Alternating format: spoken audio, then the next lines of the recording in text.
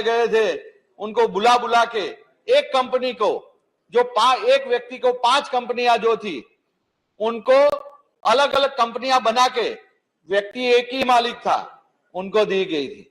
और पूरे भारत के अंदर ये देखेंगे कि घोटाले का काम, अब रूपाला जी मना कर रहे हैं तो बोलिए थोड़ा वही जो कांग्रेस ने घोटाला किया था तो उसके आज की तारीख के अंदर सर आप रूल जानते हैं, वही विषय पर बोलेंगे वही बातें रिकॉर्ड में जाएगी, वही रिकॉर्ड में जाएगी प्लीज सर। उसके अंदर जब कोयले का आज की तारीख के अंदर हम करीब करीब कोयला बाहर से आयात करते हैं और माननीय मंत्री जी जो ये बिल लाए हैं उसके अंदर कोयला जो है, जो कोयला हमारे देश में दुनिया के 4थे नंबर पे, आज 4वें नंबर पे इतना हमारे पास आपात पर्याप्त है होने के बावजूद भी पुरानी सरकारें इस पे ध्यान और संज्ञान में नहीं लिया। उसके साथ साथ मैं आपको एक और बात बताऊंगा सर कि हमारे पास ये जो खजाना है, जो सोने का करीब करीब 501 टन का हमारे पास आज रिजर्व पड़ा हुआ है और हमारा हर सालाना 1000 टन हम लोग विदेश से बाहर से आयात सोना खरीदते हैं। इस तरह की हमारे पास काफी सारी धरोहर पड़ी हुई है। इसके साथ साथ पोटेशियम, लिथियम, प्लेटिनियम, टाइटेनियम ऐसी अलग अलग प्रकार की जो इन्होंने पिछली सरकारों ने इसको रिजर्व करके इसको बैंड किया हुआ था, जिससे आज की सरकार माननीय प्रधानमंत्री नरेंद्र मोदी जी ने और माननीय प्रहलाद जोशी जी ने इस जो बैंड था उसको आज निकास मतलब उसको निकालने के लिए उसके उन्होंने परमिशन देने का आज इस रूल्स के माध्यम से आज आने वाले वक्त में होने वाला है, जिसमें हम आने वाले वक्त के अंदर हमारी जो चीजें हैं, जो चाहे बैटरी हो, बैटरी से चलने वाली रिक्शाएं हो, कारें हो, हवाई जहाज भी, ऐसी कई चीजें हम अंतरिक्ष तक भी लेके जा सकते हैं। और ये जो धरोहर है, हमारी जो धरोहर है, क्योंकि आज हमारा पैसा बाहर जा रहा है, वो ये जो भी चीजें पोटेशियम हो या लिथियम बैटरी से चलने वाले जितने भी व्हीकल हो या जो भी, वो हमारे काम में आने वाले वक्त में आ सकते हैं। इसके माध्यम से काफी सारी चीजें आने वाले वक्त के अंदर हमारे भारत को बूस्ट मतलब प्रगति की ओर ले जाने वाला है। और जिस तरह आने वाले वक्त के अंदर हम विश्व फलक पे देश को, भारत देश को प्रस्थापित करने वाले, मैं तो चाहता था कि सामने वाला सदन रहे और सुने कि उन्होंने पिछले कितने घोटाले किए और जनता भी देख रही है, मुझे भी देख रही होगी, तो मालूम पड़े कि कांग्रेस ने कितना घोटाला किया है। इसके धन्यवाद। जय हिंद, वंदे मातरम। माननीय श्री सकलदीप राजभर जी। माननीय उपसभापति महोदय जी, आपका बहुत बहुत धन्यवाद कि आपने मुझे इस महत्वपूर्ण बिल पर बोलने का अवसर दिया। माननीय महोदय जी, यह खनिज व विकास और विनियमन संशोधन विधेयक 2023 को जो हमारी केंद्र सरकार लेकर आई है, यह विधेयक खान और खनिज विकास और विनियमन अधिनियम 1957 में संशोधन करने के लिए लाया गया है। माननीय महोदय जी, खनन क्षेत्र को विनियमित करने वाले इस विधेयक से खान और खनिज अधिनियम 1957 में संशोधन हो जाएगा। विधेयक के अनुसार 29 खनिजों की खोज के लिए लाइसेंस जारी किए जाएंगे, जिनमें सोना, चांदी, कांसा, कोबाल्ट, निकल, सीमा, पोटास और राख, फास्फोरस शामिल है। अभी हमारा देश ज्यादातर खनिजों के आयात पर निर्भर है। प्रस्तावित अन्वेषण लाइसेंस महत्वपूर्ण और गहरे खनिज अन्वेषण के सभी क्षेत्रों में निजी क्षेत्र की भागीदारी को भी प्रोत्साहित करेगा। यह विधेयक काफी अहमियत रखता है क्योंकि इसका उद्देश्य निजी क्षेत्र की संस्थाओं को महत्वपूर्ण खनिजों के लिए अन्वेषण लाइसेंस देना है। इसके अलावा यह केंद्र सरकार को विशिष्ट महत्वपूर्ण खनिजों से संबंधित खनन पट्टों और मिश्रित लाइसेंस के लिए नीलामी आयोजित करने का विशेष अधिकार भी प्रदान करता है। इस विधेयक के कानून बनने के लिथियम जैसे क्रिटिकल खनिजों के खनन में निजी क्षेत्र को बोली लगाने और खनन की अनुमति भी मिलेगी। माननीय महोदय जी, इस विधेयक में निजी क्षेत्र को 12 प्रमाण खनिजों में से 6 के खनन की अनुमति देने का प्रावधान किया गया है। मौजूदा अधिनियम के तहत सभी 12 प्रमाण खनिज सरकार के स्वामित्व वाली संस्थाओं द्वारा खनन और अन्वेषण के लिए आरक्षित है। निजी क्षेत्र के लिए खोले जाने वाले प्रमाण खनिज लिथियम की माइन इसलिए भी अहम है क्योंकि इलेक्ट्रिक वाहनों और अन्य ऊर्जा भंडारण उपकरणों में बैटरी के निर्माण में इसका बड़े पैमाने पर उपयोग किया जाता है।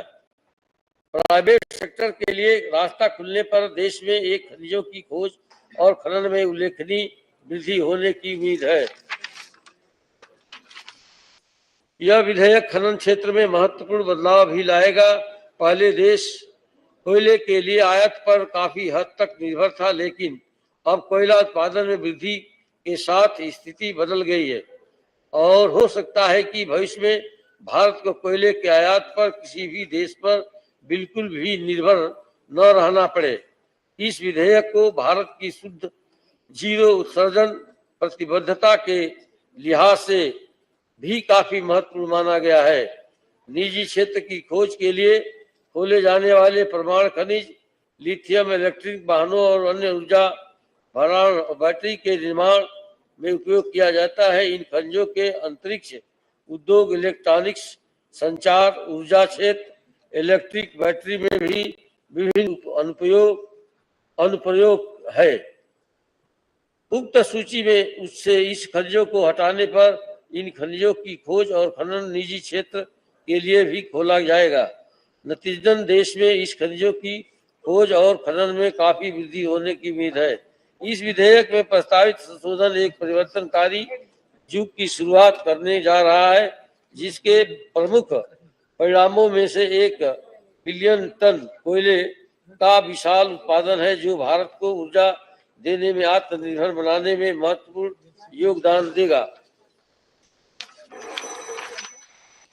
माननीय महोदय जी, भारत में खनन और खनिज क्षेत्र के भविष्य को एक ठोस आकार देने में महत्वपूर्ण भूमिका अदा करेगा और इसलिए मैं केंद्र सरकार द्वारा यह विधेयक हमारे दूरदर्शी और यशस्वी प्रधानमंत्री माननीय नरेंद्र मोदी जी के कुशल नेतृत्व में लाया गया है। यह एक क्रांतिकारी विधेयक है। इस विधेयक से देश के खनन क्षेत्र में जबरदस्त बदलाव लेकर आएगा और यह एक गेम चेंबर साबित होगा। इसके अलावा माननीय मंत्री जी से एक मैं सुझाव जोड़ने के लिए, कुछ लोगों के एक्वायर की गई जमीनों का मुआवजा भी जनता को दिलाने हेतु नया कदम उठाने के लिए मैं कह रहा हूं। इसलिए इस महत्वपूर्ण संशोधन विधेयक को लाने के लिए हमारे यशस्वी प्रधानमंत्री जी और माननीय मंत्री जी का दिल से आभार व्यक्त करता हूं। मैं इस विधेयक का भरपूर समर्थन करता हूं और अपनी बात यही समाप्त करता हूं। बहुत बहुत धन्यवाद। धन्यवाद माननीय श्री कुलदीप राजभर जी। माननीय मंत्री जी का जवाब।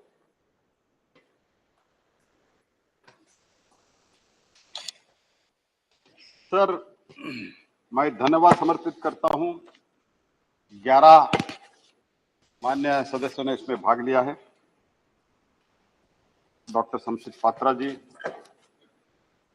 अयोध्या रामी रेड्डी जी, तंबी दुरई जी, विजय साई रेड्डी जी, जीके वासन जी, दीपक प्रसाद जी, बाबूराम निषाद जी, आदित्य प्रसाद जी, सुमित्रा वाल्मीकि जी, जुगल सिंह लोखंडवाला जी, राजभर जी, इन सब लोगों का मैं धन्यवाद समर्पित करता हूं।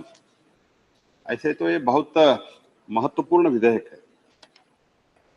जिस तरीके से दुनिया बदलती जा रही है, the way in which world is changing, in that perspective हमको भी हमारे देश में जो खनिज संपत्ति है, नेचुरल रिसोर्सेस है, ये नेचुरल रिसोर्सेस हमको हमारे पास रहते हुए भी हम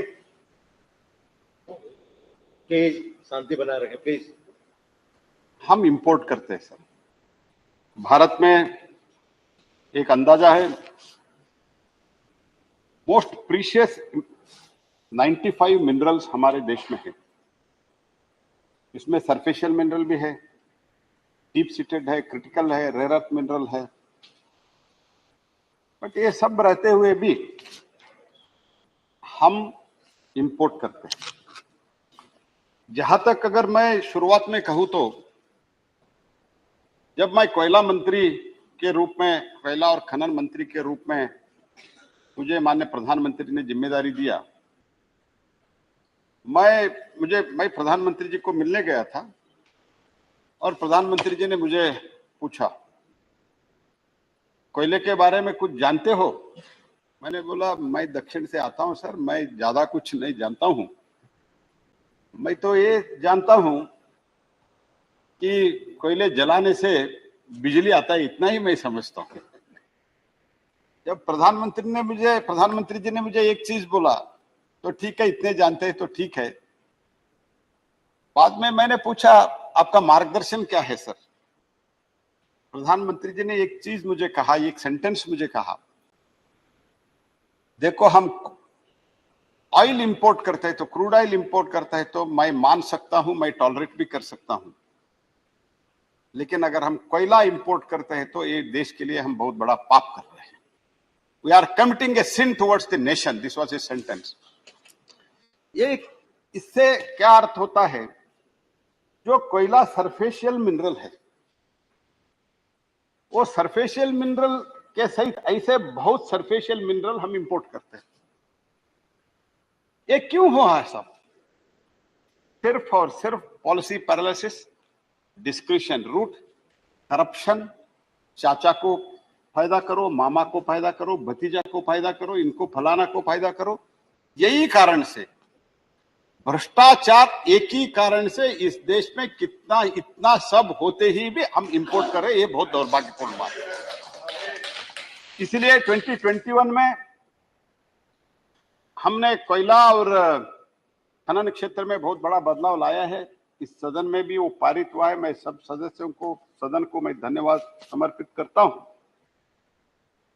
और इसके बाद अभी और एक हमने प्रपोजल लाया है।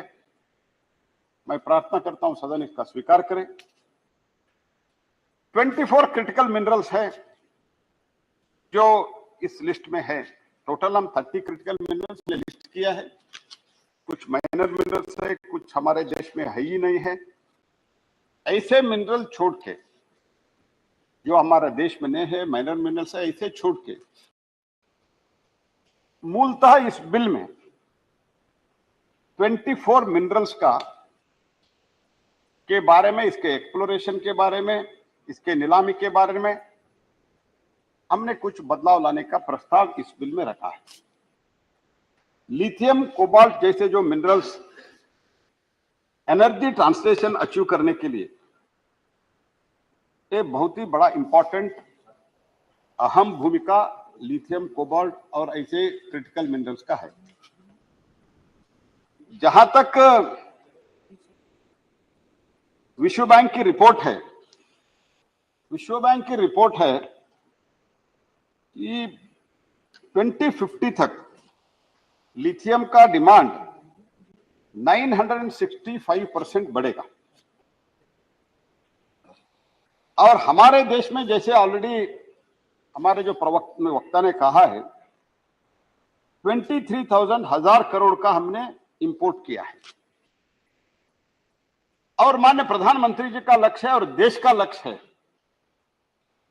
कि नेट जीरो करना है, इलेक्ट्रिक व्हीकल पर हमको आगे जाना है। तो इलेक्ट्रिकल व्हीकल का भी मांग बढ़ते जा रहा है। इसके लिए लिथियम का जरूरत है, कोबाल्ट का जरूरत है। और हमने एक संकल्प लिया है 2070 तक हमने नेट जीरो एमिशन के लिए हमने कमिटमेंट किया है। For this reason also the critical minerals का इंपॉर्टेंस बहुत ज्यादा हो रहा है।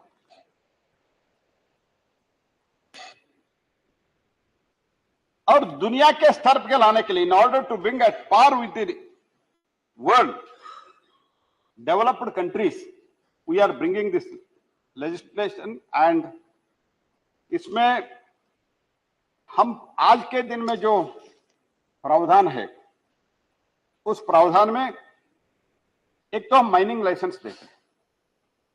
माइनिंग लाइसेंस कब देते हैं?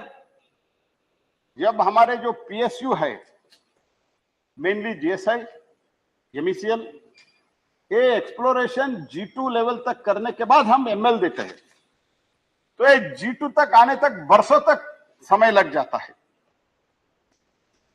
तो अभी तो हमने कुछ बदलाव लाया और कंपोजिट लाइसेंस देने का भी हमने किया है। एक तो हम एमएल देते हैं और बाद में बदलाव लाके मोदी जी के कालखंड में हमने कंपोजिट लाइसेंस देने का एक व्यवस्था शुरू की।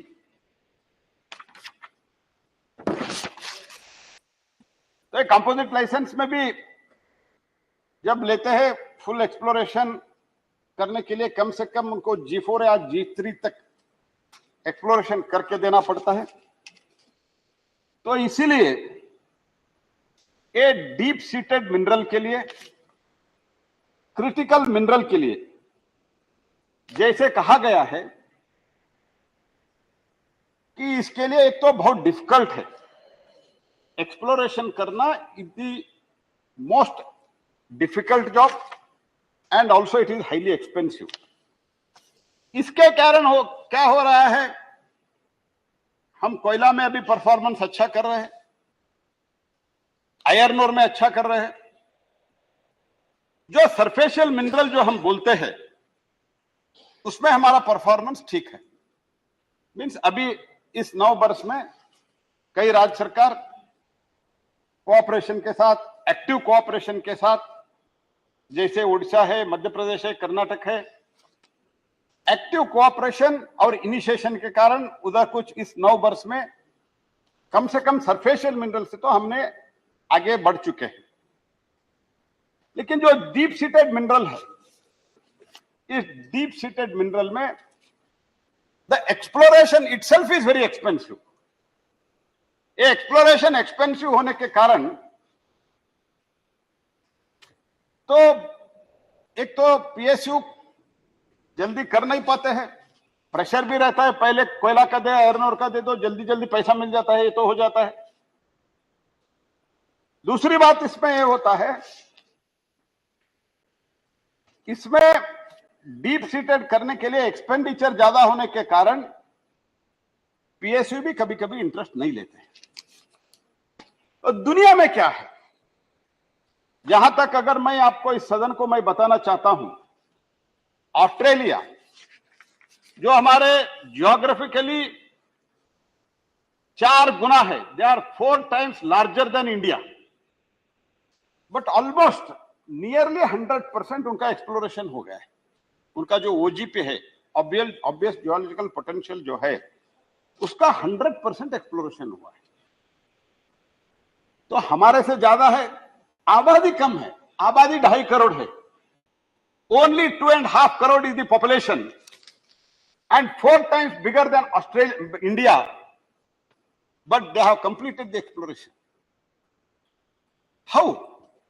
The only reason is they have allowed the investment through the in the exploration itself, sir. In exploration itself, they allowed the private participation with a private investment, and that's why there are around mining करने के लिए अलग company होता है और exploration करने के लिए अलग कंपनी होता है। जो एक्सप्लोरेशन करते हैं उनको जूनियर माइनर्स बोला जाता है। They called as the junior miners.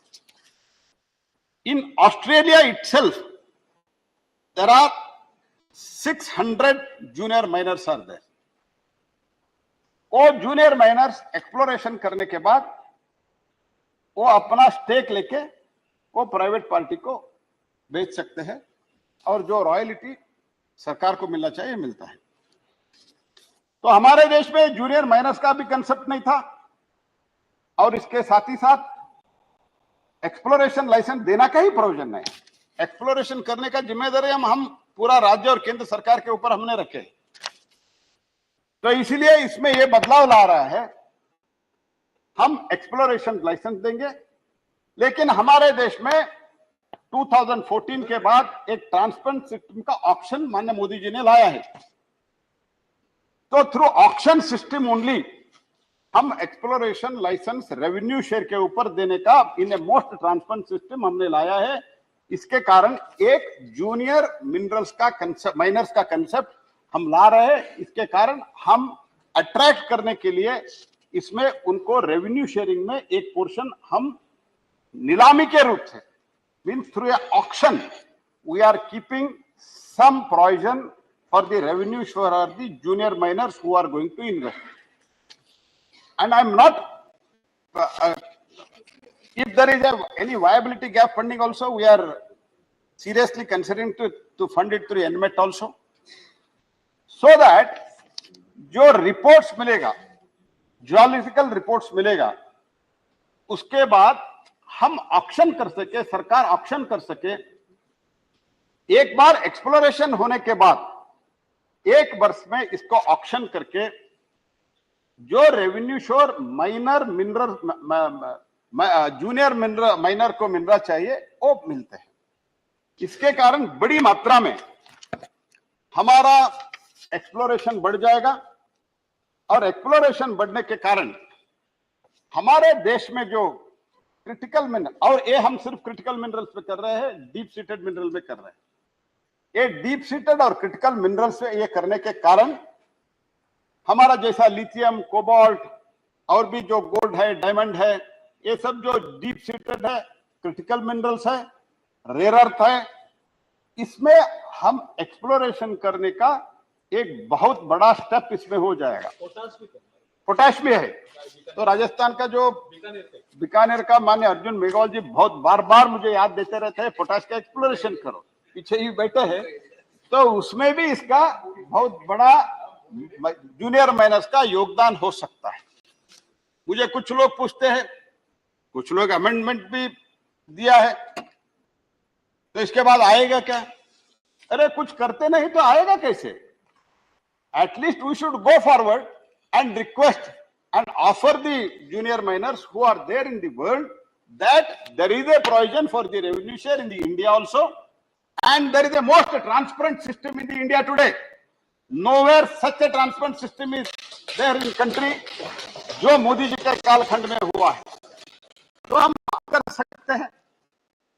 जितने बदलाव हम 2021 में लाया, उसमें मुझे बोलने में, इस सदन को बताने में कोई मुझे हेजिटेशन नहीं है। उस टाइम हम सब राज्य सरकारों से बात की, उसमें उड़ीसा सरकार ने भी हमको बहुत अच्छा सजेशन दिया था। तो कर्नाटक सरकार ने कुछ सजेशन दिया था, उस टाइम की सरकार, मध्य प्रदेश ने दिया था। ये सब सरकार के सजेशन के बाद हमने जो बदलाव लाया 2021 के, सिर्फ उसके कारण हमारा obvious geological potential in 60 years it was 5.7 lakh square kilometer. In 9 years it is in 9 years of the Modi government it is 6.88 lakh square kilometer. And इस OGP में हमारा एक्सप्लोरेशन होता था 10%. The maximum exploration was 10%. In these 9 years we have reached 30%. We have reached 30%. अगर इस minor minerals का concept हम सबके सहयोग से, राज्य सरकारों के सहयोग से यशस्वी होता है, तो कम से कम हम भी 50% से आगे हम इसमें जा सकते हैं। और जो लिथियम का रिक्वायरमेंट है, कोबाल्ट का रिक्वायरमेंट है, और जैसे गोल्ड का, जैसे मैं एक आंकड़ा आपको देता हूं, 800 to 900 टन हम गोल्ड इंपोर्ट करते हैं per year. We are importing around 800 to 900 tons of gold, but हमारे पास गोल्ड है, लेकिन डीप सीटेड और एक्सपेंसिव होने के कारण तो गोल्ड हम इंपोर्ट करना पड़ रहा है। तो मैं इसलिए ये कहना चाहता हूं, लास्ट ईयर हमने कोबाल्ट इंपोर्ट किया है, निकल इंपोर्ट किया है, गोल्ड इंपोर्ट किया है, लेकिन गोल्ड का 55 रिपोर्ट्स जीएसआई ने दिया है, तो उसके बावजूद भी नीलामी भी नहीं हो रहा है। मैं नेक्स्ट पॉइंट में इसमें आता हूं। तो इसीलिए और हमारे देश में जो दुनिया के in the overall world whatever is being invested for the exploration, even not even 1% we are investing in India for the exploration. That's why we have brought this amendment, and private participation के लिए हमने इसमें प्रावधान रखा है। ये प्रावधान से देश में जो स्पेशली डीप सीटेड और क्रिटिकल मिनरल्स के क्षेत्र में बहुत ही एक डेवलपमेंट जो वृद्धि होगा इसमें एक्सप्लोरेशन और बाद में इसका प्रोडक्शन में, ये बहुत बड़ी मात्रा में होता है। ये तो मेरा एक बहुत ही बड़ा आशादायक चिंता है। सर, सेकंड इसमें हमने जो लाया है atomic minerals, there are around 12 atomic minerals in the country. These 12, out of these 12, 6 we have withdrawn, such as lithium, titanium, beryllium bearing minerals, niobium, tantalum, zirconium, and these are all these 6 minerals non-atomic application इसका ज्यादा है। Lithium atomic minerals के क्यों रखा था? Reason was it was being used in the atomic reactor, only for that reason it was kept in the atomic minerals.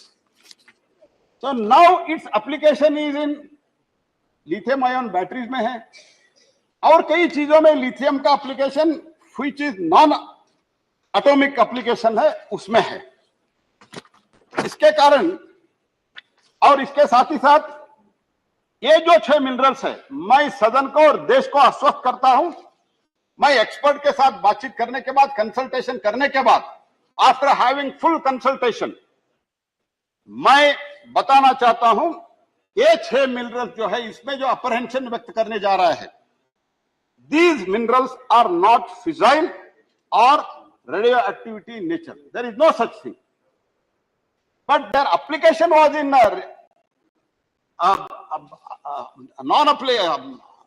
atomic mineral से atomic application से ज्यादा और इसमें है। इसके कारण हमने इसको निकाला है, और इसका एटॉमिक मिनरल्स के रहने के कारण इसका एक्सप्लोरेशन नहीं हो रहा है, बिकॉज परमिशन ही नहीं मिलता है। तो इसलिए हमको विथड्रॉ करना पड़ा, और हम एटॉमिक मिनरल डिपार्टमेंट से पूरा डिटेल में चर्चा करके, एंड हमारे ऑफिसर तो बहुत चर्चा की, स्वयं मैं सेक्रेटरी जो बहुत बड़ा साइंटिस्ट है उनसे मिलने के लिए गया था। इसका अर्थ क्या होता है, क्योंकि मैं समझता नहीं जी, मैं बोलने में मुझे कोई संकोच नहीं है। तो because whether it contains physical activity, whether it radio activity nature, हम नहीं जानते थे। हम और हमारा सेक्रेटरी, एडिशनल सेक्रेटरी सब मिलकर मुंबई गए थे, तो उधर के साइंटिस्ट से मिलके हमने कंफर्म करके उनके साथ बातचीत करके ये 6 मिनरल जो है हम विथड्रॉ कर रहे हैं। इसको देश के जो आने वाले दिन में जो हमारा ईवी व्हीकल है और जो हम नेट जीरो पे जा रहे हैं, इसके एक बहुत बड़ा योगदान हो सकता है, इसीलिए इसको विथड्रॉ किया जाएगा। और हमारा तीसरा प्रपोजल है, there are only 3 major proposals in this. ये प्रपोजल में तीसरा प्रपोजल है, ये 6 मिनरल्स प्लस जो 18 क्रिटिकल मिनरल्स है, आउट ऑफ जो 30 क्रिटिकल मिनरल्स है, 18 मिनरल्स हमने सब सेक्टर के बातचीत करके कंसल्टेशन करके, कंसल्टेशन में बिल को रखा था, करके हम 18 minerals which are critical minerals and the 6 minerals which were in atomic list, we have all withdrawn that. वो विथड्रॉ करके 24 मिनरल्स क्रिटिकल और स्ट्रेटेजिक मिनरल के एक we have created a part D in the first schedule. ये 18 में 18 plus 6 24 में critical minerals है, मोइलबेडनम है, रेनियम है, ऐसे टंगस्टन है, ग्राफाइट है, ऐसे सब, और फर्टिलाइजर रिलेटेड पोटैश का जो है, पोटैश का है, ये सब 24 मिनरल्स जो है, फॉस्फेट है जो विदाउट यूरेनियम है, ये 24 मिनरल्स एक्सप्लोरेशन करने के बाद ऑक्शन भारत सरकार करेगा। तो इसमें कुछ लोग आपत्ति उठा रहे, तो actually let us try to understand that we are taking the responsibility, the entire revenue goes to the state government, not even single naya paisa come to the central government. Entire revenue goes to the state government. But in spite of that, we are sharing the responsibility. Why we are taking this responsibility? Because as I said earlier also, total 106 reports, 106 blocks reports of these critical minerals have been handed over to the state. At present, the state have to auction. Some of the state like Odisha, Madhya Pradesh, they are auctioning. Even in surfacial minerals, sir, I am telling you, sir. माननीय उपाध्यक्ष महोदय, मैं आपको ये अवगत करना चाहता हूं. Some of the surfacial minerals which report have been handed over to the state government, they are not auctioning it, sir. They are not auctioning it. And जिस state auction कर रहा है, जैसा ओडिशा का रेवेन्यू था 2014-15 से पहले 5,000 crores and 21-22 में it became 50,000 crores because they utilized these reforms. 50,000 crores. तो बट कुछ स्टेट कर ही नहीं रहे. Some states are not doing it, and for that these criticals are needed for the growth of our economy. Prime Minister has said, Honorable Prime Minister has said that we have become the 5th largest economy. And in our 3rd term, we are going to become the 3rd largest economy of the world. To become the 3rd largest economy of the world, we need these critical minerals. We need these critical minerals. Lithium हम चाहते हैं, cobalt हम चाहते हैं, gold हम चाहते हैं, diamond हम चाहते हैं. ऐसे ही इंपोर्ट करना चाहिए क्या? जैसे कोल में इंपोर्ट करते हैं. सोना भी इंपोर्ट करें. हाँ, सोना बोला ना, गोल्ड बोले तो सोना ही, ऐसे मैं समझाऊं.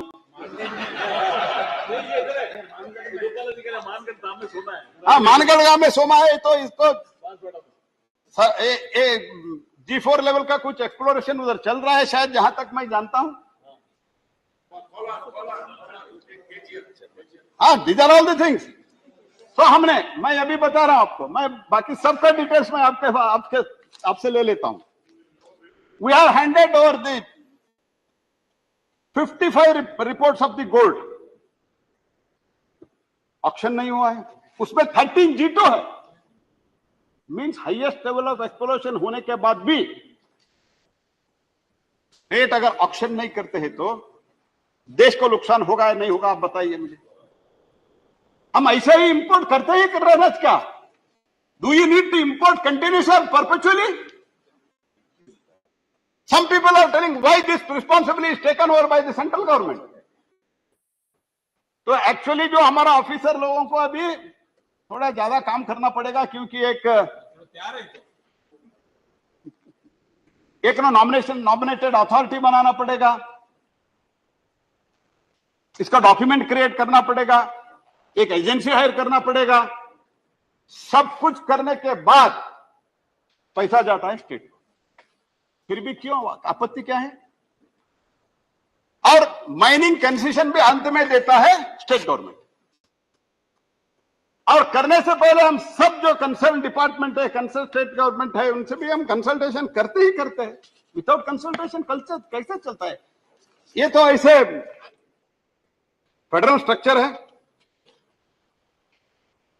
इसीलिए हम ये 3 प्रावधान लेके इसमें आया है। जैसे मैंने कहा,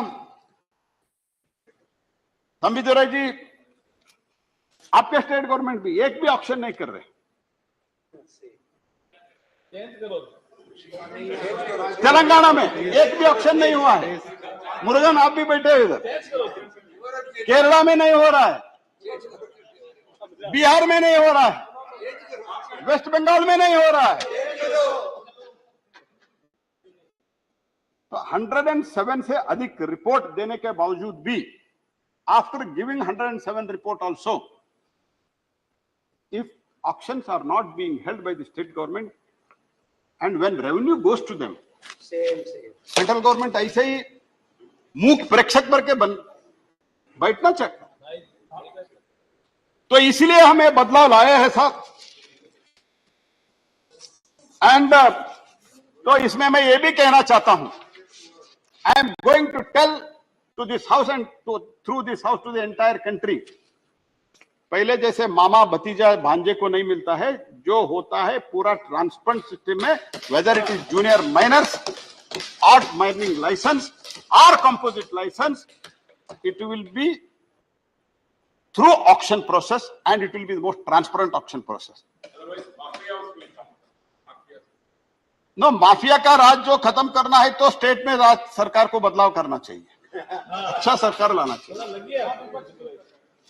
तो इसीलिए मैं आपको आश्वस्त ये करना चाहता हूं, जो कोयला में घोटाला हुआ था, माइनिंग के क्षेत्र में घोटाला हुआ था, फर्स्ट कम फर्स्ट सर्व, हमारा एक ओएमडीआर का बिल आने वाला है, उसमें कैसे कैसे आवंटन किया ये भी मैं बाद में उस के टाइम में बताता हूं। सीबीआई इंक्वायरी, एक एमपी और एमपी के सुपुत्र जेल में जाने का कगार में है, पिछले वाले सरकार के पॉलिसी के कारण। तो ये स्थिति है सर, इसलिए हमने, और हम इसमें एनमेट भी जो हमने हमारे 2021 के अमेंडमेंट में एनमेट लाए, एनमेट के बाद ये ऑब्वियस जियोलॉजिकल पोटेंशियल और एक्सप्लोरेशन भी ज्यादा हुआ है। और पहली बार मैं बता रहा हूं, the first time in the independent India, mineral exploration के ट्रस्ट के थ्रू राज्यों को बुला बुला के पैसा दे रहे, पैसा लो यार, एक्सप्लोरेशन करो, ऑक्शन करो, ऑक्शन के लिए पैसा दे रहे। ये मोदी का सरकार है, this is the Modi government. हमने सब सरकारों को बुला रहे, मंत्रियों को बुला रहे, सेक्रेटरियों को बुला रहे, पैसा लेके जाओ, एक्सप्लोरेशन करो, पैसा दे, ऑक्शन करो। ऑक्शन करने के लिए पैसा हम दे रहे। This is what difference between Modi government and other government, this is what the federal structure we believe sir. तो इसीलिए डीएमएफ को भी, डिस्ट्रिक्ट मिनरल फाउंडेशन का स्थापित हमने 2015 में किया, बड़ी मात्रा में इसका कलेक्शन हो रहा है। माननीय प्रधानमंत्री जी ने एक डिस्ट्रिक्ट मिनरल फाउंडेशन लेके उन्होंने कहा था, I quote, the district mineral foundation has been form to ensure that there is no shortage of money for the development of tribal areas, because जो कुछ भी हमारा मिनरल्स है वो ट्राइबल एरिया में है। The idea is that, prime minister continues, the idea is that part of the wealth emanating from tribal areas should be invested in tribal areas. ये तो प्रधानमंत्री जी का सोच है। जहां से हम खनन करते हैं, नैसर्गिक संपत्ति का हम उत्पादन करते हैं, उससे देश के इकोनॉमी जो ग्रोथ होता है, उसके थोड़े पार्ट जहां से हमारा ट्राइबल भाई और बहनों को जो कष्ट उठाना पड़ता है, उस कष्ट को निवारण करने के लिए हम पैसा इन्वेस्ट करते हैं। ये डीएमएफ फंड है, ये पहली बार इस देश में हुआ। ऐसे बहुत कुछ चीज है सर बताने के लिए, फिर भी मैं, इशारा हो रहा है, मैं समझता हूं, और भी 2 बिल है। मैं अंत में इतना ही कहना चाहता हूं सर जी, जो कुछ भी अमेंडमेंट लाया है उस पर देना चाहता हूं। इसमें अमेंडमेंट यह है कि पीएसयू को एक्सप्लोरेशन करना है। पीएसयू के एक्सप्लोरेशन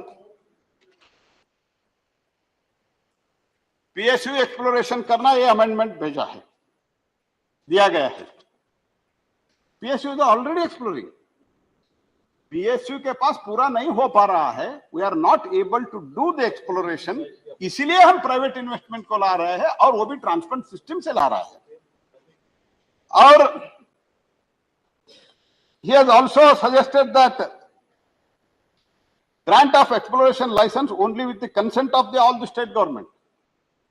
तो स्टेट गवर्नमेंट के हम all these proposals will defeat the basic purpose, otherwise कुछ एक्सप्लोरेशन भी नहीं होता है, माइनिंग भी नहीं होता है। अल्टीमेटली फिर से जब लिथियम का बढ़त होता है, जहां तक अगर मैं और एक इंपॉर्टेंट पॉइंट इधर कहना चाहता हूं, 2030 तक देश का जो पावर का रिक्वायरमेंट है, that is going to be doubled. At that time we need all this critical minerals for the storage. हम अगर सोलार के थ्रू हम उत्पादन करते, बिजली का उत्पादन करते, स्टोरेज के लिए लिथियम बैटरी चाहिए। ऐसे कुछ बहुत इंपॉर्टेंट चीज के लिए हमको वी नीड, इलेक्ट्रिक व्हीकल के लिए चाहिए। For all these things we need this. That's why now one is that PSU is already doing the exploration, and along with PSU these critical minerals will be explored by the junior miners। and मैं सारे दुनिया को आह्वान देता हूं कि भारत में एक बदलाव आया है। मैं आप इंसिडेंट आपको एक बता के मेरे वाणी को विराम देता हूं। एक जेवी company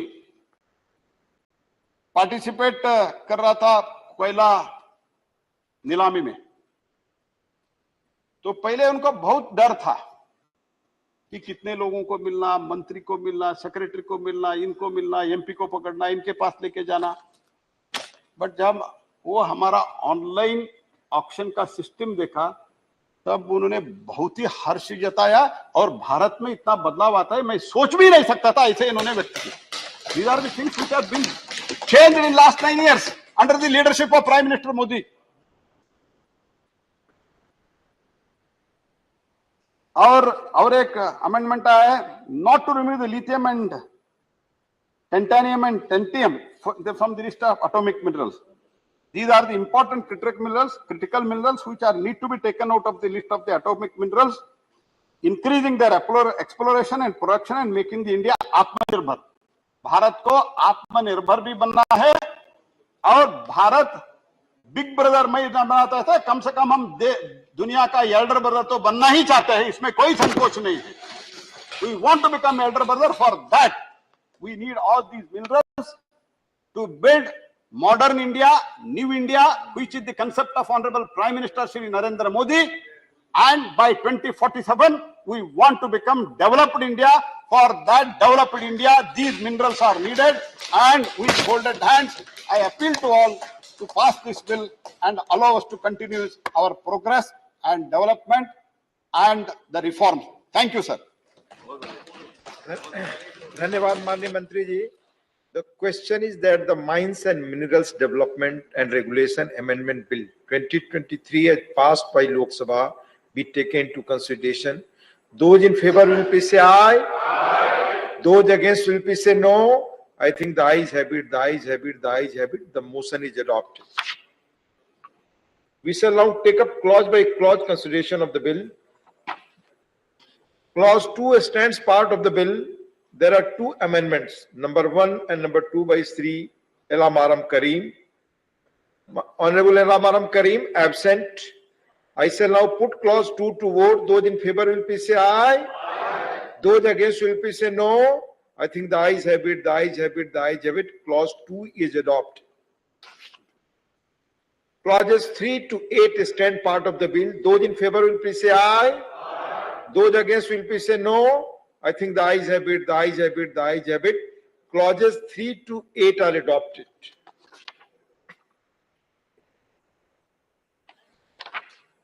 Clause 9 stands part of the bill. There are 8 amendments. Number 3 to 10 by Sri Aam Karim. Honorable Aam Karim absent.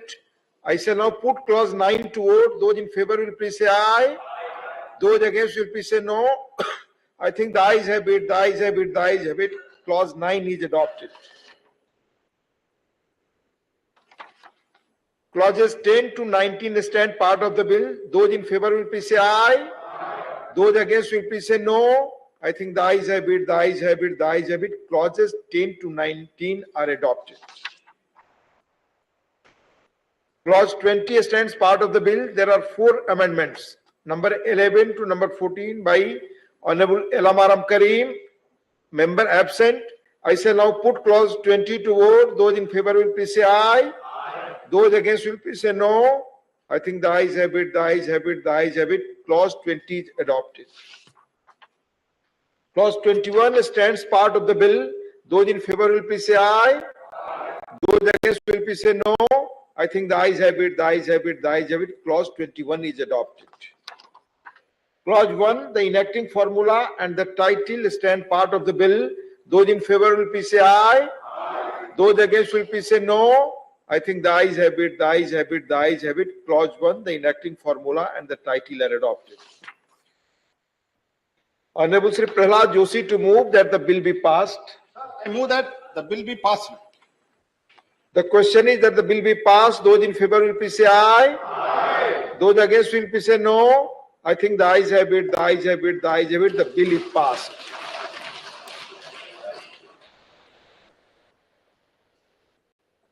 Honorable members, now the next bill is the Forest Conservation Amendment Bill 2023. Honorable Bhupendra Yadav ji to move a motion for consideration of the Forest Conservation Amendment Bill 2023. आदरणीय सभापति महोदय, मैं one संरक्षण संशोधन विधेयक 2023 जैसा कि लोकसभा द्वारा पारित किया गया है, इस पर विचार करने के लिए प्रस्ताव राज्यसभा में रखना चाहता हूं। माननीय सभापति महोदय, हमारे देश में फॉरेस्ट जो विषय है, जब देश के संविधान का निर्माण हुआ तो ये राज्य सूची का विषय था। बाद में 80 के दशक में हम संविधान में संशोधन लेकर के आए और फॉरेस्ट विषय को समवर्ती सूची में रखा गया। और उसके बाद 1980 का जो फॉरेस्ट कंजर्वेशन एक्ट आया, उसमें जितनी भी भूमि फॉरेस्ट की डाइवर्ट होती थी, उसके डाइवर्जन को स्वीकृति देने का अधिकार ये केंद्र सरकार के पास में आया। हमने देखा है कि विशेष रूप से जब कांग्रेस का शासनकाल रहा, 1950 से 1980 के दशक तक देश में लगभग 45 लाख हेक्टेयर जमीन का डाइवर्जन हुआ। उसके बाद 10 लाख हेक्टेयर जमीन का डाइवर्जन हुआ, लेकिन 12 लाख हेक्टेयर जमीन कंपनसेटरी फॉरेस्टेशन में प्राप्त भी हुई। और यहां पर मैं ये कहना चाहूंगा कि दुनिया की चलने वाली पर्यावरण वार्ताओं में भारत ने जो अपने 8 लक्ष्य दिए हैं, उसमें से 3 लक्ष्य ये क्वांटिटेटिव है, बाकी 5 क्वालिटेटिव है।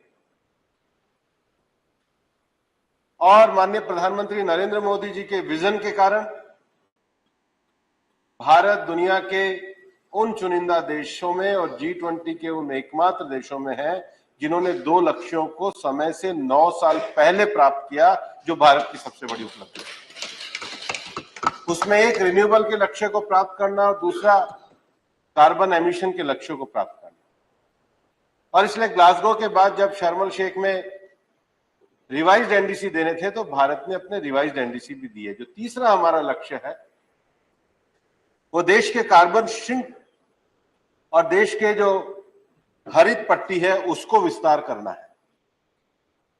और इसी कारण हमारे देश में हम किस प्रकार से ग्रीन कवरेज को बढ़ाएं, कार्बन उत्सर्जन के लिए जो दुनिया इस समय ग्रीनरी के लिए काम कर रही है उसमें किस प्रकार से अपने योगदान को दें, भारत दुनिया के सामने अपने एनडीसी के लक्ष्यों को किस प्रकार से प्राप्त करे। और इसलिए देश में ट्री कवर बढ़ाने के लिए, ग्रीन कवर बढ़ाने के साथ साथ देश के सामाजिक, आर्थिक और पर्यावरणीय विकास में किस प्रकार से संतुलन लाया जाए, उसके लिए ये फॉरेस्ट कंजर्वेशन बिल में अमेंडमेंट लाया गया। और यहां पर मैं बड़े स्पष्ट रूप से सबसे पहले इस बात को ये कहना चाहूंगा कि फॉरेस्ट कंजर्वेशन एक्ट, जिसका अब हमने नाम बदलकर वन संरक्षण एवं संवर्धन विधेयक किया है, वन संरक्षण एवं संवर्धन विधेयक का और फॉरेस्ट राइट एक्ट का आपस में तालमेल है, किसी प्रकार का कोई विरोधाभास नहीं है। इस बात को स्पष्टता रखनी चाहिए। जो अधिकार हमारे जनजाति समाज के फॉरेस्ट राइट के अंतर्गत है वो सुरक्षित है, वो पूरी तरीके से लागू किए जाएंगे, उसका किसी प्रकार से विरोधाभास नहीं, बल्कि उसको ताकत देने के लिए किया जाए। और ये मैं उदाहरण इसलिए देना चाहूंगा, विपक्ष के लोग कई बार बहुत तरह के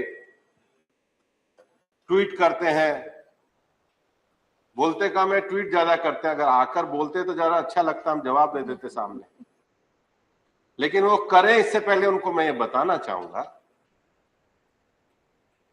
कि हमारे देश में जो बहुत जंगल के अंदर दूरस्थ जो हमारा ट्राइबल बंधु बसा हुआ है, खास करके छत्तीसगढ़ में, तेलंगाना में, उड़ीसा के क्षेत्र में जो लेफ्ट विंग टेररिज्म का हिस्सा है, वहां एक सबसे बड़ा विषय है कि वहां पर जो विकास की बुनियादी चीजें हैं उसकी परमिशन लेने में सालों साल गुजर जाते हैं। हमें लड़कियों का स्कूल खोलना, हमें पानी की टंकी पहुंचानी है, हमें कोई प्राथमिक डिस्पेंसरी खोलनी है, हमें कोई आईटीआई का केंद्र खोलना है, हमें कोई प्रधानमंत्री जी की योजना के लिए कोई विषय को आगे बढ़ाना, और छोटी सी 5 हेक्टेयर की जमीन उसमें चाहिए है, उसके लिए परमिशन लेने पड़ती है। ये भारत सरकार ये विजनरी परिवर्तन लेकर के आई है कि ऐसे सभी इलाकों में जहां पर हमारे ट्राइबल समाज और जो लेफ्ट विंग एक्सट्रीमिज्म में जो रहने वाले लोग हैं, उनको सुविधा के लिए 5 हेक्टेयर की जमीन की जरूरत होगी, उनको फॉरेस्ट क्लियरेंस के लिए दिल्ली आना नहीं पड़ेगा, विकास उनके घर पे पहुंचेगा। ये हम लेकर के आए। और प्रधानमंत्री ग्रामीण सड़क योजना, जो छोटी छोटी सड़क योजना है, उसमें 0.10 हेक्टेयर के कारण पैच ही अटका रहता है। वो पैच कभी पूरा ही नहीं होता, और वो पैच अगर कभी पूरा नहीं होता है तो उसको भी हमने इसके अंतर्गत सरल बना करके उनके देश के लोक कल्याण मार्ग को देश की गरीब की झोपड़ी से जोड़ने वाले मार्ग से जोड़ने का काम इस बिल के अंतर्गत किया है।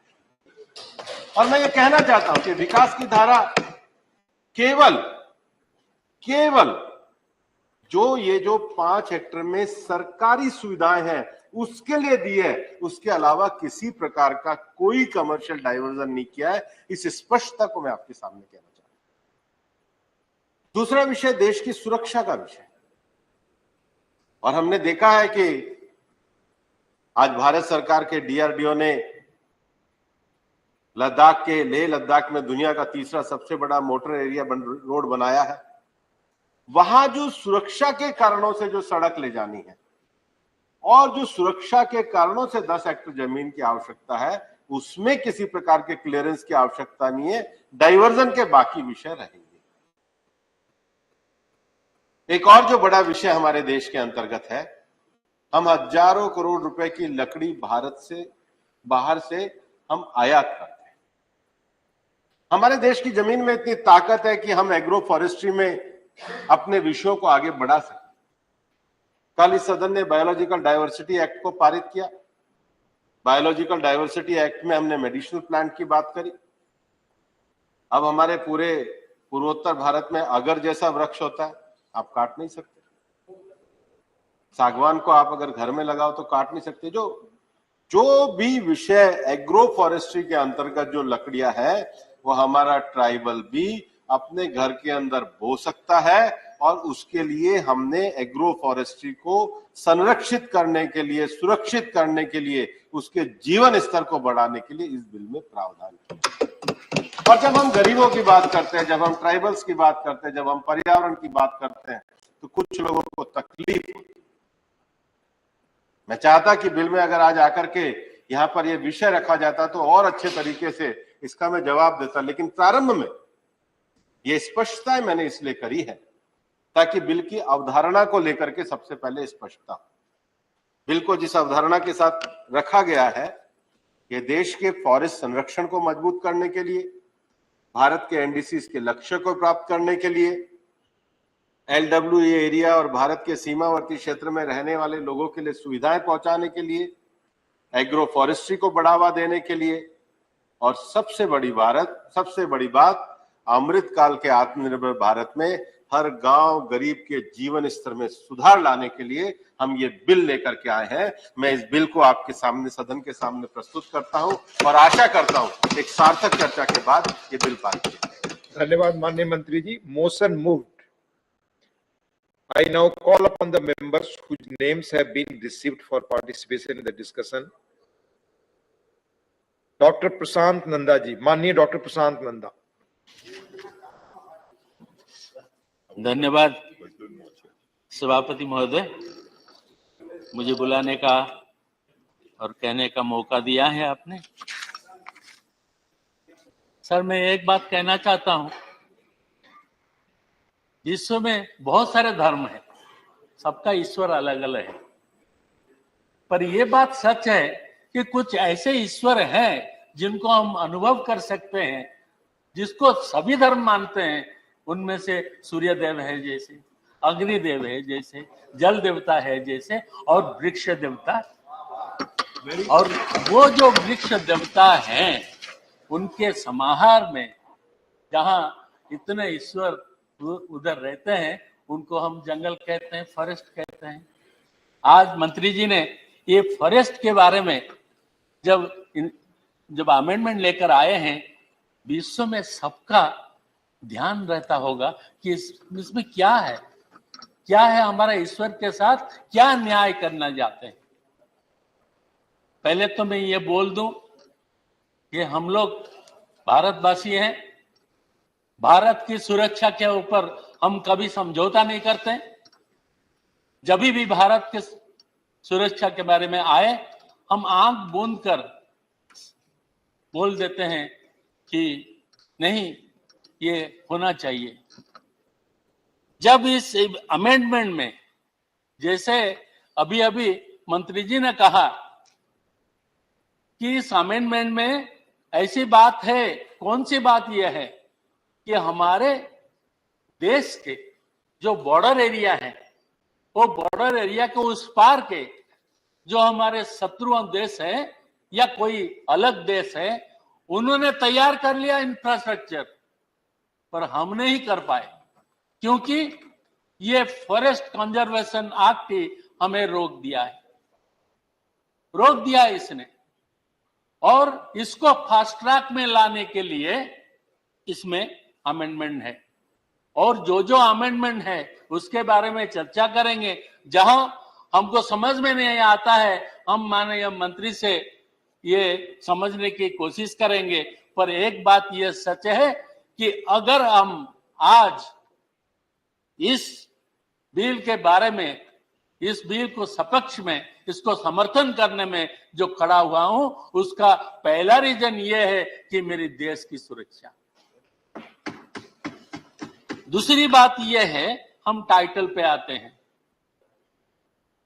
माननीय प्रधानमंत्री ने कह दिए हैं कि 2070 को net zero carbon emission India का जीरो हो जाएगा। उसका तो शुरुआत करना चाहिए, कहीं से भी शुरुआत होगा, हो भी रहा है। खनिज मंत्री आए थे, उन्होंने भी बताया उन्होंने कैसा शुरू किया है।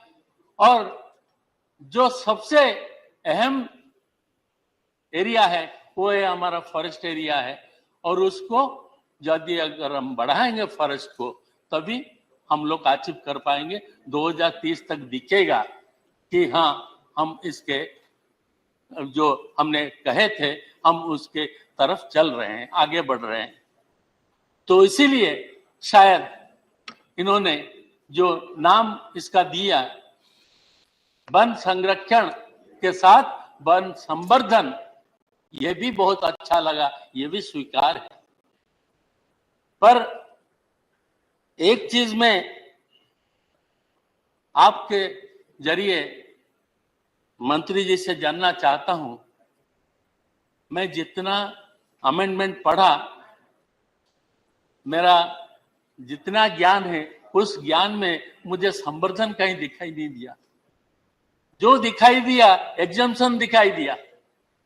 अगर एग्जम्पशन ही करते जाएंगे फिर संवर्धन कहाँ होगा, ये मेरा समझ में नहीं है। और मुझे मालूम है यादव जी जैसे मंत्री हैं हमारे, वो हमको ठीक तरीके से समझा भी देंगे।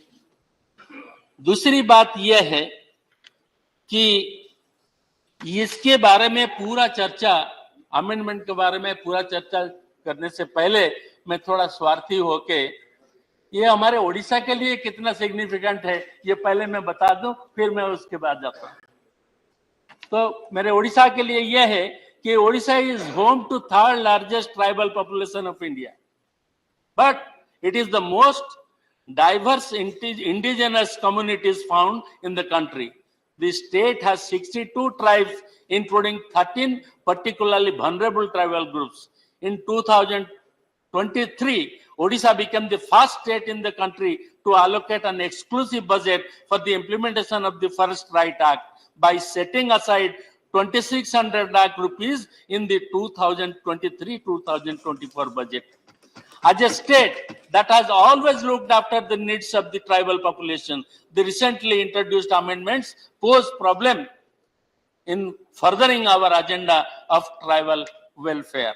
According to the latest Forest Survey of India report, Odisha has contributed 1.04% increase in the forest cover nationally. Moreover, Odisha stands in third position in the country when it comes to contribution in the increase of forest cover in the country.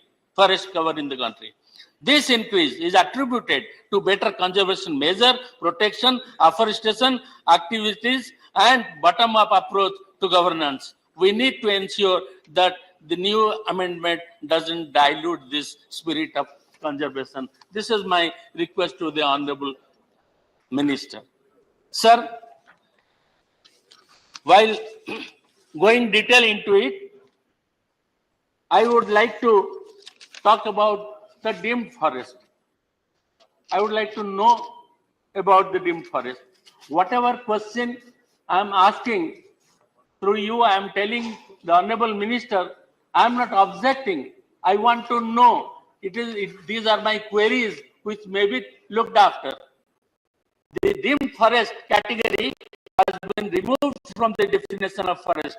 मुझे नहीं लगता है कि ये ठीक है, because lots of good forest areas which are neither notified nor forest in government records are now going to be diverted and destroyed. So deemed forest has to be incorporated and defined in terms of area minimum 2 hectares and density of trees at 4%. And this category has to be included into the definition of forest in accordance with the Honorable Supreme Court judgment of with petition 202/1995. Sir, there are many things that I would like to know from the Honorable Minister. The new changes omit the category of lands that are neither notified nor recorded as forest in any government record, but qualify the characteristics of a natural forest, including those proposed to be notified as forest. The new changes also exclude those forest lands that are proposed to be declared forest but yet to be notified under Section 4 of the Indian Forest Act 1927 or other state laws. In contravention of Godavarman Tirumpul judgment laid down by the Supreme Court, while clarifying the scope of the 1980 Act, the Supreme Court in Godavaram judgment held that the Act intends to check deforestation that disrupts the ecological balance. Therefore, the Act must apply to all forest. इतना तो मैं कह दिया पर सबसे बड़ी बात यह है, क्योंकि ये पूरा डिटेल डिस्कशन करने के लिए मेरे पास टाइम नहीं है, और आपको भी टाइम नहीं है, हाउस को भी टाइम नहीं है, और एक बिल भी आना। तो मैं यह पूछना चाहता हूं सर, हमने कभी से, I will be talking about समाप्त करें माननीय talking about compensatory afforestation. Sir क्या होता है, हम एक फॉरेस्ट ले लेते हैं और कहते हैं कि हम उसको दूसरी जगह अफॉरेस्टेशन बना देंगे। मुझे बताइए कितना अफॉरेस्टेशन हम लोगों ने किया है और उसका कंडीशन क्या है? Do they look like forest? Sir, जो फॉरेस्ट हमको पानी देता था पीने के लिए, जो फॉरेस्ट हमको जीने के लिए सांस भरता था हमारा, अभी वही फॉरेस्ट अफॉरेस्टेशन में, वही फॉरेस्ट जितना जब पेड़ है वो सब सुबह उठ के वो फॉरेस्ट होमगार्ड को बुलाते हैं, ओ गार्ड भाई जरा आओ थोड़ा पानी तो पिलाओ, हम मरने लगे हैं। यह है, लेकिन इसका तो तरीका इस डिपार्टमेंट ने ही किया है। आप अगर देखेंगे तो मियावाकी फॉरेस्ट एक है जिसको आपके गवर्नमेंट ऑफिसर्स ने उन्होंने सैंपल के तौर पे किया था केरला में, and it is absolutely perfect. समाप्त करें माननीय सर, समाप्त करें। नहीं, I would like to request to give me some more time for them. You can adjust it with BJP. You can adjust this time with the BJP and they agree. Agree, sir. Sir, you don't. Sir, इतना तो कर लीजिए, इतना थोड़ा थोड़ा बात है, बहुत ज्यादा बात नहीं है, लेकिन बहुत अहम बात है। मैं इसके साथ दो सवाल पूछना चाहता हूं सर, दो ही सवाल, उसके बाद बंद कर दूं। जी जी पूछिए। पहला सवाल ये है, what is the cost of a 100 years tree? क्या उसका टिम्बर और कुछ नहीं, वैल्यू तो इतना ही बनता है, उसका टिम्बर ही बनता है। और 100 साल से जितना ऑक्सीजन दिया, जितना पानी दिया, और जितना समाज को और को दिया, और जितना पक्षियों को सहारा दिया, तो सबका भी एक अमाउंट तो वैल्यू तो लगना चाहिए। अगर उसका आप डिफाइन कर दे कि नहीं एक पेड़ का कीमत इतना होना चाहिए, तो देख लीजिए कोई भी प्राइवेट वाले आएंगे नहीं, इसको लेंगे नहीं, क्योंकि इतना भारी पड़ जाएगा कि उनका स्कीम नहीं चलेगा। इसको थोड़ा ध्यान में रख लीजिए। दूसरा, जो आपका अमेंडमेंट के साथ नहीं है, फिर मेरा रिक्वेस्ट है, देखिए हम इसको ईश्वर बोलते हैं और फॉरेस्ट वाले उसको बोलते हैं ये है जीवन, उसका भी लाइफ है, फॉरेस्ट है, लाइफ है, जीवन है ना। जितने जीवन है हम सबका राइट्स है, we have the rights from 13 to 32 by our constitution. Animals के लिए स्पीसी है। मुझे बताइए, what is the right for a plant, what is the right for a plant? Sir धन्यवाद, समाप्त करें। हाँ, थैंक यू सर, आप धन्यवाद बोलते हैं, और मैं भी आपसे गुजारिश करता हूं, और 1 मिनट में खत्म कर देता हूं, ज्यादा नहीं, बहुत सारा बोलने को है, लेकिन मुझे मालूम है मैं इनसे दरख्वास्त किया है कि मुझे थोड़ा समय देंगे, उनसे उन्होंने हाँ भी किया है, और आप भी मान जाइए। अच्छा, मेरा ये कहना था कि उनका राइट्स क्या है, इतना तो बोल दीजिए मंत्री जी, हम सब खुश हो जाएंगे। सारा भारतवर्ष में जितना जंगल है वो जंगल आपको आशीर्वाद करेंगे, बोलेंगे चलो ये पहली बात शुरू हुई कि हमारा राइट्स के बारे में किसी ने बोला और कोई मंत्री था, वो राइट्स हमको दे दिया। धन्यवाद। श्री सुशील कुमार जी मोदी, माननीय श्री सुशील कुमार जी। माननीय उपसभापति महोदय, मैं वन संरक्षण संशोधन विधेयक 2022 पर 2023 पर बोलने के लिए खड़ा हुआ हूं। अभी माननीय मंत्री महोदय ने विस्तार से सारे मुख्य मुद्दों पर चर्चा कर दी है। उपसभापति महोदय, इस बिल की जो सबसे बड़ी खासियत है, इसका नाम परिवर्तित किया गया है। पहले यह था फॉरेस्ट कंजर्वेशन एक्ट, और वास्तव में प्रचार हो गया था फॉरेस्ट क्लियरेंस एक्ट। इस कानून का एक ही उद्देश्य रह गया था, फॉरेस्ट को संरक्षण नहीं बल्कि फॉरेस्ट का क्लियरेंस करने की अनुमति प्रदान करने वाला एक्ट बनकर रह गया था।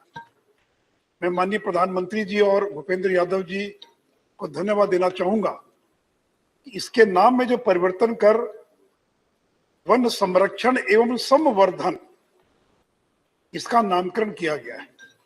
और ये केवल नामकरण नहीं है। अब कुछ लोग आपत्ति करते हैं हिंदी का नाम क्यों है।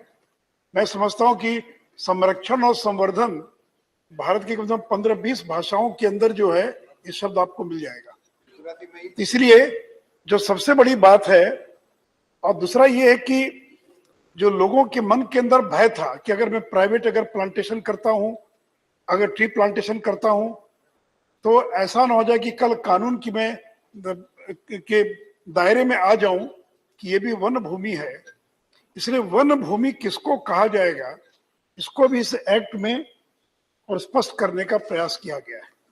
जब फॉरेस्ट कंजर्वेशन एक्ट आया था उस समय जो फॉरेस्ट एरिया था, जो वन विभाग के अंतर्गत रिकॉर्ड में जो वन था वही उसकी परिभाषा में आता था। लेकिन बाद में सुप्रीम कोर्ट के फैसले के बाद जो रेवेन्यू रिकॉर्ड है, क्योंकि बहुत बड़ी मात्रा में वन थे रेवेन्यू डिपार्टमेंट के अंतर्गत, लेकिन उस पर ये फॉरेस्ट कंजर्वेशन एक्ट लागू नहीं होता था।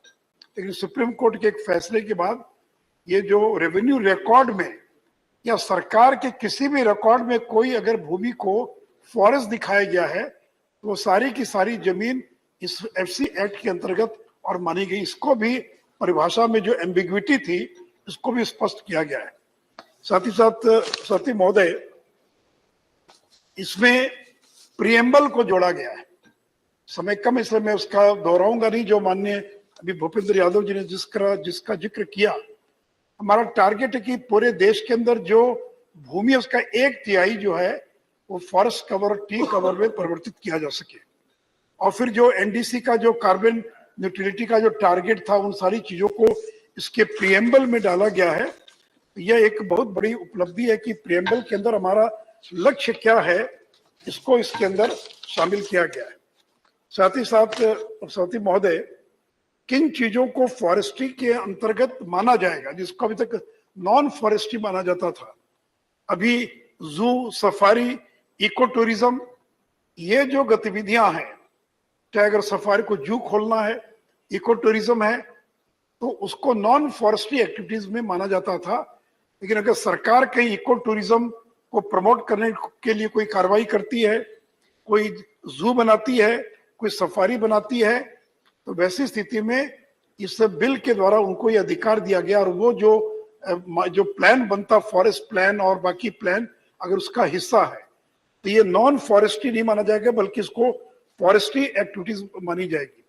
साथ ही साथ अगर वन क्षेत्र में कोई सर्वे करना है, कोई अगर माइंस मिनरल्स अगर मिलने की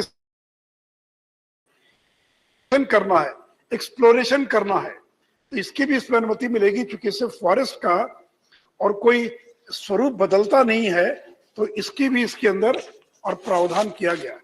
साथ ही साथ स्वाति महोदय, जो एक सबसे बड़ा जिसका भी जिक्र किया माननीय मंत्री महोदय ने, कि जो स्ट्रेटेजी की दृष्टि से, यानी जो सीमावर्ती इलाके हैं और वहां पर strategic linear project of national importance and concerning national security, अगर जो हमारा एलएसी है और एलओसी है, लाइन ऑफ एक्चुअल कंट्रोल और लाइन ऑफ कंट्रोल, उसकी 100 किलोमीटर की सीमा में अगर कोई ऐसा प्रोजेक्ट है जिसको भारत सरकार घोषित करती कि ये नेशनल इंपॉर्टेंस का है, कंसर्निंग नेशनल सिक्योरिटी, तो वैसी स्थिति में 100 किलोमीटर के दायरे में और इंफ्रास्ट्रक्चर के विकास के लिए 10 हेक्टेयर तक जमीन जो है बिना किसी अनुमति के, बिना एफसी की जो पूरी प्रक्रिया है उसके बिना गए भी उसको लिया जा सकता है। लेकिन इसमें मैं स्पष्ट करना चाहूंगा कि जो गाइडलाइंस होंगे भारत सरकार की, उसी के तहत इस 100 किलोमीटर के भीतर जमीन का अधिग्रहण किया जाएगा या उपयोग किया जाएगा। ऐसा नहीं है कि किसी भी प्रोजेक्ट को कह दिया कि स्ट्रेटेजिक इंपॉर्टेंस का है। और साथ ही साथ जो लेफ्ट विंग एक्सट्रीमिज्म जो इलाका है, जो वामपंथी उग्रवाद से जुड़ा इलाका है, वहां पर अगर पैरामिलिट्री कैंप कोई खोलना है, कोई डिफेंस से रिलेटेड कुछ करना है और कुछ गतिविधियां करनी है, तो वहां भी 5 हेक्टेयर तक की जमीन का इसके अंदर प्रावधान किया गया है। साथ ही साथ सभापति महोदय, अभी तक अगर राज्य सरकार और केंद्र सरकार के पीएसयूज को अगर जमीन लेना है तो उनको अनुमति की आवश्यकता नहीं पड़ती थी। अगर किसी प्राइवेट एंटिटी को लीज पर जमीन दिया जा रहा है तभी उनके लिए अनुमति की आवश्यकता थी, लेकिन पीएसयूज के लिए, बाकी के लिए वो क्या करते थे, जमीन लेकर लीज पर ले लिया और 20 साल तक जमीन यूं खाली पड़ी हुई है। अब यहाँ प्रावधान कर दिया गया है कि इस प्रावधान में जो पीएसयूज भी होंगी उन पीएसयूज को भी सरकार की अनुमति लेने के बाद ही जो है और वो उस जमीन को इस्तेमाल कर पाएंगे। साथ ही साथ जैसा भी माननीय भूपेंद्र जी ने बताया, रेलवे लाइन है, कोई सड़क है, कोई और इस प्रकार का इंफ्रास्ट्रक्चर का कोई प्रोजेक्ट और बगल में वन भूमि है तो 0.10 हेक्टेयर तक जमीन को लिया जा सकेगा ताकि उस जमीन का इस्तेमाल कनेक्टिविटी के लिए हैबिटेशन के साथ और जोड़कर किया जा सकता है। सभापति महोदय, मैं इस विभाग का बिहार में करीब 7-8 साल तक मंत्री रहा और मैं दुखी रहता था इस बात से कि एफसी एक्ट में क्लियरेंस के लिए 2-2 साल 3-3 साल लगता था। लेकिन मैं धन्यवाद देना चाहूंगा भूपेंद्र जी को और उनकी पूरी टीम को कि अब 180 दिन के अंदर फॉरेस्ट क्लियरेंस हो रहा है। और लेकिन अभी भी कुछ क्लियरेंस के लिए रांची जाएगा और भाई एक बार जब उसका सारा नेट वैल्यू वगैरह डिटरमाइन हो गया, सारी चीज हो गई, तो पहले की तुलना में काफी स्टेप्स को कम किया गया है।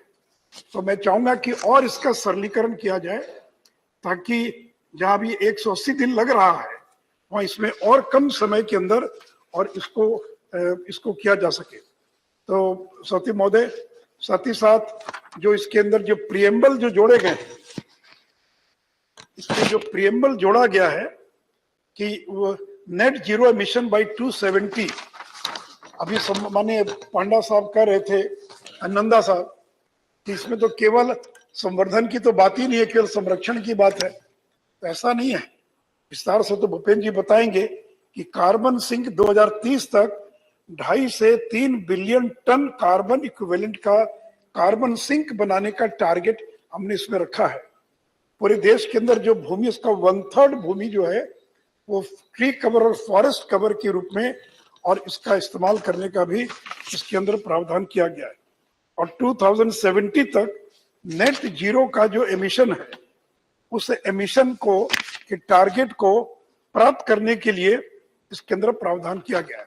तो सभापति महोदय, अंत में यही कहूंगा कि जो पूरी दुनिया में एक द्वंद्व चल रहा, विकास बनाम पर्यावरण, तो पर्यावरण का संरक्षण या वनों का संरक्षण और विकास, इन दोनों में कोई विरोधाभास नहीं है। ऐसा नहीं है कि विकास नहीं होगा क्योंकि जंगल है, तो इन दोनों के बीच में संतुलन कायम करना, यह इस बिल का उद्देश्य है। हमको विकास भी चाहिए लेकिन पर्यावरण की कीमत पर हमको विकास नहीं चाहिए।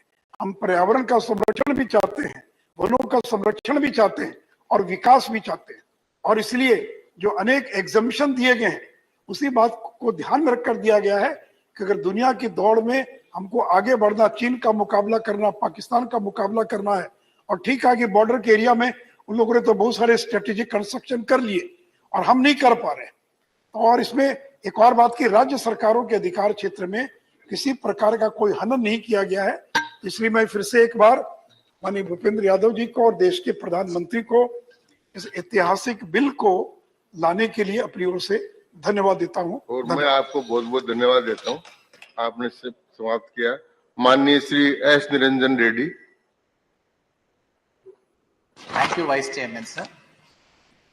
As I speak, sir, I must confess that I am facing a dilemma between a conflict between my mind, which is fully satisfied by the reasons given for the purpose of making the changes to the law. माननीय सदस्य, आपका स्थान कौन सा है वैसे? 105 है sir. आप अपने स्थान से बोले तो ठीक रहे। ठीक।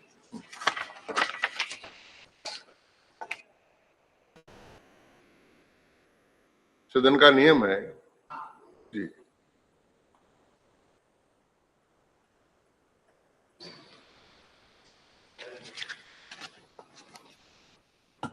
आपको कष्ट हुआ इसके लिए क्षमा, आप बोलिए। हाँ।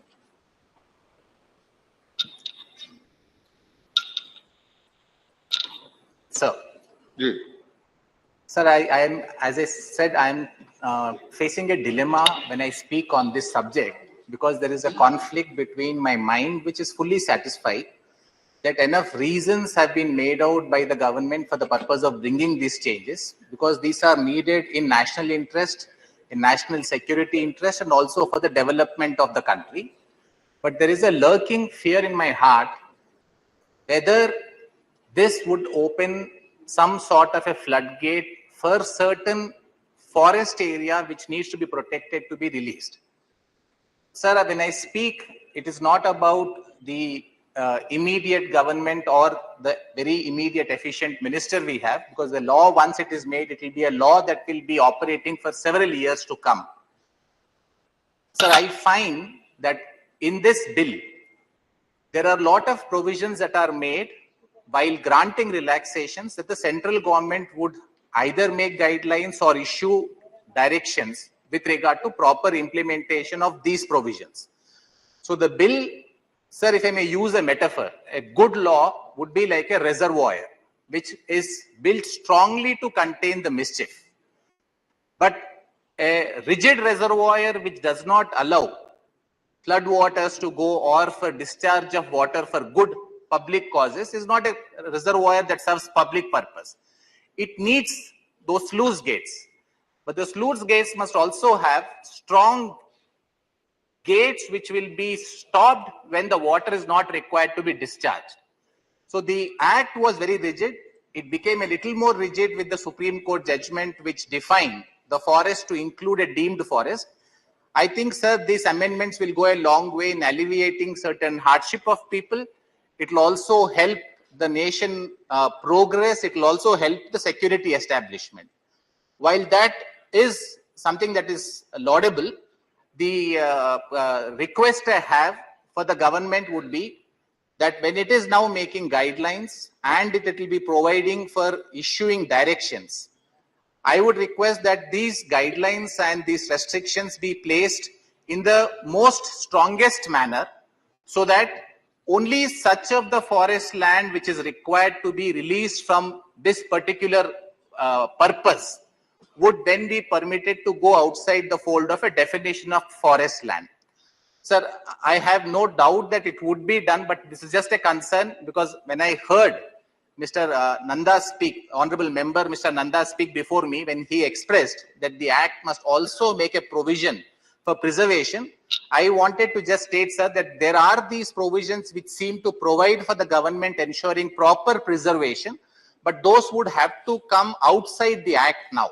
So the Act is just the starting point. It serves public purpose, but I think the guidelines and the directions that the central government may have to make, I would request the Honorable Minister to ensure that the forest interests and the public interests are best protected by making absolutely tight guidelines which will not be violated at any time of point of time in future.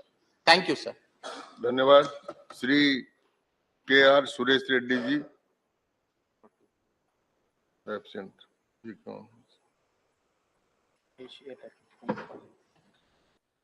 हेसिया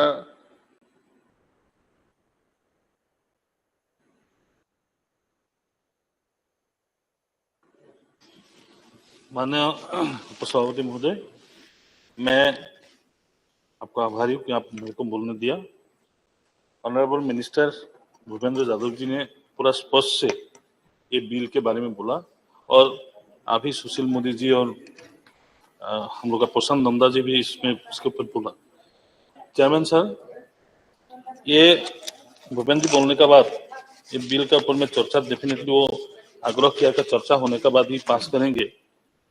तो मैं ये forest conservation amendment bill 2023 इसका समर्थन में खड़ा हूँ और चाहता हूँ कि आप भूपेंद्र जी का नेतृत्व में ये डिपार्टमेंट अच्छा से ये इसको निभाएंगे इन फ्यूचर।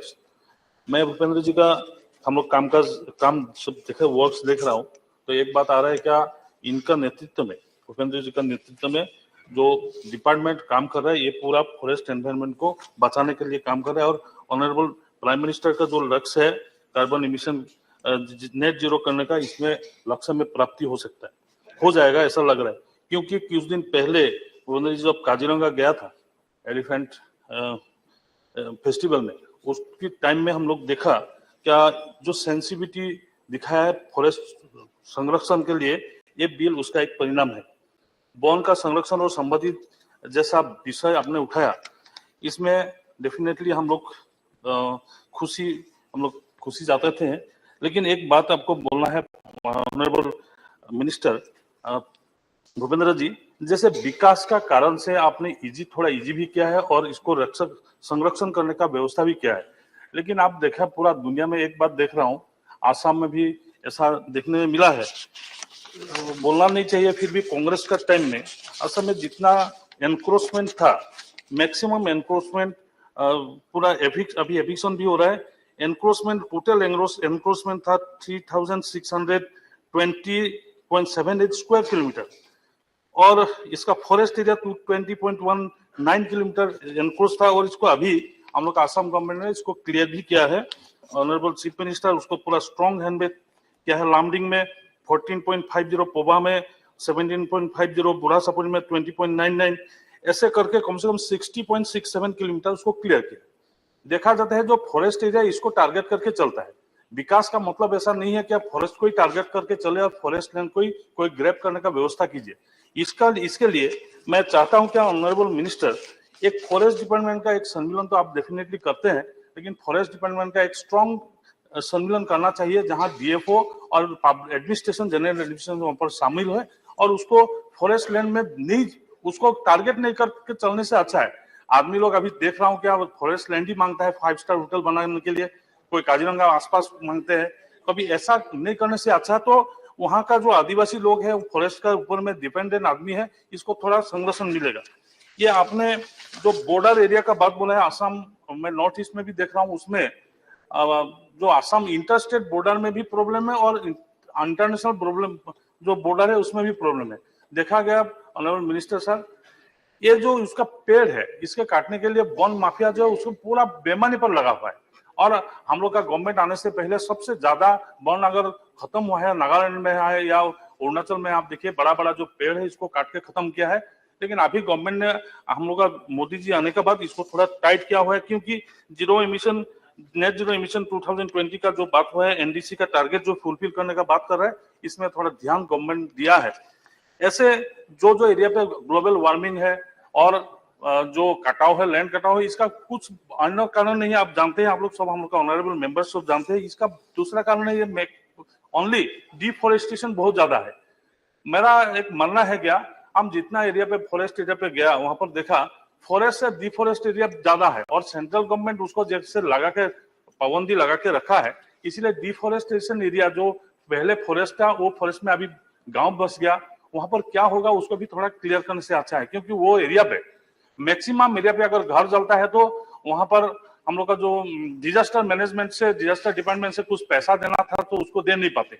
वो ज्यादातर गांव में वो सब जो फॉरेस्ट था पहले, वो फॉरेस्ट में गांव हो गया, शहर हो गया, और चाय बागान हो गया, ऐसा बहुत एरिया में पूरा इंडिया में भी देख रहा हूँ। वो डिफॉरेस्ट एरिया में क्या होगा उसको थोड़ा स्पष्ट करने से अच्छा था।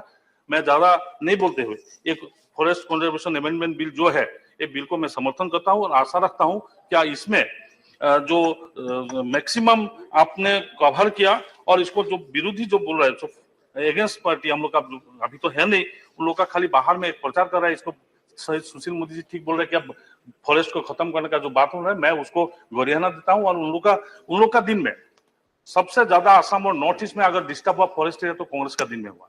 और 90% एरिया इज जो संदेश युक्त बांग्लादेशी था उसमें एनक्रोच करके उसको अभी भगा रहा है, वो बात अलग है, लेकिन ज्यादातर उन लोग एनक्रोच करके रखा था। अभी जो पोबा एरिया, माजुली जैसा एरिया में उन लोग घुसा है, पोबा जो जैसा एरिया पे घुसा, और बहुत दूर दराज जो फॉरेस्ट एरिया है उसमें बस के इन लोगों को जो किया है।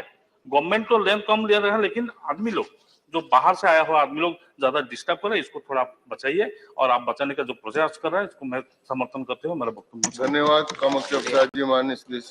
माननीय Shri हिंसे लालचुंगुप्पा। With the permission of the chair, while supporting the Forest Conservation Amendment Bill 2023, I would like to request Honorable Minister to consider the following issues concerning the state of Sikkim. Sikkim, originally a kingdom of agrarian society, depended heavily on cattle livestock, which is the primary pillar behind Sikkim being an organic state. It became 22nd state of India on 16 May 1975. However, in 1978, an abrupt reserve forest land survey was carried out, and before a proper and in-depth survey could be accomplished, Forest Conservation Act was enacted in 1980 by Indian Parliament and implemented in Sikkim. Section 2, Clause 1 of Forest Act gives enormous power to Union government to designate an area as reserve forest. The unclassified non-forest public utility lands like Gaucharan, Khasmal and river courses, etc., which were to be kept outside its purview, were incorporated in the Conservation Act of 1980. Such public utility lands existed since time immemorial and been way of life, cultural and customary tribal identity of Sikkim tribal population. Sir, the very tribal population inhabiting sensitive border states are living proof of Indian territory and thereby act as second line of Indian defense. Restrictions will gravely impact sustainability and continuity of border civilian population. So the new amendment should be inclusive of providing forest rights of this Sikkimese tribal population, which in no way will cause deforestation, maintain ecological balance, and strengthen our border civilian population. Also, whilst establishing defense infrastructure along border areas, notified and other sacred lakes and pilgrimage sites should be avoided. Apprehensions are arising that biodiversity may be affected in pursuit of the new Forest Amendment Act. Biodiversity and natural reserves should be safeguarded and protected. I therefore request Honorable Minister to unreserve the above category of unclassified lands, which is meant for public utility purposes, from the purview of Forest Conservation Act 1980 and transfer it to the state list. And assurances may kindly be given in letter and spirit. With these few words, I support the bill once again. Thank you. धन्यवाद माननीय सदस्य माननीय Shri V Vijay Sai Reddy. Thank you, Vice Chairman, sir. I, on behalf of my party, and my colleague has already stated that we are supporting the bill, and we'll support the bill on behalf of my party and the leader, Y.S. Jagannath Reddy garu. Sir, there are 2 points which I would like to bring to your notice. The first point is the subject of forest is in the concurrent list. Originally, it was in the state list. Subsequently, when the Congress party ruled the decades for continuously from 1950s, 60s and all, they have transferred this particular forest from the state list to central list, concurrent list. And now, Honorable Minister for the Forest is now making the laws. Now it is in the concurrent list. Both state governments and the union government have got the power to equally legislate on the same, on the forest issues. One of the provisions, I draw your kind attention and also the attention of the Honorable Minister, that is the last clause, that is 6. In Principal Act, after section 3B, the following section shall be inserted, this 3C. And according to me, this requires even this requires the permissions from the approvals from the state government, respective state governments also, not respect to all the state governments. The assignment of forest land for the forest use or other purposes can be decided upon by the central government and not the state government independently. This is the, I presume the meaning of this particular clause is that. And Honorable Minister for Forest may clarify this. And I urge the Ministry to reconsider, as I believe that the state government should have equal say as the matters relating to the forest land, because it is a subject of concurrent list, sir. And secondly, sir, adopting participatory forest management strategies. That is the last and final point, sir. To conserve the forest effectively, forest communities, those who are living in the forest and those who depend on the forest, they need to be made as equal stakeholders in conservation process. The combined effort of the community and the government is the only solution to ensure sustainability. And in this regard, we should draw an inspiration from the participatory forest management model, which is being followed in Andhra Pradesh, sir. The participatory forest management regime in Andhra Pradesh is implemented through the tenets of joint forest management, that is JFM, and community forest management, CFM, and which is best in the country according to me. That is Vana Samrakshana Samitis comprising of local committees, Vana Samrakshana Samitis comprising of local communities as custodians of the forest have been set up across the state, sir. This has resulted in regeneration of forest. In fact, originally in Andhra Pradesh, the forest cover was less. Now it has tremendously improved. And it improved the economic health of the local people, that is Adivasis, and the reduction of forest conservation for agriculture, reduction of illicit timber felling, and improved safety for the forest staff. So I request the Honorable Minister to kindly consider that the states also should be consulted while making the legislation, and also implement the both participatory forest management regime which is being implemented in Andhra Pradesh, and also community forest management. Thank you very much. With this, I support. धन्यवाद माननीय रेड्डी साहब. माननीय doctor M Thambidurai. Thank you, Vice Chairman, sir, for me giving opportunity to participate in the Forest Conservation Amendment Bill 2023 brought by Yadavji. I support the bill on behalf of the ADMK party.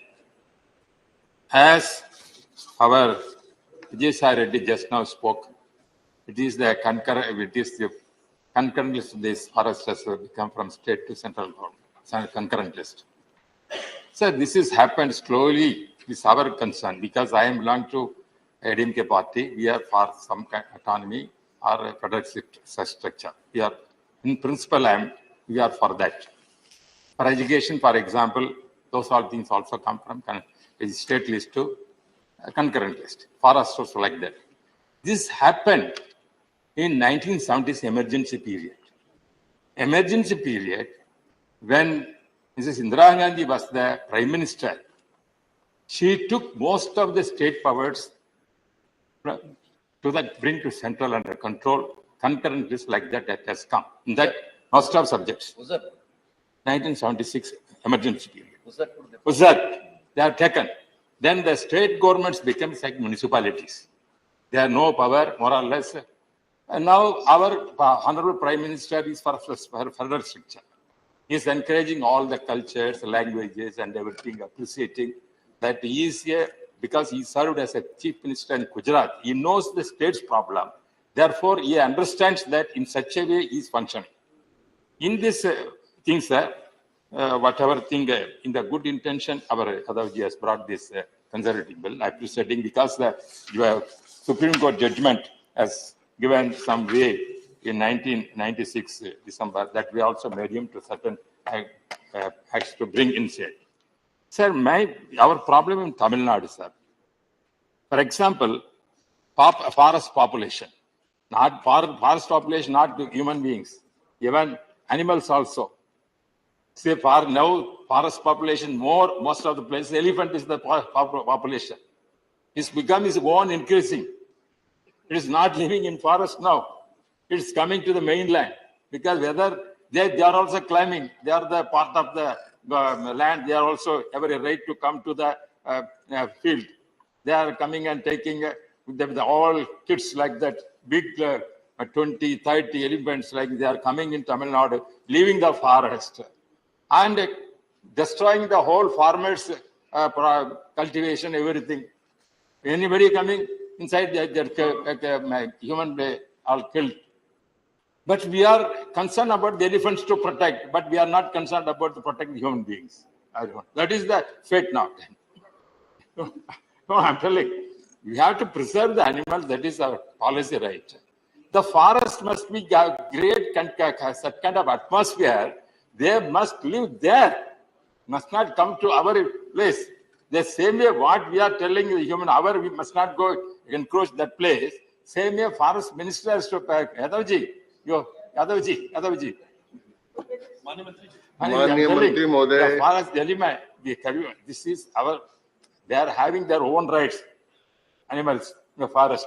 We have to create forest such a manner to dwell that, those things that dwell there. They must not encroach, as we cannot encroach that area, they cannot encroach our areas. Therefore, that is what we are facing now. Many human beings are killed. Recently, you would have seen in Tamil Nadu, and also it is coming railway track. The trains are killing, that the animals are dying. We are seeing near your Karnataka area, madam, that Hosur, that area, many elephants are coming, and that is not only in Tamil Nadu, in Karnataka also they are facing the problem. Yet we are neighboring states. Therefore, that's moving from Karnataka forest to Tamil Nadu forest to Kerala forest. They are going around and also coming all the field. That is why I'm requesting how this government, our state government, central government, to protect the human beings also. What is the compensation we are going to give when people are going to lose? And also, the what the other members may, same way we are also concerned. The terms like proposed to echo tourism facilities and any other like purposes in the bill can be exploited and misused for activities damaging the forest and ecosystem. That is another serious matter, because when you are amending certain things, you are giving concession.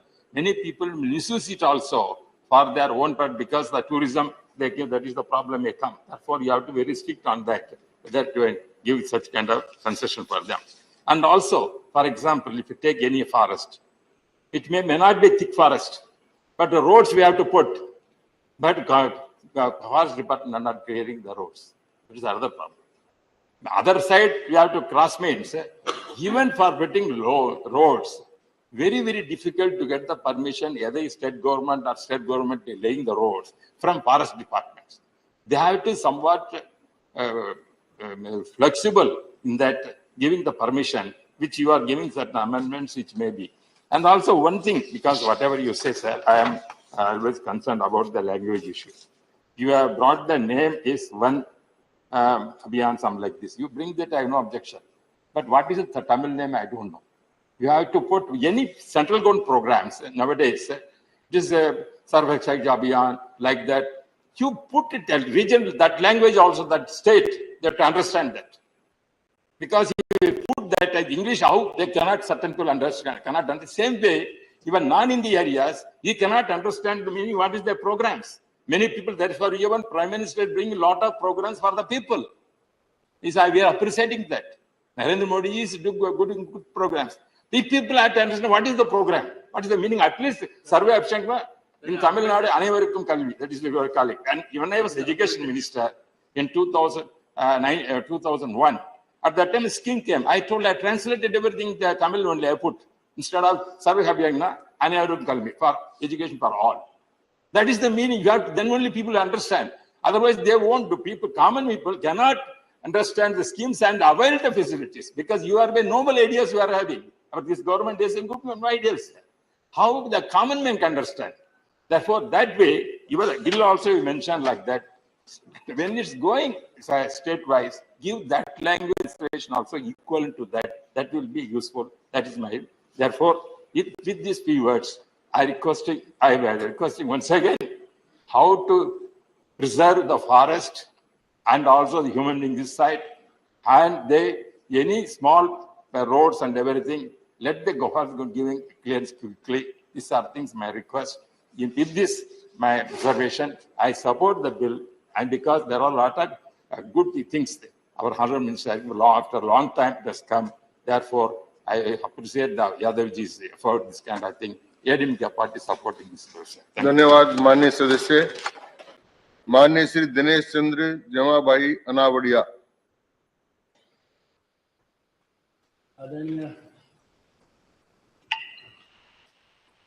धन्यवाद सभापति महोदय जी। आदरणीय सभापति महोदय जी, आपका बहुत बहुत आभारी हूं कि आपने मुझे इस विधेयक पर बोलने का अवसर प्रदान किया।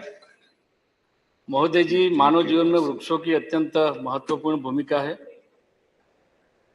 हमने कोरोना के दौरान भी देखा है कि प्राणवायु का, ऑक्सीजन का कितना महत्व होता है और वो वृक्ष ही हमको देते हैं। उसको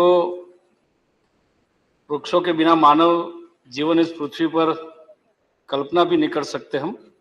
इसीलिए वृक्षों भी बचाते हुए विकास को भी आगे ले जाने के लिए ये विधेयक जो लाए हैं हमारे मंत्री जी, उनका समर्थन करने के लिए मैं खड़ा हुआ हूँ। इस विधेयक के माध्यम से सरकार द्वारा देश में वन संबंधित महत्वपूर्ण विषय पर अनेकों प्रावधान किए जा रहे हैं।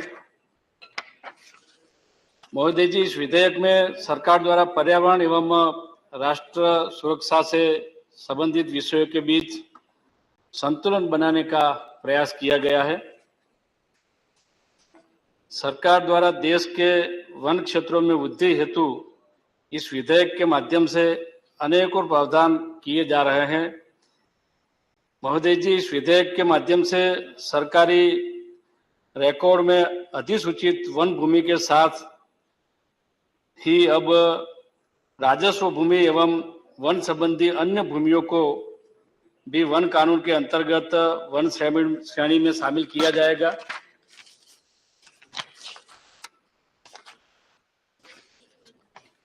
और वन श्रेणी में शामिल करने के पश्चात इन भूमियों पर वृक्षारोपण तथा वनीकरण को प्रोत्साहन किया जाएगा। विधेयक में वन क्षेत्रों से बाहर के क्षेत्र जैसे कि रेल लाइन है, सड़क लाइन है, उनके किनारे वृक्षारोपण को प्रोत्साहित करने का भी प्रावधान किया जा रहा है।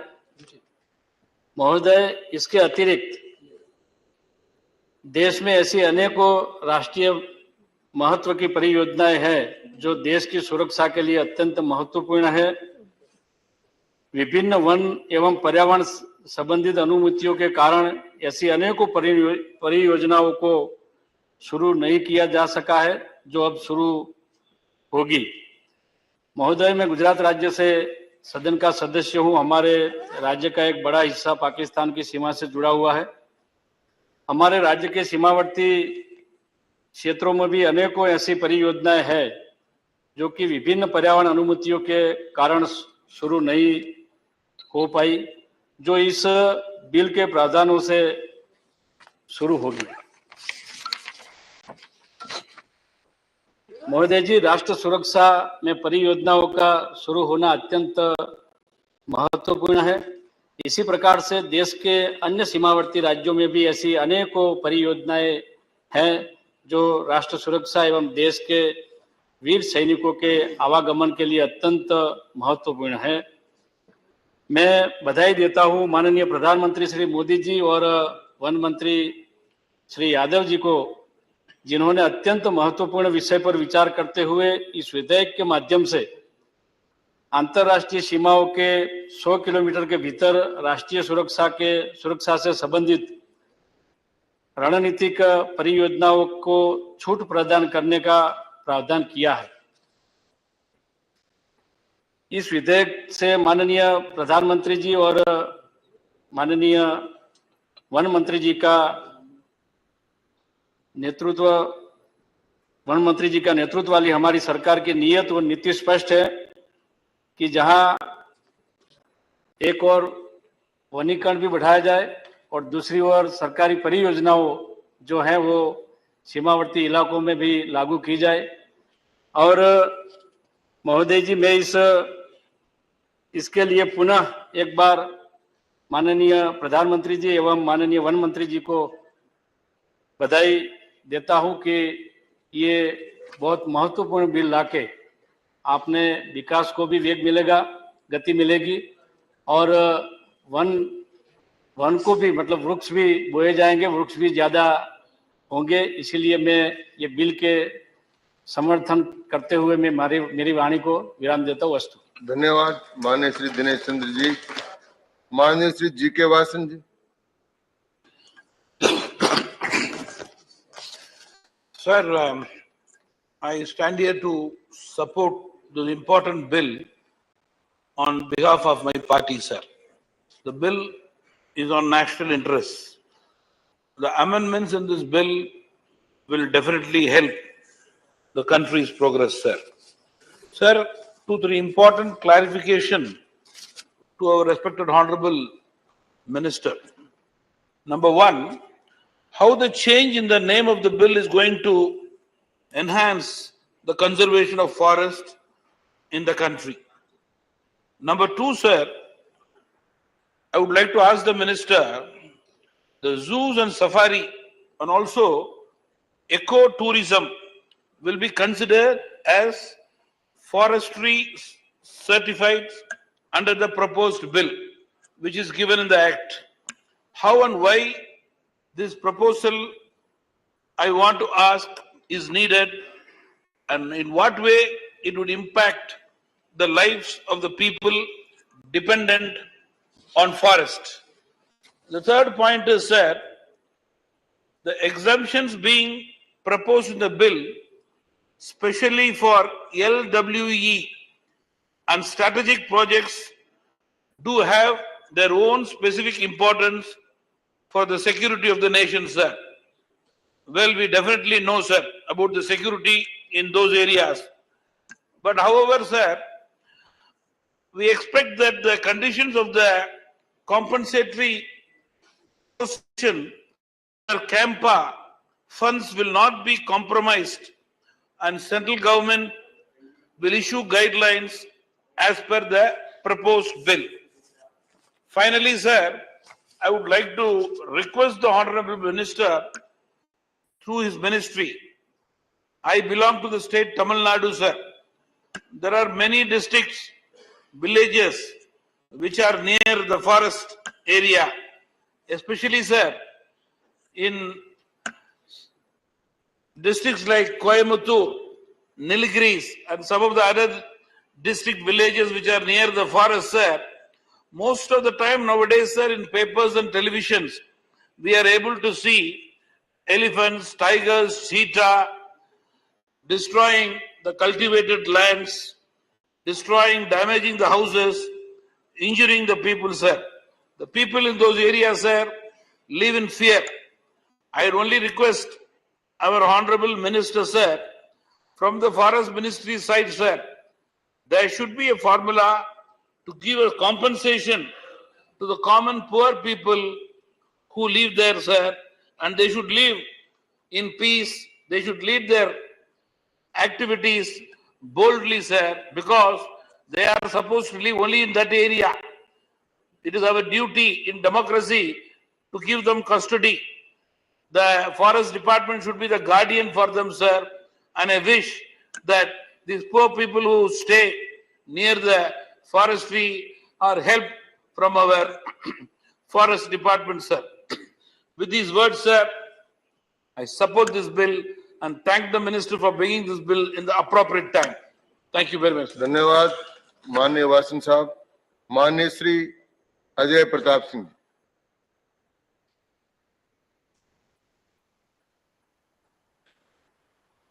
धन्यवाद उपाध्यक्ष महोदय। मैं सदन में जो वन संरक्षण संवर्धन संशोधन बिल 2023 प्रस्तुत हुआ है, मैं उसका समर्थन करता हूं। बिल प्रस्तुत करते हुए माननीय मंत्री जी ने बिल के अहम बिंदुओं से सदन को अवगत कराया है। उपसभापति महोदय, भारत आज दुनिया का एक महत्वपूर्ण देश है। भारत से न केवल भारतवासियों को आशा है, अपितु दुनिया के लोगों की आशा का केंद्र बना हुआ है हमारा देश, और इसलिए रणनीतिक रूप से हमारा देश सुरक्षित रहे, हमारा देश मजबूत रहे, हमारा देश न केवल अपनी सीमाओं की सुरक्षा कर सके, अपितु जो हमारे पड़ोसी देश है, और केवल पड़ोसी देश ही नहीं, दुनिया में अनेक ऐसे छोटे छोटे देश हैं जो अपनी सुरक्षा के लिए भारत की ओर बड़ी आशा भरी निगाहों से देखते हैं। तो इस विधेयक के माध्यम से भारत की सुरक्षा को अहमियत प्रदान की गई है। इस विधेयक में माननीय मंत्री महोदय जी ने जो प्रस्तुत किया, यह प्रावधान किया है कि जो हमारे सीमावर्ती क्षेत्र हैं, जो रणनीति के लिहाज से अत्यंत महत्वपूर्ण है, उन सीमावर्ती क्षेत्रों में 100 किलोमीटर की दूरी तक हम युद्ध की दृष्टि से, रणनीति की दृष्टि से अगर कोई कार्य कोई काम करना चाहते हैं, तो उसमें जो वन संरक्षण का पूर्ववर्ती 1980 का कानून है, वो बाधा न बन पाए, इसलिए ये संशोधन विधेयक आया है। अब पहले जो युद्ध की रणनीति हुआ करती थी, तो सामान्यतः जो सीमावर्ती क्षेत्र हुआ करता था वो अविकसित छोड़ दिया जाता था, जिससे कि अगर कभी हमको पीछे हटना पड़े, दुश्मन तेजी से चढ़कर हमारी छाती पर आए, तो उसकी आने की रफ्तार धीमी पड़ जाए। लेकिन दुनिया में अब वार स्ट्रेटजी बदल गई। अब वार स्ट्रेटजी बदलने के कारण और दुनिया में भारत की स्थिति बदलने का कारण अब यह आवश्यक नहीं है कि हम अपने सीमावर्ती क्षेत्रों को अविकसित रखें। अब इस बात की आवश्यकता है कि हम अपने सीमावर्ती क्षेत्रों को मजबूत करें। सीमावर्ती क्षेत्रों में जो हमारे संपर्क के साधन है, संचार के साधन है, वो मजबूत हों, और आवश्यकता पड़े तो हमारी जो सेनाएं हैं द्रुत गति से सीमा पर पहुंचकर अपने दुश्मनों को मुंह तोड़ जवाब दे सके। आपने चाइना के संदर्भ में देखा ही होगा कि जब चाइना ने डोकलाम में हिमाकत किया, लेह लद्दाख में हिमाकत किया, तो हमारी सेनाएं अगर फेस ऑफ की स्थिति में बड़ी तेजी से वहां पर पहुंचकर रिटेलिएट कर सकी, उनको मुंह तोड़ जवाब दे सकी, तो उसके पीछे यही कारण है कि मोदी सरकार के कालखंड में बड़ी तेजी से सीमावर्ती क्षेत्रों में जो इंफ्रास्ट्रक्चर जरूरी है, उस इंफ्रास्ट्रक्चर का विकास हुआ है, और यही प्रावधान इस बिल में किया गया है। दूसरा जो महत्वपूर्ण बिंदु है जिसकी तरफ माननीय मंत्री महोदय ने ध्यान आकर्षित किया है, वो जो वामपंथ उग्रवाद प्रभावित क्षेत्र है, उस वामपंथ उग्रवाद जो विकास आवश्यक है, जो वहां के कल्याण के लिए बुनियादी बातें आवश्यक हैं, उसमें ये जो 1980 का विधेयक है वो बाधा न बन पाए, इसलिए इस विधेयक के माध्यम से उसमें संशोधन किया गया है। सामान्यतः ये कहा जाता है कि जनजातीय क्षेत्रों में अगर वामपंथी उग्रवाद प्रवेश किया है तो इसका मूल कारण है उनका पिछड़ापन। वो देश की जो समान गति है, उस समान गति के साथ उनका तालमेल ना होना। वो अभी भी आदिम युग में जी रहे हैं, और हमारे साथी यहाँ पर उपस्थित हैं, लेकिन उन्होंने हमेशा जनजातीय वर्ग को एक जू में बंद करके रखा है। ये समय हो गया क्या? समय 4 मिनट हो गया आप। जी, बस इतना। तो उनको जू में बंद करके रखा है, उनके विकास की चिंता नहीं किया है। क्या जनजातीय वर्ग को ये हक नहीं है कि वे आगे आए, शिक्षा प्राप्त करें, उनके यहाँ भी आजीविका के साधन विकसित हों, उनके भी यहाँ भी आर्थिक संसाधन विकसित हों? इसके लिए रोड की आवश्यकता है, इसके लिए बिजली की आवश्यकता है, इसके लिए पानी की आवश्यकता है, इसके लिए स्वास्थ्य के भवन की आवश्यकता है, इसके लिए स्कूल की आवश्यकता है, और इन सभी विकास के लिए जो बहुत उनके विकास करने के लिए आवश्यक है, इन सारी बातों के लिए इस विधेयक में प्रावधान किया है। क्योंकि मेरा समय कम है, इसलिए मैंने 2 बिंदुओं पर अपनी बात रखने का प्रयास किया है। मैं इस बिल का बहुत बहुत समर्थन करता हूं। धन्यवाद उपसभापति महोदय। धन्यवाद माननीय अजय प्रताप जी। माननीय श्रीमती रमीला बेन बारा जी। धन्यवाद सभापति जी। आज इस सदन में माननीय मंत्री श्री भूपेंद्र भाई यादव वन संरक्षण एवं वन संशोधन विधेयक 2023 इस सदन में लेके आए हैं। वो बहुत महत्वपूर्ण कानून है, मैं इसका समर्थन करती हूँ। माननीय अध्यक्ष श्री, इस बिल के बारे में, इस बिल के गहराई के बारे में, इस बिल के सच्चाई के बारे में इस सदन में कई सदस्यों ने अपनी बात मजबूती से रखी, लेकिन मैं उतना ही कहूंगी, ये बिल अमृत समान दूरगामी परिवर्तन को लेकर आ रहा है, वो साफ बात है। माननीय अध्यक्ष श्री, सारे हिंदुस्तान में 12 करोड़ से अधिक हमारे आदिवासी भाई बहन बरसों से दूर दराज जंगल पहाड़ों में कठिनाइयों से जीवन व्यतीत कर रहे हैं। उनमें से कई लोगों ने आज हमारे माननीय प्रधानमंत्री की अनेक महत्वाकांक्षी योजनाओं के साथ जुड़ा नहीं गया है। इस बिल के प्रावधान के जरिए ये माननीय मोदी जी की महत्वाकांक्षी योजनाओं के साथ जोड़कर मुख्य धारा के साथ सम्मिलित किया जाएगा। पर्यावरण की रक्षा करते हुए पहाड़ी लोगों को शाला, महाशाला, कॉलेज, नल से जल, स्वास्थ्य केंद्र, बिजली और अनेक सुविधाओं प्राप्त होगी। माननीय अध्यक्ष श्री, मैं ये कहना चाहती हूँ, मैं भी ये जिस एरिया से आती हूँ, आज वहां बरसों से कई रास्ते फॉरेस्ट लैंड के कारण ऐसे लटके हुए पड़े हैं। आज इस विधेयक के माध्यम से वो क्लियर होगा और सारे ट्राइबल लोगों को रास्ता की सुविधा अवश्य प्राप्त होगी। माननीय अध्यक्ष श्री, आज ट्राइबल लोग रोजगार के लिए पलायन कर रहे हैं, लेकिन ये इस बिल के प्रावधान के माध्यम से हमारे ट्राइबल भाई बहनों को रोजगार के लिए पलायन नहीं होना पड़ेगा, परिवार स्थिर होगा और वन धन केंद्रों के माध्यम से उनका आर्थिक सुधार भी लाया जाएगा। माननीय अध्यक्ष श्री, सामाजिक वनीकरण में बढ़ावा होगा, एग्रो फॉरेस्ट्री में बढ़ावा होगा, प्राइवेट नर्सरी में का प्रावधान भी इस बिल के वजह से लोगों की, हमारे ट्राइबल भाई बहनों की आमदनी बढ़ेगी। माननीय अध्यक्ष श्री, इस बिल के माध्यम से बायोडायवर्सिटी को भी बढ़ावा दिया है, इसलिए जो स्थानिक तौर पर से जो जड़ी बूटियों का काम करते हैं उनके लिए ये बढ़ावा मिलेगा, आमदनी में भी बढ़ावा होगा। हमारे पर्यावरण को सुरक्षा को भी मजबूत भी इस बिल से किया जाएगा।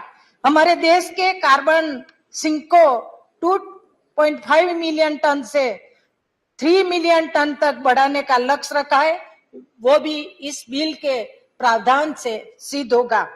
जलवायु निपटाने की चुनौतियों का कम होगा और माननीय अध्यक्ष श्री, लुप्त हो रही वनस्पति और वन्य जीवों को अलग ढंग से रेस्क्यू करके अलग सेक्टर में चिन्हित किया जाएगा। ये प्रावधान भी इस बिल में रखा गया है।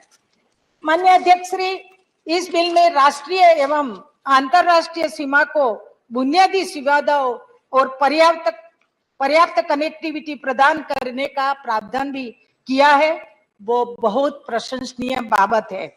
साथों साथ वामपंथी उग्रवाद प्रभावित जिलों एवं क्षेत्रों जो जंगलों से समृद्ध है और ऐसे क्षेत्रों में भी बुनियादी ढांचा का निर्माण होगा और वहां रहने वाले हमारे आदिवासी भाई बहन और स्थानीय समुदाय को विकास की मुख्य धारा से जोड़कर उनको शिक्षा, स्वास्थ्य और रोजगार पहुंचाकर उनके जीवन में बदलाव और सुधार लाया जाएगा, ये स्पष्ट बात है।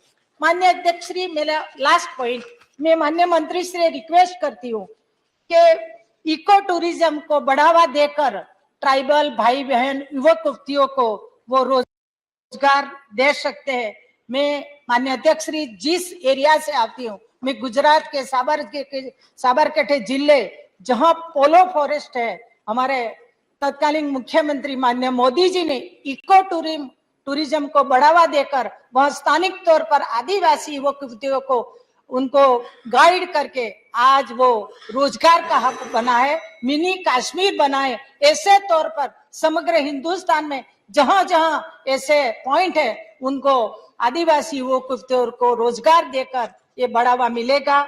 लास्ट में अंत में ये बिल को समर्थन करते हुए इतना ही कहूंगी, प्रकृति रक्षति रक्षिता अस्तु। धन्यवाद माननीय रमीला बेन जी। अब माननीय मंत्री भूपेंद्र यादव जी का जवाब। माननीय सभापति महोदय, सबसे अंतिम वक्ता रमीला बेन ने अपने विषय की समाप्ति करते हुए कहा, प्रकृति रक्षिता रक्षता है।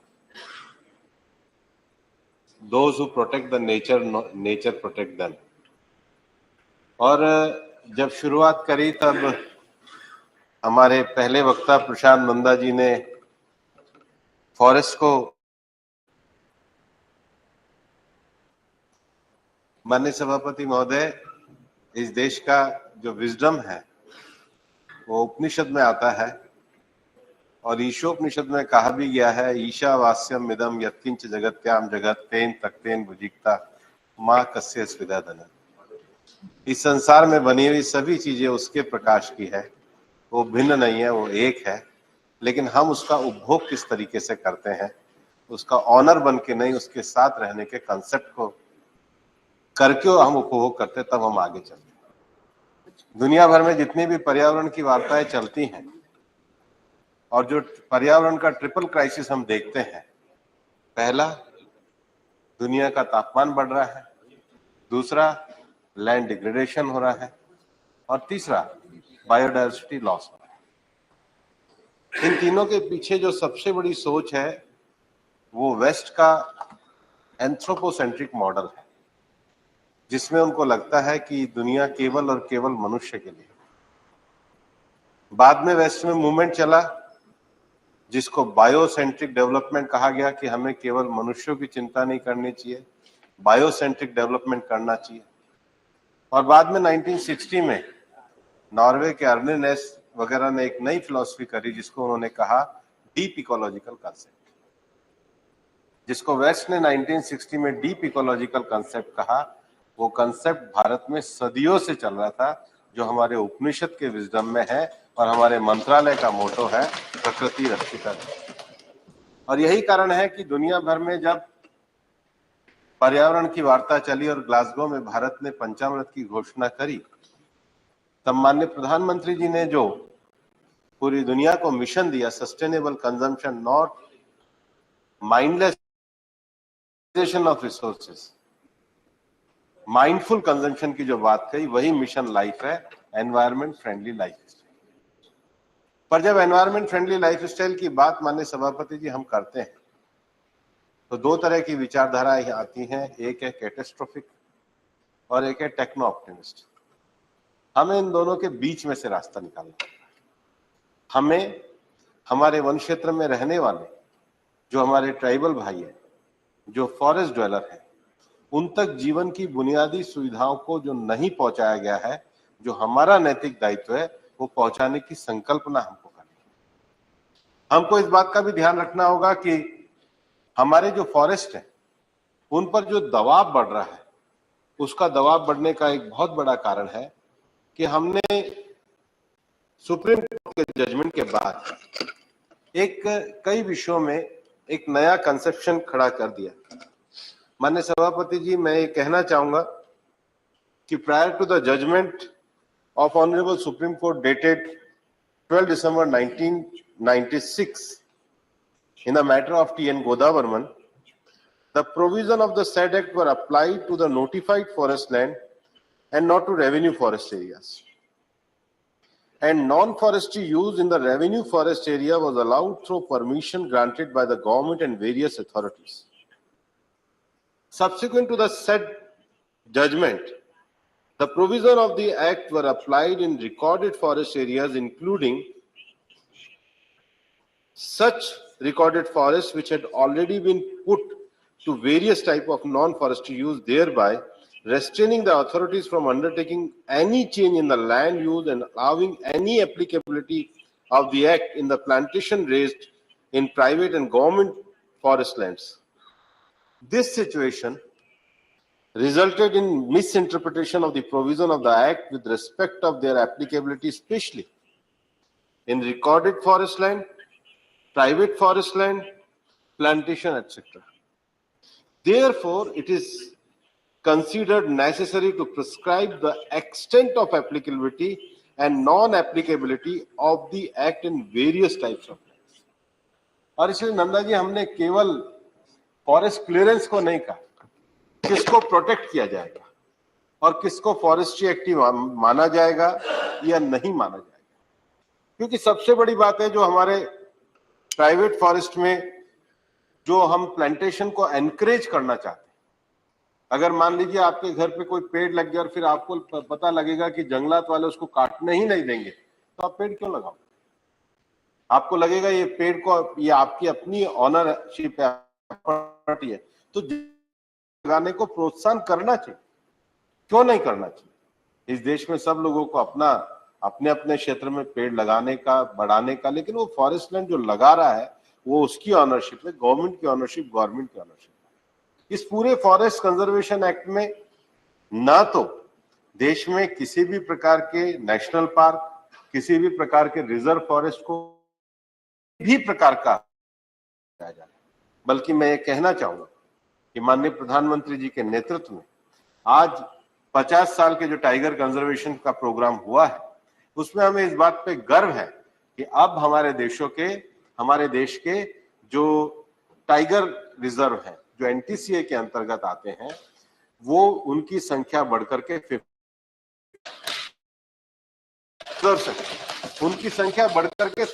हो गई है। देश का 75,000 स्क्वायर किलोमीटर एरिया केवल उनके लिए हमने रिजर्व किया। इतना ही नहीं, हमारे फॉरेस्ट के जितने भी प्रकार हैं, चाहे हमारा फॉरेस्ट हिमालय के क्षेत्र में आता हो, चाहे हमारा ट्रॉपिकल फॉरेस्ट देश के बीच में आता हो, ये जितने भी फॉरेस्ट है, हमने तो 3,600 किलोमीटर का डेजर्ट फॉरेस्ट भी रिजर्व किया है, क्योंकि हम हर प्रकार की बायोलॉजिकल डाइवर्सिटी को सेव और प्रोटेक्ट करना चाहते हैं। कई बार ये कहा जाता है कि हम देश की सुरक्षा के लिए, तो देश का हमारा उत्तर का हिस्सा है, जो पूरा देश का जो मेन फॉरेस्ट है वो तो पूरा लैंडलॉक एरिया, चाहे झारखंड हो, छत्तीसगढ़ हो, हमारा मध्य प्रदेश हो, तो वो तो फॉरेस्ट पूरी तरीके से यूज हो ही रहा है, वो तो पूरा प्रोटेक्ट हो ही रहा है। लेकिन वहां जो इंटीरियर सेक्टर में रहने वाला हमारा जो ट्राइबल है, लेफ्ट विंग एक्सट्रीमिज्म है, उसको कितनी जगह दे रहे हैं? केवल 5 हेक्टर। तो क्या उसके गांव में जहाँ उसका हैबिटेट है, जहां पर सड़क जा रही है, जहां पर रेलवे लाइन जा रही है, क्या हम 0.10 हेक्टर भी उसके लिए नहीं छोड़ेंगे कि उसके बच्चे स्कूल चले जाए, उसके घर में पानी की पाइप चली जाए? क्या हम इतना भी नहीं कर सकते कि 5 हेक्टर जमीन में उस गांव में पानी की टंकी बन जाए, उस गांव में डिस्पेंसरी बन जाए? ये जो जब हम उसको, ये जीवन स्तर का जो माननीय प्रधानमंत्री जी का जो संकल्प है कि सबका साथ और सबका विकास का अर्थ दिल्ली का भी उतना ही विकास और इंटीरियर फॉरेस्ट में बसे हुए ट्राइबल हैबिटेट का भी उतना ही विकास, यही सबका साथ और सबका विकास मैं कहना चाहता हूं। दूसरा विषय माननीय सुशील मोदी जी ने उठाया और उन्होंने सुप्रीम कोर्ट के निर्णय का भी विषय कहा, जिसको मैंने कहा।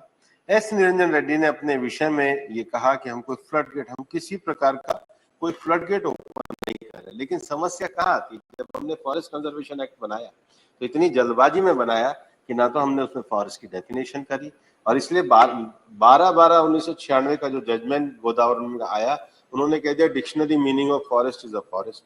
तो उससे पहले जहां पे रेवेन्यू एरिया में कोई गवर्नमेंट बिल्डिंग बन गई थी, मान लीजिए कोई लड़कियों का स्कूल बन गया था, उड़ीसा में कोई लड़कियों का स्कूल बन गया, पहले वो रेवेन्यू रिकॉर्ड था, but dictionary meaning of forest वो फॉरेस्ट है। आज बच्चों के स्कूल में हम बाथरूम भी नहीं बना सकते। तो इस प्रकार की तो संकल्पनाओं में हम लोग नहीं रह सकते। इसलिए क्लियरिटी करनी जरूरी होगी कि किसको हम फॉरेस्ट में मानेंगे, किसको हम नॉन फॉरेस्ट में मानेंगे, किस एक्टिविटी को हम फॉरेस्ट्री एक्टिविटी नहीं मानेंगे। तो इसको क्लैरिफिकेशन करने का काम, ताकि सुप्रीम कोर्ट के जो निर्णय है उनका जो उद्देश्य है फॉरेस्ट का प्रोटेक्शन करना, फॉरेस्ट का संवर्धन करना, फॉरेस्ट को आगे बढ़ाना, उसको करने की दृष्टि से हम लोग इस बिल में इन विषयों को लेकर के आए हैं। विकास और संरक्षण के बारे में हमारे कामाख्या प्रसाद तासा जी ने जो विषय रखा और उन्होंने ये बात करी, मैं आपको ये बताना चाहूंगा कि माननीय प्रधानमंत्री जी के नेतृत्व में आज देश में टाइगर की संख्या बढ़ी है। हम लॉयन की कंजर्वेशन को लेकर के काम कर रहे हैं। हमारे साइंटिस्ट, हमारे ऑफिसर सारी परिस्थितियों में बहुत धैर्य के साथ एक इंटरनेशनल ट्रांसलोकेशन ऑफ चीता है, उसके लिए हम काम कर रहे हैं, धीरज के साथ काम कर रहे हैं। मैं तो कहूंगा आपकी शुभकामनाएं रहें ताकि वो अपनी मेहनत में सफल हो सके। दुनिया में पहला प्रयोग हम लोग कर रहे हैं। इसके साथ ही साथ प्रोजेक्ट डॉल्फिन को लेकर भी हम लोग काम कर रहे हैं। लेकिन जो सबसे बड़ी बात है कि जो दुनिया भर में जो ये 7 बिग कैट कहलाती हैं, 7 बिग कैट में से 5 भारत में मिलती हैं, जिसमें स्नो लेपर्ड है, लायन है, टाइगर है और अब चीता है। ये 5 भारत में है, 2 लैटिन अमेरिका देशों में है, जगुआर है और प्यूमा है। दुनिया के 97 देशों में ये पाए जाते हैं, लेकिन ये वहीं पर इनका हैबिटेट रहता है जो सबसे प्योरेस्ट एरिया होता है, जहां पर उनका प्रे से लेकर सारा एरिया, उनका हैबिटेट सुरक्षित होता है। माननीय प्रधानमंत्री जी के नेतृत्व में भारत ने इंटरनेशनल बिग कैट अलायंस बनाया है, जो दुनिया में बायोडायवर्सिटी और फॉरेस्ट को प्रोटेक्शन करने का अपने आप में एक यूनिक अलायंस है। और मुझे ये बताते हुए खुशी है, 97 में से आज 17 से ज्यादा देश तो तुरंत सदस्य बन गए हैं, 12 से ज्यादा अंतर्राष्ट्रीय संगठन सदस्य बन गए हैं, दुनिया के और भी देश बन रहे हैं, क्योंकि माननीय प्रधानमंत्री जी का जो विजन है कि हम इन सारे जो हमारा फॉरेस्ट एरिया, उसका जो इकोसिस्टम है, उसका प्रिजर्वेशन है, उसको किस प्रकार से कंजर्व किया जाए, आपस में नॉलेज शेयरिंग किया जाए, कैपेसिटी बिल्डिंग किया जाए, प्रोटेक्शन के मेजर्स किया जाए, इन सारे विषयों को लेकर के हम लोग बढ़ रहे हैं। इसलिए हमने जब ये forest conservation and protection act, one संरक्षण और संवर्धन अधिनियम हम लेकर के आए, तो वन संरक्षण और संवर्धन अधिनियम का जो हमारा उद्देश्य है, वो हमारा उद्देश्य यही है कि देश के वनों का केवल संरक्षण, क्वालिटेटिव भी हमारा उसका स्वरूप बढ़े। और इसलिए हमारा फॉरेस्ट सर्वे ऑफ इंडिया के द्वारा हर 2 साल में हम सर्वे करते हैं, डेंस फॉरेस्ट, मीडियम फॉरेस्ट और नॉर्मल फॉरेस्ट, उसकी बायोडायवर्सिटी को किया जाता है। हमारे थम्बीदुराई जी इसके नाम को लेकर कह रहे थे, वैसे तो नाम वन संरक्षण अधिनियम है, और थम्बीदुराई जी आप वन पतरूपम मातरम मुक्कवाड़ू भी आप you can say, no problem. और हम तो चाहते हैं कि ज्यादा से ज्यादा भारतीय भाषाओं में आए, हमारे सभी भारतीय भाषाओं के सभी भारतीय भाषाओं में आए। और हम तो ये चाहते हैं कि देश को कॉलोनियल नामों से मुक्ति मिले, हम ज्यादा से ज्यादा इन सब का उपयोग करें। और हमारी जो क्लासिक लैंग्वेज है, हम तो उसका बहुत सम्मान करते हैं। माननीय प्रधानमंत्री जी स्वयं अभी जो नई पार्लियामेंट में संकुल की स्थापना करी है, ये पता है कि हम देश की उन संरक्षण, उन परंपराओं, उन मूल्यों को पूरी तरीके से स्थापित करते हैं। इसलिए मैं थम्बीदुराई जी की भावना का पूरी तरीके से सम्मान करता हूँ। I fully give a respect to encourage more and more our all language, our classical language, Tamil and all languages that is there. Apart from that, यहाँ पर जो हमारे सिक्किम के हमारे MP चले गए, हिशे लिंगचापा, उन्होंने कुछ विषय उठाए। सबसे पहले तो मैं कहना चाहूंगा कि जो उन्होंने section 2(1) of the forest act give common power to the union government to designate an area as a reserve forest. मैं कहना चाहूंगा कि ये जो गवर्नमेंट के रिकॉर्ड में जो दर्ज करने का कार्य है किसी भी फॉरेस्ट को, वो अभी भी राज्य सरकारों का है। इसको पूरी तरीके से क्लियर करना कि वन भूमि को रिकॉर्ड करने का काम केवल और केवल राज्य सरकार का है, केंद्र सरकार का उसमें किसी प्रकार का कोई विषय नहीं है। उसी बात किस प्रकार की भूमियों पर फॉरेस्ट कंजर्वेशन एक्ट लगेगा, तो इसमें सुप्रीम कोर्ट के जो आदेश हैं उसको हमने पूरी तरीके से सम्मान देते हुए समाहित करने का प्रयास किया है। फॉरेस्ट कंजर्वेशन एक्ट और फॉरेस्ट राइट एक्ट, ये दोनों अलग अलग एक्ट हैं, और इसलिए फॉरेस्ट राइट एक्ट में जो हमारे जनजाति समाज के और फॉरेस्ट ड्वेलर के राइट है, वो पूरी तरीके से इसमें सुरक्षित रखा गया है। मैं पुनः सदन के सामने दोहरा जाता हूं, उसमें कहीं भी किसी को शंका नहीं होनी चाहिए, उनके राइट पूरी तरीके से सुरक्षित है। और उसके साथ ही साथ बॉर्डर इंफ्रास्ट्रक्चर में जो विकास होगा, उससे सीमावर्ती क्षेत्रों का विकास होगा। विजय साई रेड्डी ने कम्युनिटी पार्टिसिपेशन की बात कही है, जॉइंट मैनेजमेंट कमेटी की बात कही है, और वन संरक्षण समिति जो JCM का मॉडल है, JCM का मॉडल देश के कई भागों में चल रहा है, मध्य प्रदेश में चल रहा है। और जो माइनर टिम्बर फॉरेस्ट प्रोड्यूस है, उसके लिए जो हमारे जनजाति समाज के लोग जो जाते हैं, उनको पूरी तरीके से हमारा वन विभाग पूरा सहयोग देता है। चाहे मध्य प्रदेश में तेंदुपत्ता का हो, चाहे बी कलेक्शन का हो, चाहे बाकी विषय उड़ीसा वगैरह में हमारे आयुष वगैरह, राज्य सरकारें भी इसको लेकर के काम कर रही हैं। उनकी कैपेसिटी बिल्डिंग को हम बढ़ाना चाहते हैं, लेकिन वन उपज के साथ साथ वो प्राइवेट क्षेत्र में भी अपने जंगल को उगाने का काम कर सके, उसका लाभ ले सके। इसलिए एग्रो फॉरेस्ट्री को बढ़ाने के लिए हम क्लैरिफिकेशन चाहते हैं ताकि लोकल लोगों को अपना गांव, जंगल, जमीन को छोड़ने ना पड़े, उसको हम आगे बढ़ाना चाहते हैं। और इकोलॉजिकल एरिया के बैलेंस की बात कहिए, और थम्बी दुराई जी ने अपने विषय में ये भी कहा कि कई जगह मैन एनिमल कॉन्फ्लिक्ट है। हमने पिछली बार फरवरी में भी गाइडलाइन निकाली है, वापस से हमने गाइडलाइन निकाल के समय समय पे निर्देश दिए, और हम ये चाहते हैं ये कॉन्फ्लिक्ट कम से कम हो। और इसलिए जो इंफ्रास्ट्रक्चर के विषय हैं उसमें अभी जैसे पैच का जो हमारा एलिवेटेड कॉरिडोर है, वो दुनिया में अपने आप में एग्जाम्पल है कि भारत आज अपने इंफ्रास्ट्रक्चर को इस प्रकार से बना रहा है कि वो फॉरेस्ट को क्रॉस करते हुए वाइल्ड लाइफ को डिस्टर्ब नहीं कर रहे हैं। अभी कुछ ही दिनों पहले हमारे WII ने देश की रेलवे लाइन पे विशेष रूप से उड़ीसा में हमने 100 स्थान चिन्हित करे ताकि वहां पर उनका जो मूवमेंट है और पैसेज है उसको हम किस प्रकार से दे सकें। अभी कुछ दिनों पहले माननीय गडकरी जी ने घोषणा करी थी कि राजस्थान के सिरिस्का में हम एक एलिवेटेड कॉरिडोर को इसी प्रकार से लेकर के जा रहे हैं जो उनके हैबिटेट को डिस्टर्ब ना करे। तो हम फ्यूचर के इंफ्रास्ट्रक्चर पे भारत इस प्रकार से काम कर रहा है कि हमारा फॉरेस्ट भी डिस्टर्ब ना हो और कनेक्टिविटी और कनेक्शन भी ये बहुत तेजी से बढ़े। जीके वासन साहब ने अपने जो 3 इश्यूज जो उन्होंने रेज करे, फर्स्ट उन्होंने कहा how the change in the name of bill is giving to importance to the conservation. मैं कहना चाहूंगा कि हमने इस बिल के स्कोप को बढ़ाने का काम किया है, और स्कोप का जो बढ़ाना है that's according to the vision of honourable prime minister Shri Narendra Modi ji, where India wants to achieve its NDC and we want to achieve the NDCC through more and more plantation. And the second issue raised by you, the zoo and safari, and also extension will, how can it will be provide and it will be benefit the life of the local person. I want to say that the intention in this bill to declare the zoo and ecotourism is a non-forestry activity, that we want to make we want to create an atmosphere where the local people income will generate and they will participate in more and more ecotourism activity. They have their traditional knowledge about this all wild animals and all these things. So if zoo and safari is near to their villages and all these things, then definitely that will be helpful for them. अभी हमारे किरण रिजिजू जी यहाँ बैठे हैं। हमारे पाके का जो है सबसे सुंदर फॉरेस्ट है। मॉर्निंग में कभी आप पाके में जाओगे, इतनी बर्ड्स हैं, अच्छे अच्छे लोगों को नहीं पता, लेकिन लोकल हमारे जो विलेजर्स हैं वो हर एक बर्ड को जानते हैं। हमारे तो स्टेट बर्ड भी है हॉर्नबिल। सब एमपी लोग एक बार टूर में ले जाने से सबको ले जाने से अच्छा रहेगा। बट ये जितना नॉलेज, ट्रेडिशनल नॉलेज है, इसमें इको टूरिज्म को बढ़ने का विषय है, वो है।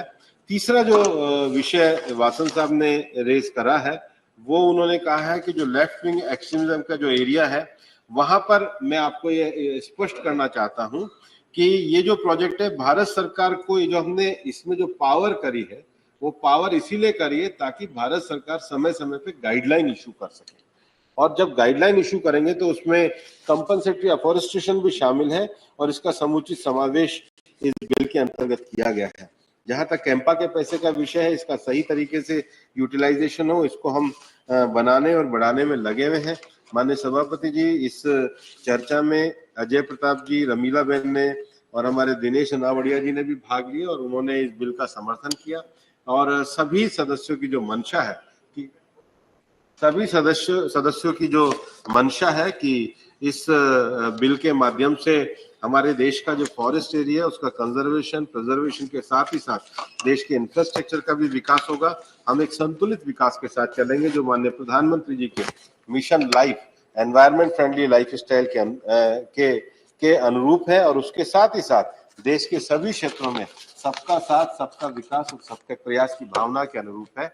इतना कहते हुए मैं पुनः सदन से आग्रह करना चाहूंगा कि इस बिल को पारित करें।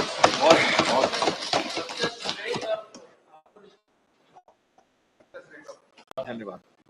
जहां तक इसका विषय है, अभी जो लेटेस्ट फॉरेस्ट रिपोर्ट आई है वो ये बताती है कि देश का फॉरेस्ट एरिया बड़ा है और मैं आपको राज्यों के हिसाब से वो फॉरेस्ट का एरिया भेज दूंगा। धन्यवाद माननीय मंत्री जी। The question is that the Forest Conservation Amendment Bill 2023 as passed by Lok Sabha be taken into consideration. Those in favor will please say aye. Those against will please say no. I think the ayes have it, the ayes have it, the ayes have it. The motion is adopted. We shall now take up clause by clause consideration of the bill. Clause 2 stands part of the bill. There are 4 amendments. Number 2 and 3 by Sri Trichu Sivaji. Number 15 and 16 by Sri Vinay Vishwamji. Members absent. I shall now put clause 2 to vote. Those in favor will please say aye. Those against will please say no. I think the ayes have it, the ayes have it, the ayes have it. Clause 2 is adopted. Clause 3 stands part of the bill. There are 3 amendments. Number 4 by Sri Truchi Sivaji. Number 7 by Dr. John Britash. Number 17 by Sri Vinay Vishwamji. All 3 members absent. Mani Trichu Sivaji, Dr. John Britash ji, Sri Vinay Vishwamji. So I shall now put clause 3 to vote. Those in favor will please say aye. Those against will please say no.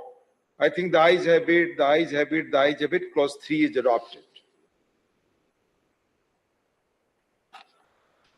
Clause 4 stands part of the bill. There are 9 amendments. Number 1 by Sri A.D. Singh.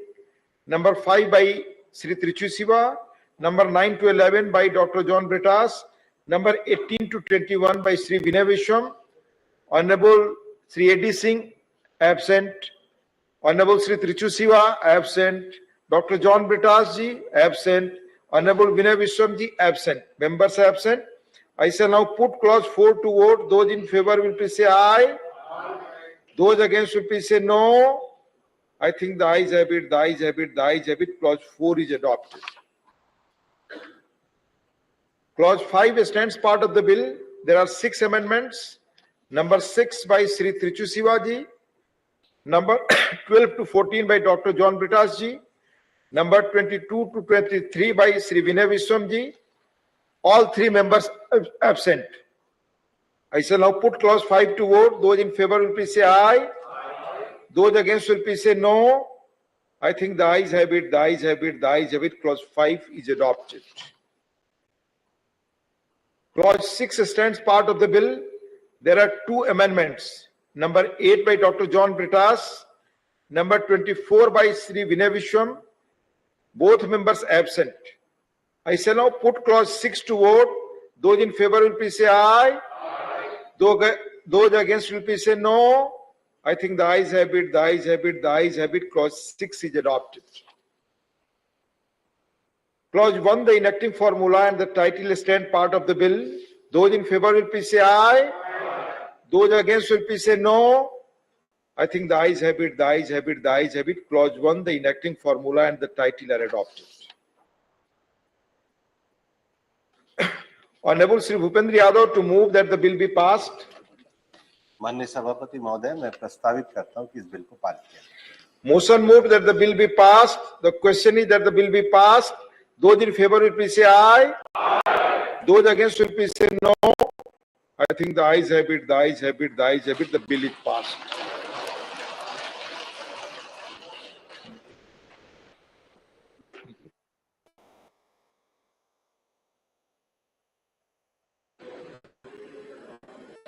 Honorable members, now we move to next important bill, the Jan Vishwas Amendment of Provisions Bill 2023. Now, Honorable Sri Som Prakash ji to move that motion for consideration of the Jan Vishwas Amendment for Provision Bill 2023. Please. Sir, I move that the Jan Vishwas Amendment of Provisions Bill 2023, which seeks to amend certain enactments for decriminalizing and rationalizing offences to further enhance trust-based governance for ease of living and doing business as passed by the Lok Sabha be taken into consideration. माननीय मंत्री जी, आप कुछ बोलना चाहेंगे? माननीय पीयूष गोयल जी. मुझे लगा कि थोड़ा परिप्रेक्ष्य हमारे माननीय सदस्यों को इस बिल का मिले, आपके माध्यम से कुछ बातें मैं रख पाऊं. जिससे आगे की चर्चा भी सार्थक होगी। और अंत में फिर मैं ज्यादा समय नहीं लूंगा, अगर कोई विषय किसी मान्य सदस्य ने उठाए तो उतना ही सिर्फ जवाब देने का प्रयास करूंगा। माननीय अध्यक्ष जी, माननीय प्रधानमंत्री जी जब से 2014 में प्रधान सेवक के रूप में केंद्र में सत्ता संभाली है, तब से ही एक बात पे बहुत जोर देते हैं कि इस देश ने वर्षों वर्षों तक, दशकों तक बहुत पीड़ा उठाई है देशवासियों ने, देश के छोटे बड़े उद्योग या व्यापार जगत के लोगों ने, चाहे वो ठेले वाला हो, सामान्य हॉकर से पूरी पाव भाजी बेचता हो सड़क पर, चाहे वो छोटा दुकानदार हो, कोई छोटी लेथ मशीन चला रहा है, छोटी सी उद्योग चला रहा है, और साथ ही साथ सामान्य नागरिक ने, आपको सबको याद होगा ऐसी छोटी छोटी घटनाओं के ऊपर जिसमें गलती से भी कोई व्यक्ति कोई कानून का उल्लंघन कर दे तो उसके ऊपर कितना तकलीफें आती थी। कोर्ट में जाओ, कोर्ट में पेश हो, कोर्ट में अपनी बातें कोई वकील के माध्यम से रखो, और हो सकता है अंततः सिर्फ कोई फाइन होगा, लेकिन वो फाइन तक भी पहुंचने के लिए इतनी तकलीफें उठानी पड़ती थी कि लोग परेशान हो गए। ऐसे ही शाही चलती के लिए व्यक्ति को परेशान किया जाता था, जेल का डर दिखाया जाता था, उस डर के नाते फिर और क्या व्यवहार होता था, मुझे लगता है हम सभी सफर कर चुके हैं इस लंबे सफर में, क्या क्या होता था। ऐसी परिस्थिति में माननीय प्रधानमंत्री जी ने 2014 से इस बात को प्राथमिकता दी कि सरकार भारत के जनता के ऊपर विश्वास रखेगी और विश्वास के साथ ही देश का कारोबार चलेगा, सरकार का कारोबार चलेगा। और जब जनता के ऊपर सरकार का विश्वास होगा तभी जनता का विश्वास भी सरकार के ऊपर। उसी को मद्देनजर रखते हुए माननीय प्रधानमंत्री जी ने गत 9 में सभी को कहा कि एक एक विषय की गहराई में जाके एक एक कानून को जड़ से समझने की कोशिश करें, उसका क्या प्रभाव होता है, क्या फायदा नुकसान होता है, किस प्रकार से लोग पीड़ा में रहते हैं। हाँ, आवश्यक कई सारे ऐसे कानून हैं जो आवश्यक नहीं है, जिसमें जेल की भी सराखों के पीछे भेजना पड़ सकता है। अगर कोई गंभीर कानून का उल्लंघन हो तो अवश्य जेल भी रहेगा प्रावधान, लेकिन सरल जो गलतियां होती हैं या कोई पहली बार गलती करता है उसको एक मौका दिया जाए, सुधरने का एक मौका दिया जाए कि वो आगे गलती ना करे। दंड हो पेनल्टी के रूप में, फाइन के रूप में दंड हो, पर एक सरल व्यवस्था हो। इसको मद्देनजर रखते हुए गत 9 वर्ष में हम सब ने देखा लगभग 1500 कानून, कल्पना करिए 1500 लॉज को रिपील किया गया, पूरी तरीके से रिपील। कहते हैं ना, ignorance of the law is no excuse. पर अगर लॉज इतनी ज्यादा होंगी तो कोई, मुझे लगता है बड़े से बड़ा वकील भी सब लॉज की जानकारी नहीं रख सकता। ऐसी परिस्थिति में जो पुराने लॉज थे, कई तो गुलामी के समय के लॉज थे, ब्रिटिश के समय के लॉज थे, उन सबको रिपील किया गया। साथ ही साथ जो कंप्लायंस बर्डन है, जो सामान्य व्यक्ति को, छोटे दुकानदार को, छोटे उद्योग चलाने वाले को, सूक्ष्म या लघु उद्योग चलाने के वाले उद्योजकों को, जो कानून के दायरे में जो प्रोसेसेस, प्रोसीजर्स, कंप्लायंस करने पड़ते थे, उसको भी सरल करना या कई केसेस में तो उसको निपटाई देना। इस काम का अगर हम देखें तो लगभग 40,000 कंप्लायंस बर्डन्स को या सरलीकरण किया गया या पूरी तरीके से निरस्त कर दिया। 40,000। इसी कड़ी में एक तीसरी कड़ी जोड़ी माननीय प्रधानमंत्री जी ने कि जो ऐसे कानून है, ऐसे प्रावधान है जिसमें छोटी मोटी गलतियों को एक पेनल्टी फाइन लगा के या एक सरल प्रक्रिया से छोड़ सकते हैं, या 1 या 2 या 3 मौके दे सकते हैं सुधार के, तो उस पर भी हम विचार करें।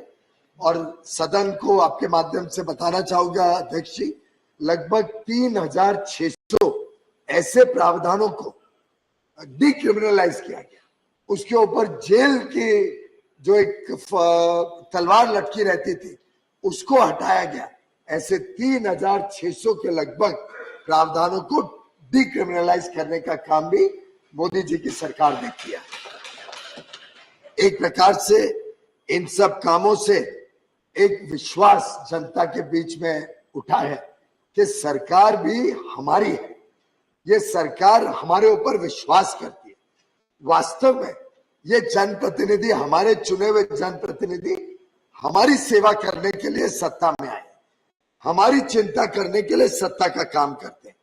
और ये एक लगभग लगातार ये प्रोसेस चलते जा रहे हैं और इसमें हम सिर्फ अपने आप सरकार के दफ्तर में बैठ के नहीं बनाते, इसकी चर्चा होती है, व्यापक लोगों के साथ, स्टेक होल्डर्स के साथ कंसल्टेशंस होती है, कंसल्टेशंस राज्यों के साथ होती है, अलग अलग जो विषय के संबंधित लोग होते हैं, चाहे अधिकारी हो, चाहे व्यापारी हो, चाहे जनता हो, उनसे फीडबैक लेके एक सही माने में लोकतंत्र की भावना जो है उसको सामने रखते हुए ये कानूनों को डिक्रिमिनलाइज करने का प्रोसेस किया गया।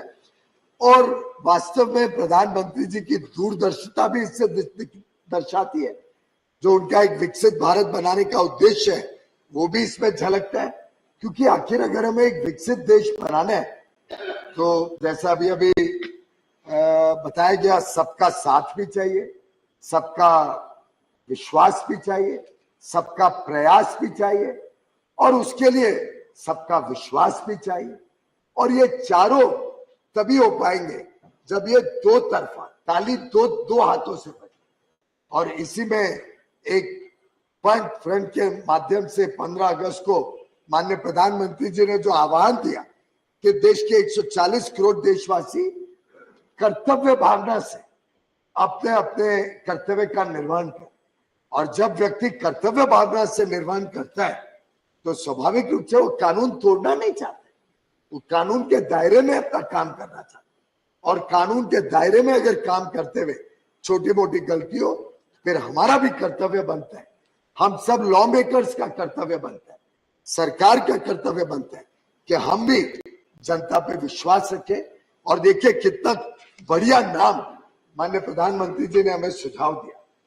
आप कल्पना करिए, आज तक कभी कानून बनते रहे, कानून में अमेंडमेंट्स होते रहे, पर वो एक बड़ा एक साधारण सा नाम सालों साल तक चलते रहता था, टिपिकल नेम कि भाई कोई विषय का ई कॉमर्स का है तो ई कॉमर्स लॉ, ऐसे अलग अलग कानून चलते रहे। प्रधानमंत्री जी ने कहा नहीं, कानून के नाम में दर्शाना चाहिए कि हम किस भावना से, किस विश्वास के साथ जनता के समक्ष गए। तो जन विश्वास कितना अच्छा मैसेज लेके जाता है। ये अलग दुर्भाग्य की बात है कि जब मैं देख रहा था माननीय अध्यक्ष जी, जो कमेटी बैठी थी और कमेटी ने बेहतरीन काम किया इस बिल के ऊपर। कमेटी को हमने दिसंबर 22 को ये बिल दिया और कहा कि अगली सेशन के पहले हफ्ते में रिपोर्ट करें। मैं बधाई देना चाहूंगा चौधरी साहब का, जो इस कमेटी के चेयरमैन थे, और सभी माननीय सदस्यों का, इस कमेटी के सिलेक्ट कमेटी के साथ, जो ज्वाइंट कमेटी के साथ जुड़े हुए सभी माननीय सदस्यों ने जितनी गहराई के साथ इस बिल को देखा, इतने बढ़िया, इतने बेहतरीन सुझाव हमें दिए। लगभग हमने सभी सुझाव एक्सेप्ट किए, लेकिन उसमें भी कैसे छोटी मोटी राजनीतिकरण की जाती है, बड़ा दुख होता है। देख, एक माननीय सदस्य जो बहुत प्रमुख विपक्षी दल से आते हैं, उन्होंने पहला ऑब्जेक्शन डिसेंट ये रेज किया, long title of the bill contains 2 Hindi words, Jan Vishwas, which is not as per constitutional mandate. देश में मैं 140 करोड़ लोगों से पूछना चाहूंगा आपके माध्यम से अध्यक्ष जी, क्या हिंदी से उनको कोई परहेज है? क्या हिंदी शब्द होने में कोई उनको हीनता लगती है? क्या हिंदी शब्द है तो उससे कोई देश के कानून में कोई कमी हो गई? क्या अंग्रेजी में कानून बने, बस वही कानून उनको पसंद है? ये इसका जवाब कभी ना कभी देश के 140 करोड़ लोग पूछेंगे। और कानून का तो अनुवाद हर एक भाषा में होता ही है, अंग्रेजी में भी होगा, तमिल में भी होगा, तेलुगु में भी होगा, रहते ही है। लेकिन ऑब्जेक्शन भी किया तो हिंदी शब्द के प्रयोग पे, कि हिंदी शब्द अगर जन विश्वास बिल में प्रयोग हुआ है उसके ऊपर ऑब्जेक्शन रेज करना, मैं समझता हूं ये एक प्रकार से गुलामी की मानसिकता की सोच का दर्शन विपक्ष के माननीय सदस्य ने दिया।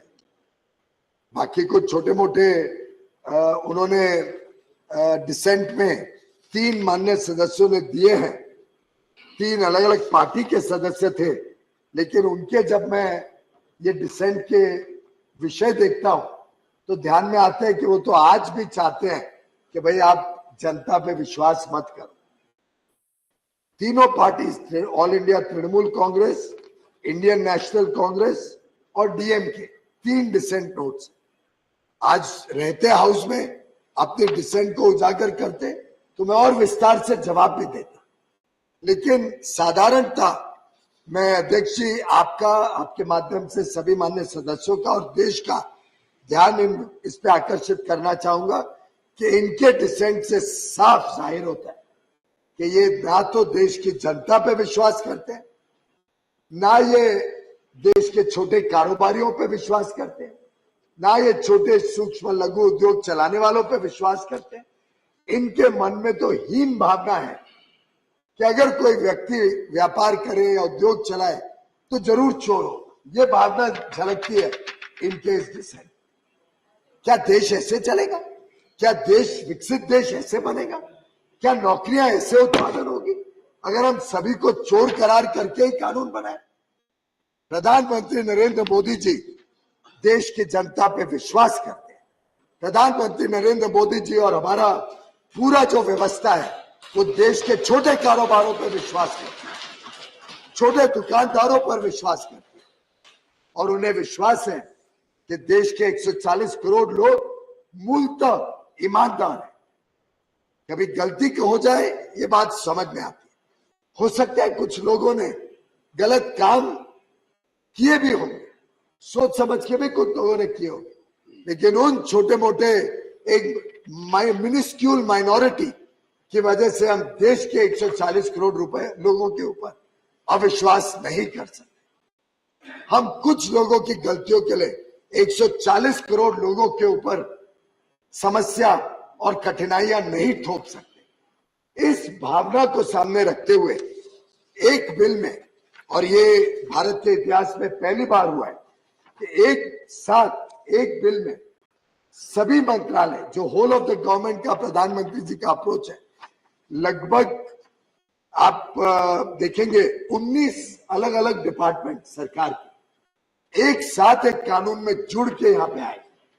42 ऐसे अलग अलग कानून है, 42 एक्ट्स ऑफ पार्लियामेंट, जिसमें संशोधन एक साथ लाया गया है माननीय अध्यक्ष, और 183 प्रोविजन, हम तो 183 लाए। कमिटी ने एक बड़ा अच्छा सुझाव दिया, उसको हमने स्वीकार करके अब 183 प्रावधानों पे डीक्रिमिनलाइजेशन करने का काम इस एक ही बिल के माध्यम से माननीय प्रधानमंत्री नरेंद्र मोदी जी के मार्गदर्शन में, उनके आशीर्वाद से, उन्होंने जिस प्रकार से हमें सुझाव दिए, गाइड किया, और सोचने का ढंग बदला, मानसिकता बदली, सरकार और देश दोनों की मानसिकता बदली कि देश विश्वास पे चलेगा, देश एक दूसरे पे विश्वास करेगा।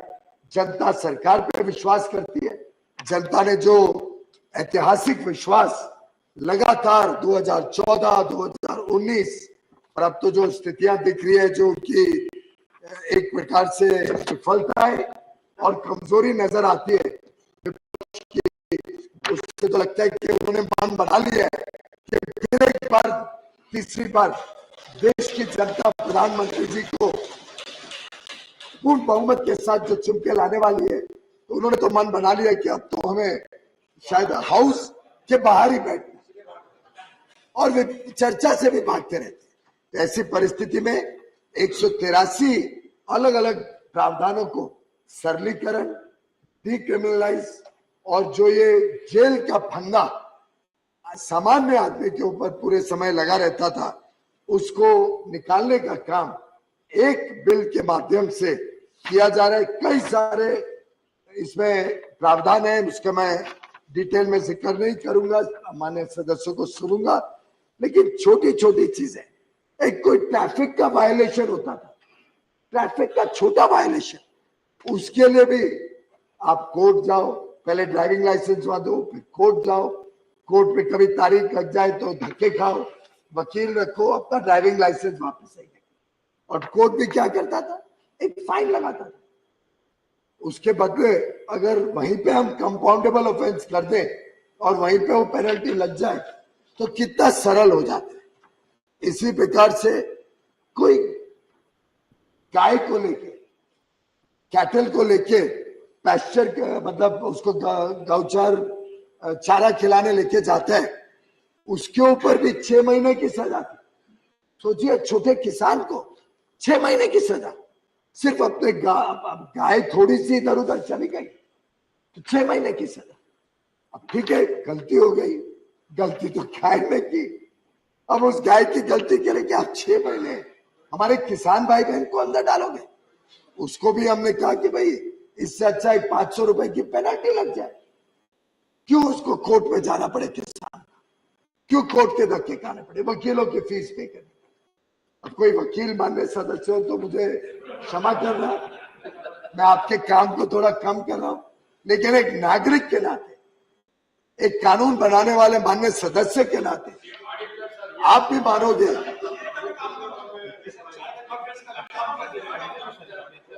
हाँ, मैं वैसे चार्टर्ड अकाउंटेंसी भी पढ़ी है और लॉ भी पढ़ी है, तो मैं तो दोनों तरफ से मार खा रहा हूं। पर देश की जनता सर्वप्रिय, देश की जनता की चिंता हम सबका धर्म है, हम सबका दायित्व है।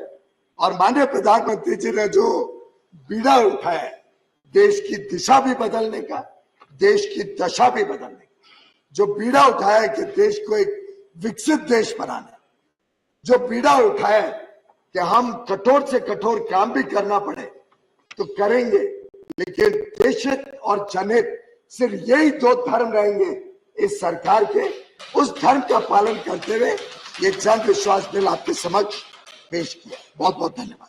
धन्यवाद।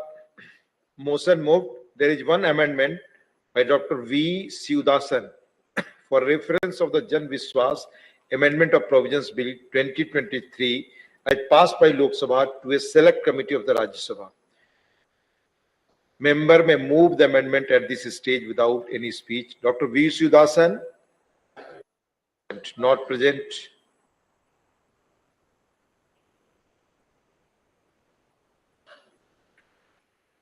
Honorable members, the motion for consideration of the bill and the amendment moved thereto are now open for discussion. I now call upon the members whose names have been received for participation in the discussion. Honorable Shri Sujit Kumar ji. Thank you, Deputy Chairman, sir. Sir, I'm so glad I get to speak on this bill on behalf of my party, Biju Janata Dal, because I was part of the Joint Parliamentary Committee to which this bill was referred to, and B, because I firmly believe that this is one of the finest examples of sound public policy. I completely endorse Honorable Minister Piyush Goyalji's optimism that he shared and his objectives of this bill, which is so eloquently outlined with impressive facts and examples. Sir, he already has given some context. I would like to supplement and add a few more context which will tell why this is such a forward-looking bill. Sir, this bill has 3 key objectives. One is ease of doing business. Number 2, ease of living for the common citizen of this country. And number 3, to reduce the burden on our courts. Sir, every year World Bank brings out with a report called Ease of Doing Business report. Sir, in the year 2013, India was ranked a very lowly 132 out of 185 countries in the ease of doing business report, which improved to 63 in the year 2020, for which the report is available. Very impressive jump, sir, from 132 in the year 2013 to 63 in the year 2020. And I sincerely compliment this government for bringing many path-breaking reforms, which has helped us to make this quantum jump from 132 to 63. But, sir, one area where we seriously lag behind, and we could have been in the top 30, not 63, is the enforcement of contract. It is pretty much impossible today, sir, in our country to enforce a contract. I would not go into arbitration and other things because that's a different thing, but we have funny situation where two Indian entities are arbitrating in a third country because it's difficult to enforce contract in our country. But, sir, though the pictures are rosy, there are some elements which are still concerning for us, and I would like to mention a report by Observer Research Foundation, ORF, one of the leading think tanks of our country, titled Jailed for Doing Business. This was published in the year 2022. This highlights that there are 1,536 laws.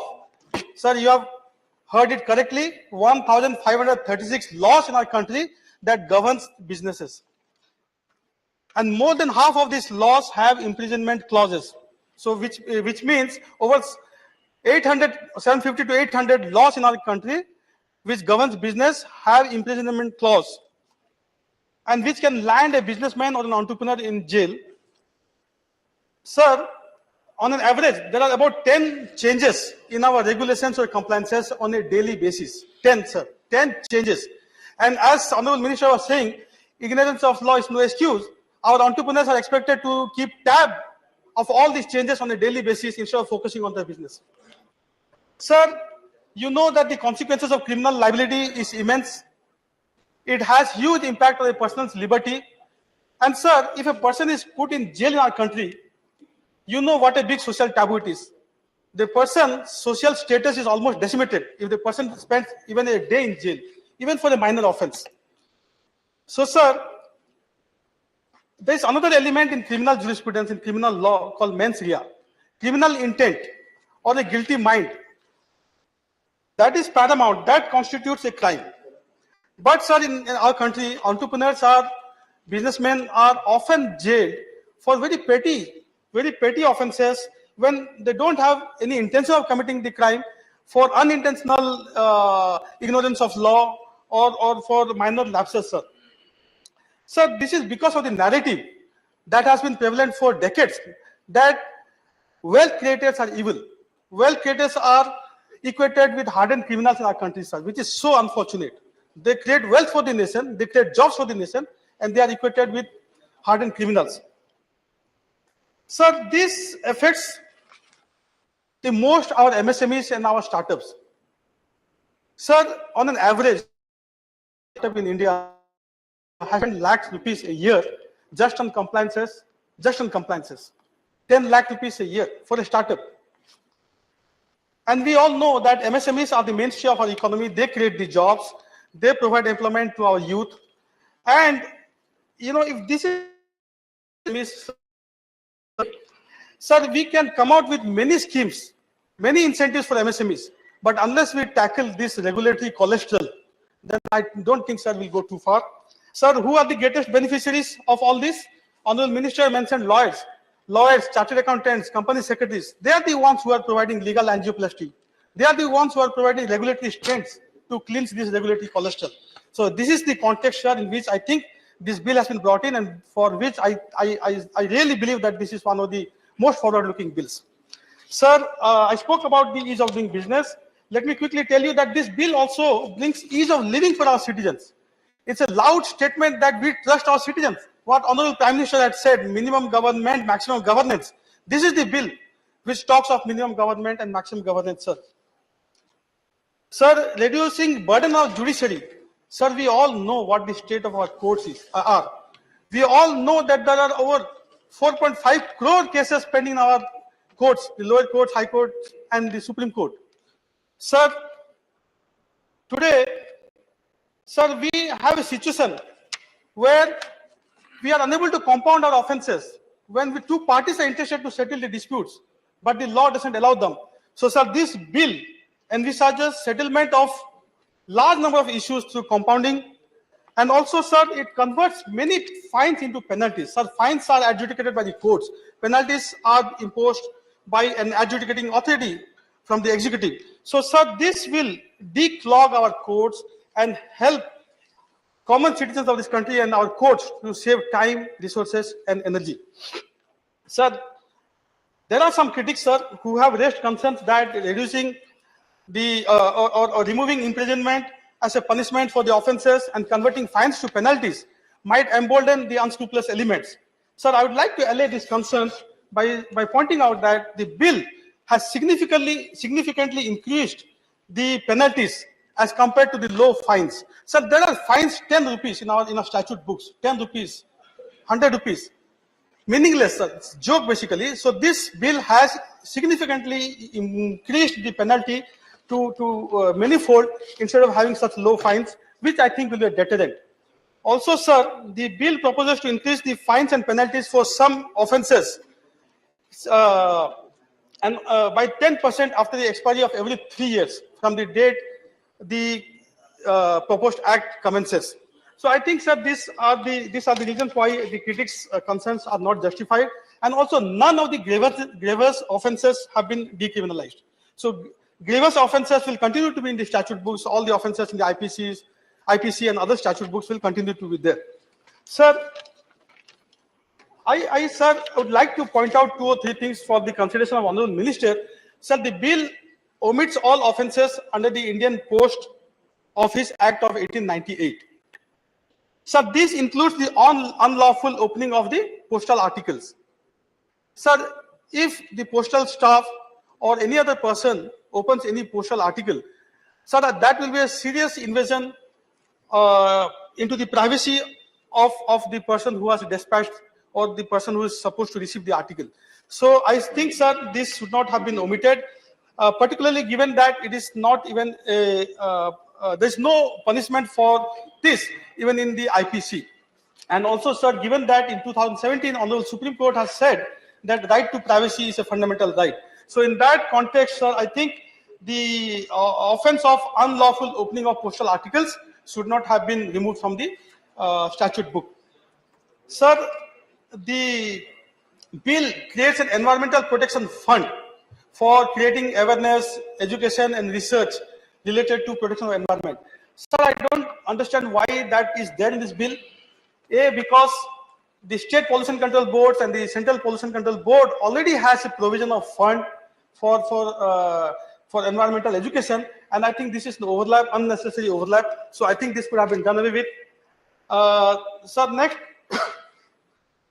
sir, the adjudicating officers who will be responsible for awarding penalties, sir, they may not have the necessary competence or the judicial bent of mind to decide on the penalties, because it requires a certain judicial discipline. It requires a certain judicial way of thinking. And in many cases, it is a party. We all know that in our country, government is the biggest litigant. So when you have government as one party and an officer of the executive, the adjudicating authority or officer, we don't expect her to rule against the government. So I think that impartiality also might be affected. But overall, sir, I think it's a very forward-looking bill. I will end, sir, with a few suggestions, and I would request Honourable Minister and the government to look into them. Sir, not only 189 provisions across 42 acts of 19 departments, we still have hundreds of other provisions in various other statute books, sir, which needs to be reviewed and need to be relooked at. So I think, sir, the government should come up with an SOP which will have a periodic review of all such laws. All the old and obsolete laws, which Honourable Minister was talking about, needs to be reviewed periodically. So an SOP is needed for this. And in future also, I think the government should come up with similar legislation to do away with our old and obsolete laws. Sir, the reverse also is true. Today the social norms have changed. Today there is an influx of technology in our lives, which means that there are some offences which were petty in olden times, but today have become very serious and grievances. So this necessitates that certain offences might call for a higher punishment. So I think the reverse also is true. And sir, thirdly, I think the bill should have a retrospective effect so that the pending legal proceedings in respect of the offences being decriminalized might be abated. And finally, I think, sir, that the government should urge and issue an advisory to all the state governments to have a relook at their own state laws on similar lines so that the state laws also, which are old and obsolete, can be done away with from our statute books and also decriminalized in appropriate cases. Thank you, sir. धन्यवाद माननीय सुजीत कुमार जी। माननीय मस्तान राव बीडा जी। Thank you, Deputy Chairman sir. Thank you for giving me opportunity to speak on the very good bill. And I am glad to mention that I am one of the members on the committee of Jan Vishwas Amendment of Provisions Bill 2022. Thank you, sir. I rise to support this bill. Our YS Jagan Mohan Reddy and our party, YSR Congress Party. The decriminalization of financial crimes has become a topic of significant debate worldwide. Decriminalization involves reducing the severity of legal consequences for such offences, often by changing them from criminal to civil or administrative violences. This bill is a step in the right direction and will certainly help India in improving the ease of living for the people as well as our ease of doing business rankings. Efficiency in the criminal justice system, sir. One of the primary arguments in favor of decriminalization is the potential to improve the efficiency of the criminal justice system. By shifting financial crimes to civil or administrative enforcement, law enforcement agencies can concentrate their resources on more serious criminal offenses. This approach can help streamline the investigation resolution processes, ensuring a more effective allocation of limited resources. Focus on the restitution and compensation. Decriminalization may provide an opportunity to emphasize restitution and compensation for the victims of financial crimes. Civil or administrative proceedings can be designed to prioritize by individuals and entities and affected by these offences. This approach might lead to quicker and more substantial compensation for victims compared to lengthy criminal trials, encouraging self-reporting and cooperation. Some proponents argue that the fear of criminal prosecution can deter individuals and corporations from self-reporting or cooperating with the authorities when financial crimes occur. Decriminalization could create an environment where entities are more willing to come forward, disclose violations, and cooperate with the regulatory bodies, thereby enhancing detection and prevention of financial crimes. Mitigating overcrowding in prisons. Decriminalization might help alleviate prison overcrowding caused by non-violent offenders convicted of financial crimes. By diverting these cases to civil or administrative proceedings, the criminal justice system can focus on addressing more dangerous criminals, potentially leading to a more efficient and humane imprisonment system. Negatives of the bill, sir. Inadequate punishment for serious offences. Financial crimes can have severe consequences on individuals, businesses, and the economy. Reducing the legal consequences of these offences might not adequately punish wrongdoers, potentially leading to a perception of leniency and lack of accountability. Small crimes can add up to and be a part of a larger crime, such as large-scale fraud or money laundering, can cause significant harm to the society. Situations are more appropriate in such cases. Can the Honorable Minister explain the reason for choosing these specific laws and not others and the parameters behind it, sir? Potential for impunity. The absence of criminal charges could also reduce the reputational damage that comes with criminal convictions, further lowering the incentives for compliances.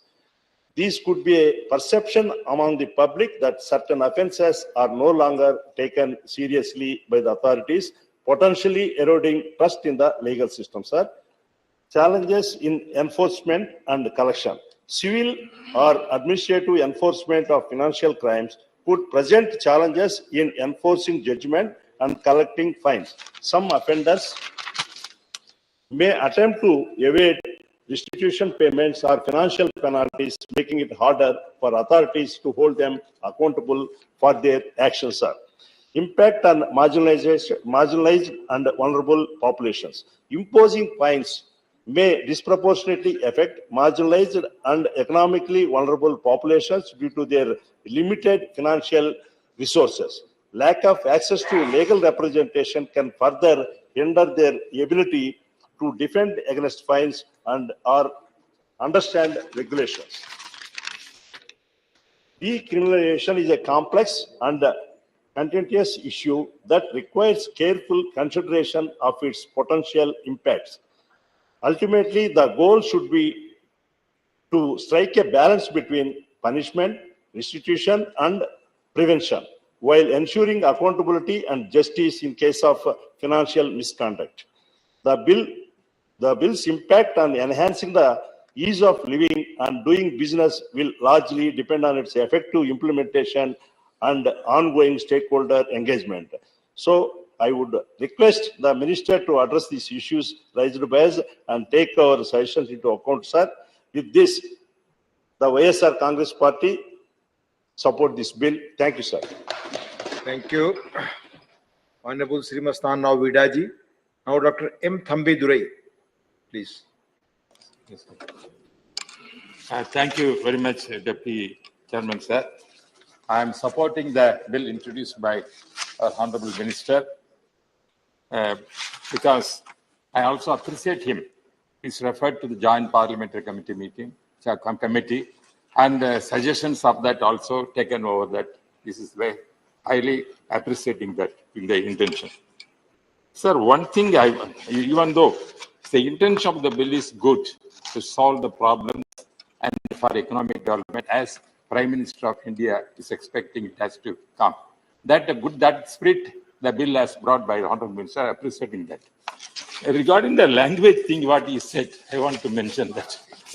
Because today, the morning question hour, the Minister said, Education Minister of Education works towards the promotion of all Indian languages, he said. The same way, now the NDA government instructed all the state governments to impart the education in the mother tongue, in the 14 languages. I appreciate that. That is a good spirit. That is a federal structure. What PM expects, that is also a good spirit. But what he said regarding the name, Jan Vishwas, when he said, some members objected it. He said this, the British mind still continues. Sir, we still sitting in the British building, who constructed the building, still going on. You could not move given that where the new building has come. We are still in the British period, certain things we have to follow it.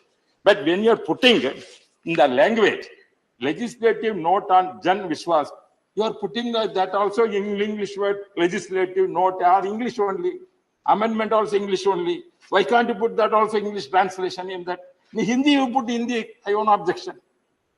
Therefore, another thing I said, therefore, we are not any, somebody would have raised means a federal structure, they would have not against, we are not for Britishers. We are for our culture, our language, that is, we are for that.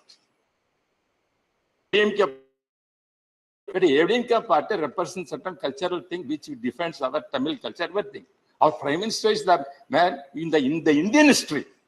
No Prime Minister has come forward to appreciate our language, our ancient language, wherever going throughout the world. Even NS, UNO also, everything appreciated their language. We are appreciating because that is the spirit of the thing.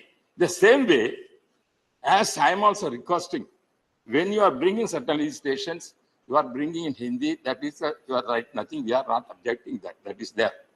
At the same time, when your minister said you are promoting all the languages, the 8th schedule.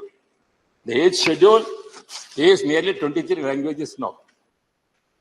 When our founder of that movement, Anna, was sitting that Rajya Sabha, at that time the language issue came, and he asked, when he defended certain issue, language issue, Vajpayee was here, he asked Anna, are you defending British people for the English language? He asked.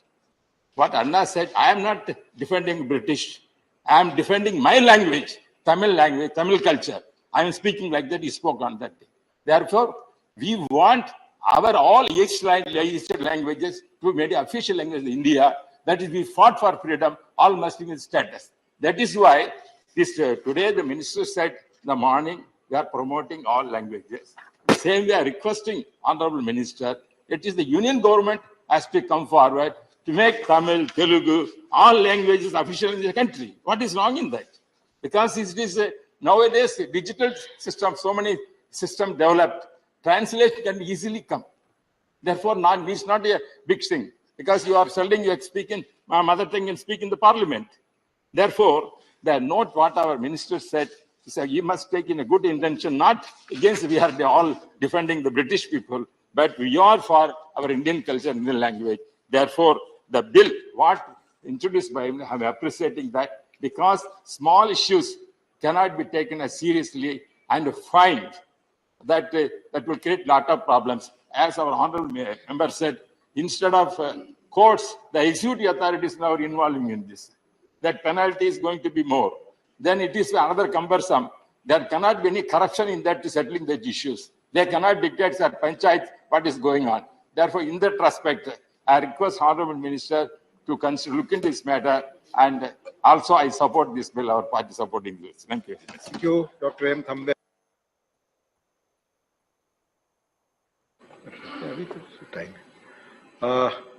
Dr. K. Lakshman. Thank you, TP Chairman, sir. I stand to support this bill, which is historical, and I feel proud to be a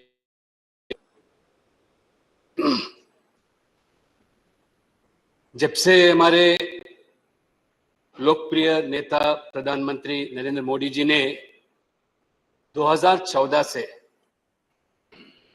जनादेश प्राप्त किया, तब से लेकर अब तक 9 साल में किस तरह जनता को विश्वास में लेते हुए आज पूरा देश भर के दक्षिण से लेकर उत्तर तक, चाहे कोरोना कालखंड में भी 140 करोड़ आबादी को भी विश्वास में लेते हुए किस तरह कोरोना को लिपट लिया, उसी तरह जनादेश से लेकर अभी जन विश्वास, जो जन विश्वास के नाम पे काफी चर्चा हुआ। मैं दक्षिण से आता हूं, मैं गर्वान्वित मानता हूं कि ये जन और विश्वास, ये शब्द कुछ अलग नहीं है। ये तेलुगु में भी है या संस्कृत में भी। जन माने जनता, विश्वास माने सभी का विश्वास प्राप्त करना। इसलिए I strongly believe in, irrespective of my caste, creed, region, religion, language, I feel proud to be called as Indian first. इसलिए हम मानते हैं nation first, party next, self. Doctor Shri के लक्ष्मण जी, 1 मिनट। मुरलीधरन जी, 6 बज रहे हैं। Sir, we are into the discussion of the Jan Vishwas bill, which is a very forward-looking legislation and a very comprehensive one, which will ensure good governance also. And the members are all interested in seeing that this bill is discussed and disposed of today. So till then we will continue the session. सदन की सहमति है? Yes. माननीय के लक्ष्मण जी, you can continue now. जैसे ने हमारे मंत्री महोदय पीयूष जी ने बताया, सबसे ज्यादा हमारे प्रधानमंत्री जो दक्षिण के बारे में महत्व देते हैं, जो इस बारे में काशी तमिल संगमम का हो, और इस बीच में जो नया भवन हमारा पार्लियामेंट का सेंगल का जो हमारा तमिल कल्चर था उसका प्रभावित रूप में पूरा देश और दुनिया को बताया। इसलिए इसमें कोई भेदभाव नहीं है। जन विश्वास एक अच्छा जो बिल जो लाया गया वो नॉमेनक्लेचर भी मैं मानता हूँ बहुत बढ़िया है। Anyway, coming to the point, the government by bringing this bill is a concept of Jan Vishwas by reposing faith in the people of the country and removing compliances, burdens and decriminalizing over minor offences. Our Honorable Prime Minister Sri Narendra Modi ji vision of minimum government and maximum governance. इसी पर ज़्यादा विश्वास करते हैं। The bill shows the commitment of Modi government to keep bringing in reforms which will reduce overall burden of complaints for business and citizens. Removal of these roadblocks not only help India to achieve its aim of 5 trillion million economy. This is the dream of our Prime Minister Modi ji. And in spite of all odds of Corona one side and Ukraine war other side, still India is supposed to be the 5th largest economic country in the world, but for the visionary leadership of our beloved Prime Minister Narendra Modi ji. And as rightly pointed out by our Honorable Minister, when Narendra Modi attains third time as a Prime Minister, we are sure that India is going to become the 3rd largest economic country in the world. This is the guarantee of Modi ji. ये मोदी जी का guarantee है, जरूर हम दुनिया के अंदर तीसरी आर्थिक ऐसा देश बन जाएगा, ये हमारा विश्वास भी है। So, as far as this bill is concerned, ease of doing business, as rightly pointed out my colleague, to ensure that India can lead entrepreneurship spirit, ensure that youth can now become job creators rather than job seekers. Modi ji always want the youth of this country who are educated, qualified, to become job creators. रोजगार देने वाला संस्था बनना, मगर रोजगार मांगने वाला ये हमारे नौजवान नहीं बनना चाहिए, यही हमारा सपना है। इसी के माध्यम से आज दुनिया के अंदर वर्ल्ड रैंकिंग में जब 2014 के पूर्व जहां 142 रैंकिंग था, now we have attained 63 rank. We feel really proud. ये ease of doing business का ये महत्व जो है, ease of living. PM Modi ji has a single-minded focus on ensuring that citizens can enjoy hassle-free governance, with government being an enabler rather than inhibitor. So इसी माध्यम से आज मोदी जी ने और हमारे मंत्री महोदय ने, if you would recall, one of his first decisions after becoming Prime Minister in 2014, he has allowed for self-attestation documents. It has brought a radical change by self-attestation of documents. As rightly said, one nation, one tax. Modi government also was instrumental in bringing GST. Just 5 minutes. GST, now it is a historical decision. We feel proud. Now, the highest collection, 1,80,000 crores in the month of April. Now, on an average, 1,50,000 crores. Now, we are getting this GST. People have criticized when this GST was brought into. So, a few days ago, it was 6.77 crore income tax returns filed. This is a record growth of 16.1% year on year and was also contributed due to. So, in the past 9 years, Modi ji government has repealed approximately 1,500 redundant laws, simplified approximately 39,000 complaints. Please conclude. Last 2 minutes. Sir. Conclude. Sir, under this act, as rightly pointed out, even from which state I come, from Telangana, there are many such cases. छोटा छोटा जो हमारे आदिवासी है tribal areas में, जो forest areas के जो खेती बाड़ी करते हैं या मधुमक्खी या तरकारी या फल, जो खेती बाड़ी करने वाले ऊपर आज भी उसके ऊपर इतने क्रिमिनल केसेस बनाया गया, काफी लोगों को भी जेल भी जाएगा। इस लॉ के माध्यम से मैं समझता हूं तेलंगाना के आदिवासी भी जरूर खुश होंगे। इस तरह धन्यवाद। Thank you. 1 minute sir, last 1 minute. Thank you. जैसे आदिवासी ने मानते जल जंगल और हमारे जमीन के ऊपर आस्था रखते, इसीलिए ये हमारे जो आदिवासी उनके लिए भी इसके लिए काम होगा। इसीलिए मैं काफी ऐसे चीज है इसमें से आज सुविधा हो जाएगा हमारे काफी लोगों को। बड़े उद्योगपति के बारे में बात करने वाले हमारे विपक्ष आज छोटे छोटे उद्योगों के लिए, छोटे छोटे व्यापार के लिए ये बिल जो सुविधा लाया है, इसलिए मैं इस बिल का समर्थन करता हूँ पूरा। और मैं विश्वास करता हूँ कि आज आने वाले दिनों में एमएसएमई हो और छोटे छोटे व्यापारियों के लिए सुविधा होगा। और लास्ट में हमारा जो अंत्योदय फिलॉसफी है, सिर्फ उद्योगपति और धनवान संपन्न लोग के नहीं, जो जमीन स्तर पर छोटे किसान है, व्यापार है, उन सब हित के लिए काम करने वाले सरकार हमारे। बहुत बहुत धन्यवाद। Honourable V Vijay Sai Reddy ji. Sir, I draw the kind attention of the leader of the house, sir, who is busily talking with someone. They will be here. Sir, leader of the house, sir. Sir, leader of the house, sir, I draw your kind attention. I'm taking some guidance for a reply. So thank you, Deputy Chairman, sir, for the opportunity you have given. And I, on behalf of my party and my leader, Y.S. Jagan Mohan Reddy Garu, we raise to support the bill, sir. Sir, I will take only 2 minutes, sir. 3 points. Sir, need to have more comprehensive decriminalization. Sir, the bill, I appreciate the Honorable Minister for bringing this bill, which decriminalize the large chunk of minor offences. So it is very important, and replacing them with the penalties. Yes, we really appreciate it, sir. The point which I would like to bring to the Honorable Minister's notice is, data shows that the number of imprisonment cases in the state laws, not at the central laws. This bill only deals with the central laws. The state laws is almost 4 times as compared to the central laws. So there is a need to conduct a massive decriminalization drive even at the state level also.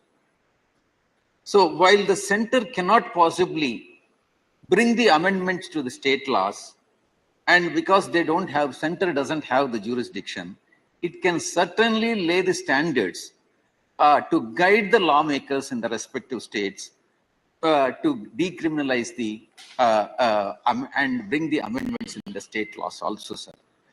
This task, according to me, can be entrusted to the Law Commission, and which can suggest to the states to bring the necessary amendments as is brought by the central government, sir. The next point which I would like to bring to the notice of the Honorable Minister is ease of living and ease of doing is based not just on decriminalization, and there is a need to ensure a greater compliance, certainly for the public, sir. Sir, it is estimated that there are 3,500 regulatory changes in every year. Suppose if I want to know what regulatory changes that are taking place today, I will not be able to know unless I go through number of websites of the respective ministries, maybe around 30 or 40 or 50 and all, sir.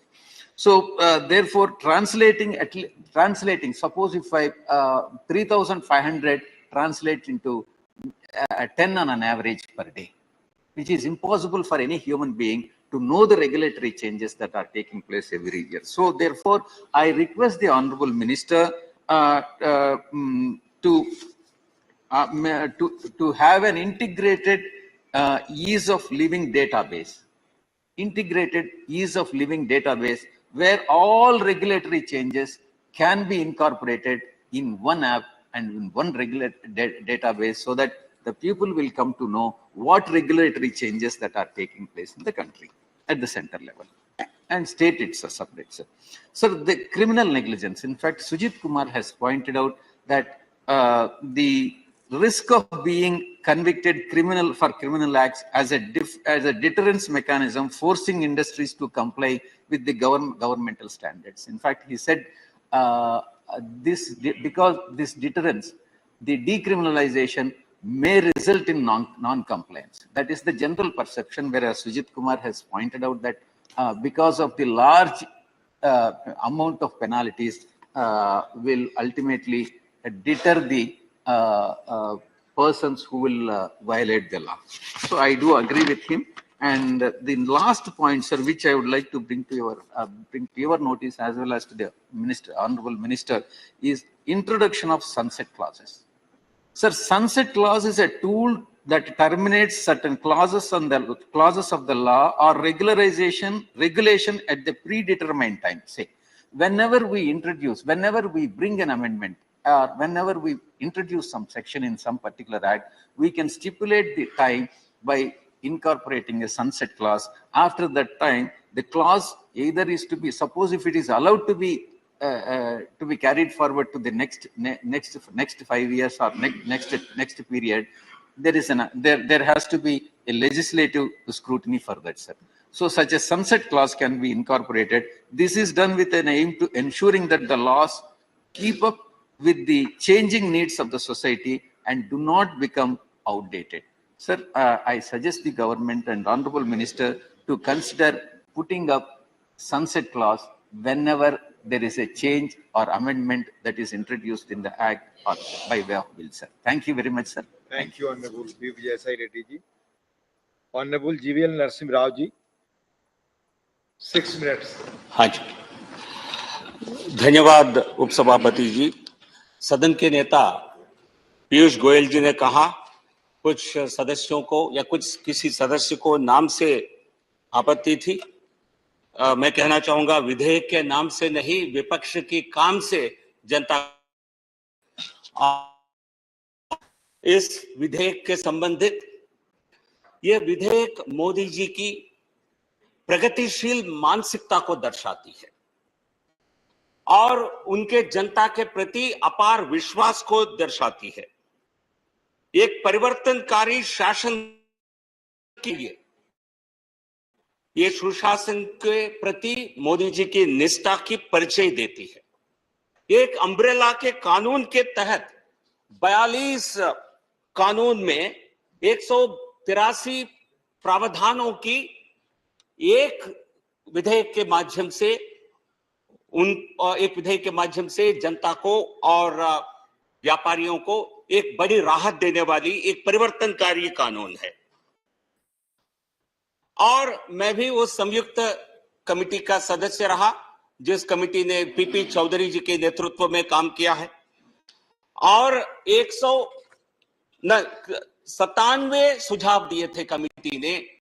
Bill के प्रावधानों के संबंधित 97 सुझाव दिए, सभी के सभी सरकार ने उसका अनुमान, उसको स्वीकृति किया है। मैं उसके लिए सरकार को भी धन्यवाद देता हूं। और इसके साथ साथ 7 सामान्य सुझाव भी दिया है। आगे इस कानून के पालन के बाद, इसके अनुमति के बाद किस प्रकार की कार्रवाई सरकार के द्वारा होनी चाहिए, उसके लिए 7 ऐसे सुझाव दिए थे जिसमें सरकार ने 6 सुझाव को मान भी लिया है। और उसमें 2-3 बहुत ही प्रमुख और विशेष सुझाव है। एक सुझाव यह है कि केवल ये कानून 42 कानूनों को, ये विधेयक 42 कानूनों का संशोधन करने वाली कानून है, विधेयक है। और ऐसे सैकड़ों कानून हैं जिसमें इस प्रकार की अमेंडमेंट करने की आवश्यकता है। तो इसलिए तो सरकार ने तो ये सुझाव मान लिया है। आगे इस प्रकार की कार्रवाई को, इस प्रक्रिया को जारी रखेगी। बट इसमें मंत्री जी का, क्योंकि वो सदन की नेता भी है, तो सरकार के तरफ से क्या विचार है इस पर कुछ रोशनी डालेंगे तो मैं मानता हूं बहुत ही लाभदायी होगा। दूसरा, राज्यों में, क्योंकि ये केंद्र सरकार के केंद्र कानूनों की हम अमेंडमेंट कर रहे हैं, संशोधन कर रहे हैं, कि राज्यों में हजारों ऐसे कानून हैं। तो राज्यों में भी कानूनों को संशोधन करने की, बदलने की एक सुझाव कमेटी ने दिया था। तो इसको लेकर आगे सरकार की क्या विचार है, यह बिल्कुल पूरे देश के लिए लाभदायी साबित होगा। और इसके अलावा देश के ईज ऑफ डूइंग बिजनेस, व्यापार करने में आसानी जो है, ये इसका विश्व में भारत का रैंकिंग 2014 में 142 था, उससे घटकर हम कुछ ही समय में 2019 में हमारी रैंकिंग इंप्रूव होकर के 63 हुई थी। और अनावश्यक अनुपालन जो करीब 40,000 ऐसे अनावश्यक अनुपालन को, कंप्लेंसेस को सरकार ने पिछले 9 साल में मोदी जी के सरकार ने उसको हटाया था, खत्म किया था। अपने आप में एक बहुत बड़ी एक उपलब्धि है। मैं इसके लिए सरकार को, माननीय प्रधानमंत्री जी को साधुवाद देता हूं। 1500 से ज्यादा पुराने कानून को खत्म किए हैं और हमारे अर्थव्यवस्था 10वीं नंबर से 3वीं नंबर पर, 10वीं से 5वीं नंबर पर पहुंचने में ऐसे जो रिफॉर्म्स का बहुत बड़ा योगदान रहा है। तो और जो आज जो संशोधन के जरिए जो विधेयक हम इसका जो पारित करने वाले हैं, इसका भी बहुत दूरगामी असर भारत के अर्थव्यवस्था पर होगा। ऐसे ही रिफॉर्म्स के कारण, आर्थिक सुधार के कारण भारत का अर्थव्यवस्था में 7% जीडीपी की ग्रोथ 22-23 में होने का हुआ है और विश्व में सबसे ज्यादा तेजी से ग्रो करने वाली अर्थव्यवस्था भारत है। इसके लिए ऐसे आर्थिक सुधारों का बहुत बड़ा भूमिका रही है और सबसे ज्यादा एफडीआई, फॉरेन डायरेक्ट इन्वेस्टमेंट जो भारत में हुआ है, ये आज तक 2020-21 में हुआ है जो 85 US बिलियन डॉलर्स है। तो इसलिए ये आज जो हम कानून का, आज जो विधेयक का हम पारित करने वाले हैं, ये बहुत ही बड़ी एक आर्थिक सुधार में एक कदम है। दूसरी बात, केवल व्यापार को सरल नहीं बनाना, आम जनता के जीवन को भी बेहतर बनाना इस कानून का एक लक्ष्य है। उसमें सरकार ने जो यूपीए के माध्यम से जो पहल किया है, वो भी एक बड़ी एक कदम है। ये इससे पूरी तरह संबंधित नहीं है, लेकिन वो भी एक बड़ा एक बदलाव है। 15,468 लाख करोड़ का ट्रांजैक्शंस भारत में पिछले 6 वर्षों में हुआ है।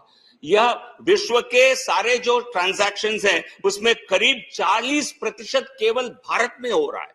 तो भारत की अर्थव्यवस्था को उसको गति देने में ऐसे सुधारों का बहुत बड़ा एक भूमिका रही है।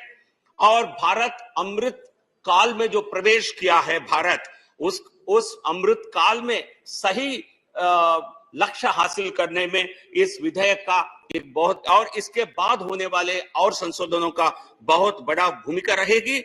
मोदी जी को जन विश्वास में मोदी जी की विश्वास है और जन विश्वास के प्रति ही वो चुनाव जीतते रहे हैं, आगे भी जीतेंगे। धन के प्रति विश्वास रखने वालों के लिए ये बहुत ही निराशाजनक साबित हो सकता है। ये बात कहते हुए, इस बिल का समर्थन करते हुए मैं अपने वाणी को विराम देता हूं। धन्यवाद। धन्यवाद जीवीएल नरसिंह राव जी। माननीय सदानंद तनवाड़े जी। धन्यवाद speaker sir. Sir, I rise to speak in support of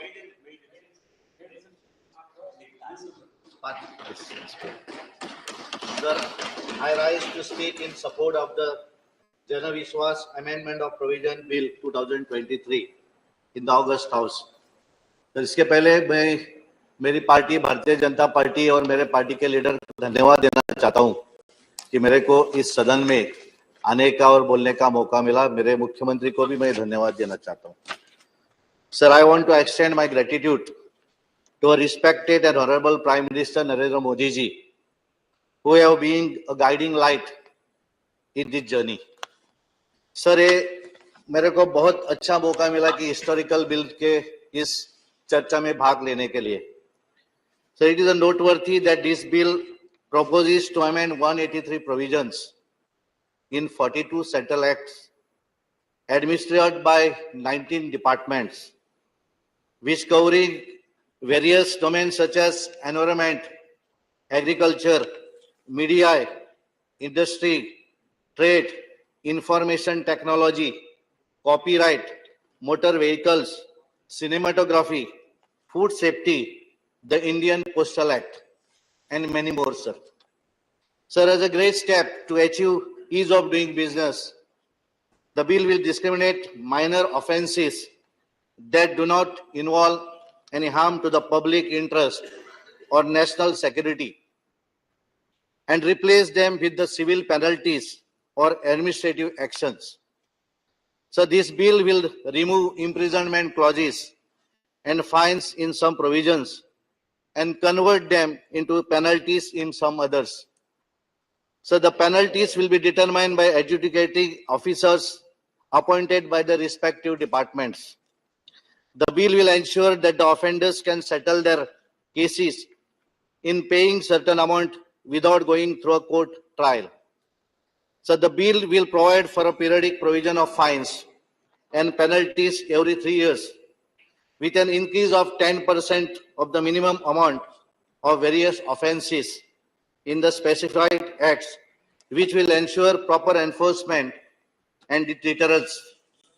Sir, by introducing administrative adjudication mechanism, the bill will reduce pressure on the justice, help in reducing case pendency. This bill will facilitate a more efficient and effective justice dispensation. So the bill will foster trust-based governance by ensuring citizens, businesses, and government departments operate without fear of imprisonment for minor technical or procedural defaults. Sir, especially for my state of Goa, this bill will be a game changer, as with the guidance of our Honorable Prime Minister, our state is emerging as a vibrant investment destination and is leading among a small states at a union in terms of ease of doing business, sir. Sir, I am thankful to the Minister, Commerce Minister. मेरे को याद है 2 महीना पहले sir हमारे minister Goa में आए थे और उस टाइम ने हमें इंटेलेक्चुअल और सभी इंडस्ट्रियलिस्ट की बिजनेस से उनकी मीटिंग रखी थी. I was a part of that meeting sir. Minister ने सबसे सुना, सभी इंडस्ट्रियलिस्ट जो थे उन्होंने उनको बताया कि ये प्रॉब्लम है, ये प्रॉब्लम है. सबके सुनने के बाद सभी एडिटर्स भी थे. सबके सुनने के बाद मिनिस्टर ने बोला कि जो भी आपको किसी को और भी कुछ बोलना है तो सदानंद के पास दीजिए. और 2 महीने के बाद में मैं इस राज्यसभा में पहुंचा हूं. मैं उनको धन्यवाद देना चाहता हूं. Sir, I conclude my remarks and once again I support this Jan Vishwas Amendment of Provision Bill 2023. Thank you, Chairman, sir.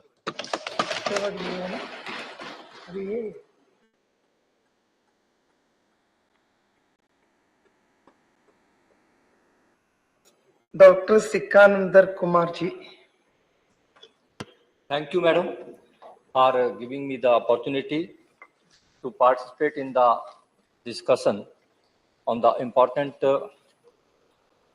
bill, that is Jan Vishwas Amendment of Provision Bill 2023. I also congratulate the Honorable Minister Shri Piyush Goyal ji for preparing and bringing this bill in a comprehensive and consolidated manner. Madam, I rise to support this bill.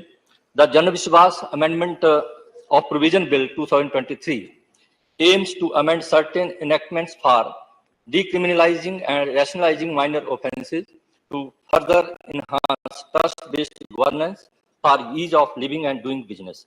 Under this Act, 183 provision in 42 different acts under the ambit of 19 different ministries will be decriminalized. Therefore, ordinary citizens and businessmen can carry out their activities without unnecessary fear.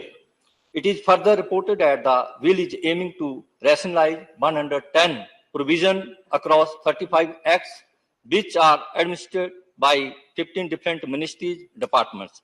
The rationalization will include simplifying and digitization of compliances. The bill was referred to a 31 joint committee of Parliament in December, which presented its report on 20th March 2023. The bill was introduced in Lok Sabha on 22nd December 22 and referred to the Joint Committee of Parliament. The main objective of the bill is to decriminalize minor offenses that do not involve any harm to the public interest or national security. It helps to achieve the target of enhanced trust-based governance, increase the ease of living and the ease of doing business across the country. Modi government believes that Indians are honest and live their life and conduct their business honestly. Government does not want to penalize its citizens and small and medium businessmen for small mistakes. This bill reflects our Honorable PM Modi ji vision for minimum government and maximum governance. MSME are the backbone of the Indian economy and contribute significantly to the GDP. For these enterprises to make a shift to the formal sector and generate jobs and income, there must be effective and efficient business regulation in place that eliminate unnecessary red tape. This bill proposed decriminalizing of 180 offences across 42 laws governing environment, agriculture, media, industry, and trade, publication, etc. The bill seeks to remove imprisonment clauses and or fines in some provision and convert them into penalties in some others. Madam, the bill also introduces compounding of offences in some provision, which means that the offenders can settle their cases by paying a certain amount without going through a court trial. The bill reduces pressure on the justice system, helps in reducing case pendency, and facilitates a more efficient and effective justice dispensation. The bill will, in the past 8 years of Modi government, the government has repealed approximately 1,500 redundant laws, simplified approximately 39,000 compliances, and decriminalized approximately 3,500 minor offences, which has been a game changer in improving the lives of ordinary citizens and small businessmen. Modi government focus on removing fear and minds of small businessmen. Such acts which decriminalize offences for minor mistakes take fear out of our small businessmen and traders and boost their growth. This legislation would serve as a guiding principle for future amendments in various laws. Madam, the government, by bringing this bill, is bringing in the concept of Jan Vishwas by reposing faith in the people of the country and removing compliances, burdens, and decriminalizing very minor offences. The government believes that Indians are honest and live their life and conduct their business honestly. Therefore, the Modi government does not want to penalize its citizens and small and medium businessmen for small, honest mistakes. This is as per Shri Narendra Modi ji visions of minimum government and maximum governance. The mantra of trust-based governance based on ease of living and doing business will bring even more prosperity to the country. With these words, I support this bill and thanks to the chair for giving me the opportunity to speak on this important bill. Thank you, ma'am. Thank you.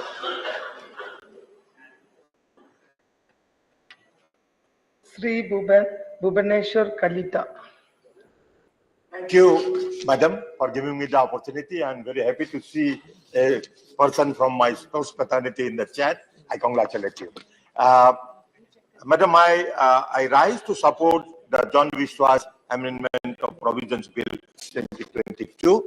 As you all know, when our visionary leader, Sri Narendra Modi ji, took over in 2014, he has one cardinal principle which he enunciated among the people of this country is minimum government and maximum governance.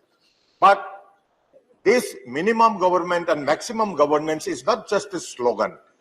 Over the last 9 years, he has pursued, he has taken all kind of reforms, including judicial reforms, social reforms, and administrative reforms, by which the country has become a fruitful governance has been given to this country. And today we are in 2014, we were in the 10th position in the world ranking of emerging economies. Today, we are in 5th position of the emerging economy, and within next 5 years, within the visionary and able leadership of Narendra Modi ji, we will become one of the 3 emerging economies and most prosperous economies of the world.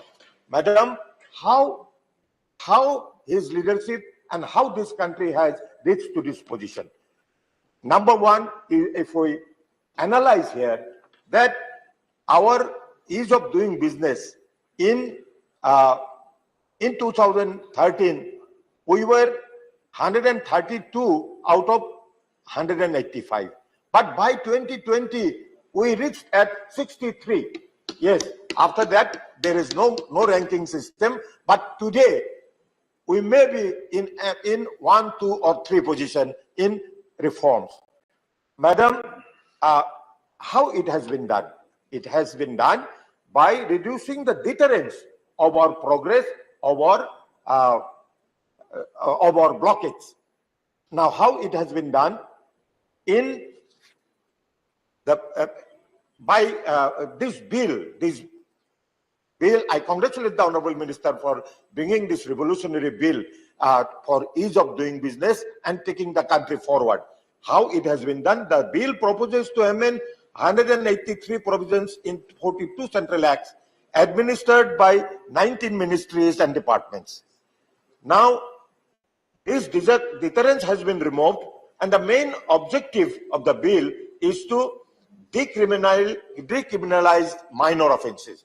This is one deterrent that has been removed by this bill, and the bill, the need of the bill was to reduce the undue pressure on the judicial system, to create a fair way to decide how strong the punishment should be for wrongdoing based on how serious the offense is. The bill also plays an important role in the government to give maximum governance, and the reason and the highlights of those provisions are to amend amendment of 42 acts on the key laws among these was the Indian Forest Act 1927, the Air Prevention Control of Pollution Act 1981, the Information Technology Act 2000, the Environment Protection Act 1986, the Copyright Act 1957, the Patents Act 1970, the Railways Act 1989, the Food Safety and Standards Act 2006. Now, how the decriminalization has been done? The bill decriminalizes certain offences by replacing imprisonment with monetary penalties instead of a fine. Offences under Information Technology Act 2000 can lead to imprisonment or fine. The bill introduces a penalty of penalty up to rupees 25 lakhs. Offences under the Patents Act 1970 involving falsely represented articles face a fine. The bill replaces it with a penalty up to 10 lakhs rupees. The bill incorporated the committee system, as has been mentioned by some committee members of the Joint Committee, what all has been incorporated in this bill. So I am not going to repeat that. I only want to highlight one point, that the fines and penalties of various offences in the specified act will be increased by 10% of the minimum amount every 3 years. The bill also introduces compounding of offences in some provisions, so the offenders can settle their cases by paying a certain amount without going through the court process. Now, there are other provisions which can be appreciated, like appointment of adjudicating officers. And now, what is the benefits of the bill? This bill has brought judicial reforms in a system, in a very indirect system, like with over 5.2 crore court cases pending in India, the highest in the world. This bill will help in reducing case pendency to some extent and facilitate a more efficient and effective justice dispensation. The bill, also being referred to as the Ease of Business Bill, will foster trust-based governance by ensuring that citizens, businesses, the government departments operate without fear of imprisonment for minor, technical, or procedural defaults. Madam, it would accelerate investment decisions due to smoother processes and attracting more foreign investment. There are some other suggestions in the bill. I am not going to repeat that, but I will very well express some of my concerns in this bill, which Honorable Minister will enlighten us how this bill is going to overcome this. The issue number one is omission of offences under the Act. The bill removes certain offences from the Act. The offences committed by post office officers like theft and fraud are being omitted. The relevance of these omissions of the bill's intent is unclear. I think Honorable Minister will throw some light on this. And the second and most important provision is privacy concern from omissions. The offences related to illegal opening of postal articles are removed from the bill. The postal articles are given in confidence, in trust, but if it is open, the privacy does not remain. Privacy issues could arise due to the removal of these provisions. Personal data such as health insurance and credit card information may be compromised. Removal of these safeguards might contradict the right of privacy recognized by the Supreme Court. Existing laws like the Indian Penal Code do not cover these violations without threat or misappropriation. I congratulate the Minister for bringing this revolutionary bill, and I hope he will address my concerns. Thank you very much.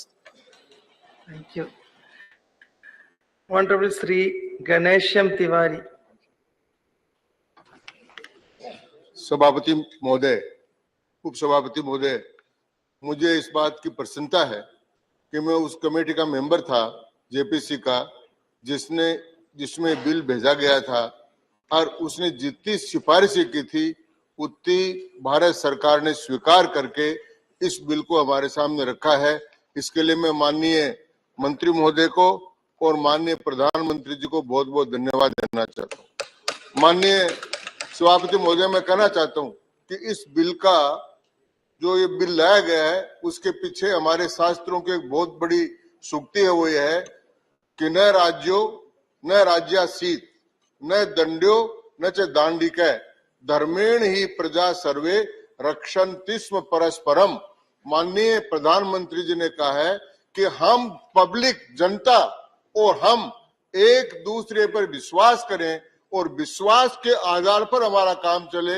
ये काम इसलिए है, इसलिए जन विश्वास इसका नाम रखा गया है। माननीय सभापति महोदय, मैं बताना चाहूंगा कि एक ऐसा क्रांतिकारी बिल है। मैं 1980 से संसदीय लोकतंत्र का अध्ययन करने वाला एक छात्र हूं। मैंने देखा नहीं आज तक कि एक बिल में 19 एडमिनिस्ट्रेशंस का और 183 संशोधन हो और 42 कानूनों में संशोधन हो। ये भारतीय संसदीय इतिहास में सबसे बड़ा बिल ये लाया गया। इसके लिए मैं माननीय प्रधानमंत्री जी को धन्यवाद दूंगा। और मैं कहना चाहूंगा, जिन लोगों ने उस मीटिंग में जेपीसी में किसी प्रकार का विरोध नहीं किया लेकिन उसके बाद में अपना नोट लगा दिया डिसेंट का, वो इस बात को ध्यान कर लें कि भारत में 2 व्यक्ति ऐसे हुए हैं जिन्होंने 2 बार लगातार प्रधानमंत्री पद, 3 बार लगातार प्रधानमंत्री पद की शपथ ली है। एक पंडित जवाहरलाल नेहरू ने, एक अटल बिहारी वाजपेयी जी ने, और अब तीसरे होंगे श्री नरेंद्र मोदी जी, जो लगातार तीसरी बार प्रधानमंत्री पद की शपथ तो लेंगे ही लेंगे, लेकिन पंडित जवाहरलाल नेहरू का जो सबसे लंबा प्रधानमंत्री रहने का कार्यकाल है उसको भी पार करेंगे और सबसे लंबे समय तक भारत के प्रधानमंत्री रहने का रिकॉर्ड भी उनके नाम लिखा जाएगा। ये बिल ऐसा है। ये इसलिए क्यों है कि इस बिल में 4,30,00,000 जो लंबित मामले कोर्टों में हैं, उनमें केवल 3.2 करोड़ मामले ऐसे हैं जो आपराधिक प्रवृत्ति के हैं। बाकी मामले आपराधिक प्रवृत्ति के नहीं है, लेकिन उनका क्रिमिनलाइजेशन किया हुआ है, इसलिए उसमें शामिल है। उदाहरण के लिए एक केवल मोटर व्हीकल एक्ट है, उसके 87 लाख मामले, उनको आराम से निपटाया जा सकता है। इसलिए ये बिल जो है वो आपराधिक मामलों कम करेगा। ये केवल व्यापार करने वालों के लिए नहीं है। सभापति महोदय, ये बिल ऐसा काम कर रहा है सभापति महोदय कि जो रेलवे में भीख मांगता है उसको 2 साल की सजा का प्रावधान है। ये बिल उसको समाप्त कर रहा है। ये बिल इस बात को समाप्त कर रहा है कि एक गडरिया अपनी बकरी लेकर जाता है और भूल से वो बकरी अगर वन विभाग में घुस गई तो उसको 5 साल की सजा है। ये उस गडरिये को लाभ देने वाला भी बिल है। ये बिल इस प्रकार का बिल है। इसी प्रकार से इस प्रकार के बहुत से प्रावधान इस बिल में, जो केवल ईज ऑफ डूइंग बिजनेस नहीं है, जो ईज ऑफ लिविंग हाजी बकरी वाले को, तो बकरी वाले को 5 साल की सजा। इसी प्रकार जो पोस्टमैन है, डाकिया जो डाक लेकर आता है, अगर भूल से उसने इस घर के बजाय उस घर में डाक दे दी या भूल से कोई गलती कर दी, त्रुटि हो गई, तो उसको 2 साल की सजा का प्रावधान है। इसलिए यस डाकिए को, पोस्टमैन को, तो इसको हटाने का प्रावधान है। इसलिए मैं कहता हूं कि ये वास्तव में क्रांतिकारी बिल है, वास्तव में ऐतिहासिक बिल है। और मैं आपको माननीय सभापति महोदय, मैं आपसे निवेदन करना चाहूंगा कि इस कारावास और जुर्माना 42 प्रावधानों से हटेगा। 42 प्रावधान ऐसे हैं जिनसे कारावास भी हट जाएगा और जुर्माना भी हट जाएगा। इसी प्रकार से 3 ऐसे हैं जिनमें कारावास हट जाएगा। मैंने उदाहरण देकर बताया, गडरिये का, पोस्टमैन का, इन लोगों का, भिखारी का, जो रेल में भीख मांगता है उसको 2 साल की सजा, जो बकरी घुस जाए वन विभाग में उसको 5 साल की सजा। तो इस प्रकार की जो सजाएं थी वो 3 में समाप्त कर दी गई है। उसी प्रकार जुर्माना 10 में बिल्कुल हट जाएगा। फर्क है फाइन और पेनल्टी में। जो जुर्माना फाइन के रूप में है उसके लिए कोर्ट में जाना पड़ता है, चक्कर काटने पड़ते हैं, उसके बजाय पेनल्टी कर देंगे तो जो अधिकारी है वो इस काम को पूर्ण कर देगा, ये हट जाएगा। इसी प्रकार से कारावास को दंड, पेनल्टी में परिवर्तन किया 2 स्थानों पर। इसी प्रकार जुर्माने को दंड में परिवर्तन किया 18 स्थानों पर। कारावास और जुर्माना इस प्रकार से 183 प्रावधान इसमें किए गए हैं और उन 183 प्रावधानों से हमको इस बात का लाभ मिलेगा। मैं सभापति महोदय कहना चाहूंगा, हमारे यहाँ सूक्ति है कि विक्रमार्जित कार्येषु स्वयमेव नरेंद्रता, कि जो आदमी विक्रम बुद्धि से अपना काम करता है वो स्वयमेव नरेंद्रता हो जाता है। मृगेंद्रता होता है, एक नरेंद्रता होता है। तो नरेंद्र मोदी जी नरेंद्रता है, उनका प्रभुत्व इन्हीं कामों के कारण से बढ़ा है कि अपने विक्रम से, पौरुष से इस प्रकार की बात देकर वो लाते हैं। और इससे बड़ा ऐतिहासिक काम आपकी अंगुली उधर जा रही है, 6 मिनट हो गए, उसमें विक्रम नहीं है सर। तो मैं निवेदन ये करना चाहता हूं कि इस प्रकार के कानूनों को समाप्त करके ये जो काम माननीय प्रधानमंत्री जी ने किया है और माननीय गोयल साहब जो कि पूरा बोल चुके हैं इसके ऊपर, इसलिए ज्यादा बोलने की आवश्यकता नहीं है। मैं इतना ही निवेदन करना चाहूंगा कि ये बिल क्रांतिकारी कदम है, ऐतिहासिक कदम है और अपराधों को कम करने की स्थिति में है और जनता में विश्वास प्रकट करने के लिए है और जनता का विश्वास अर्जित करने के लिए। इन्हीं शब्दों के साथ बहुत बहुत धन्यवाद, शुभकामनाएं। धन्यवाद माननीय घनश्याम तिवारी जी। माननीय श्री विप्लव कुमार देव जी।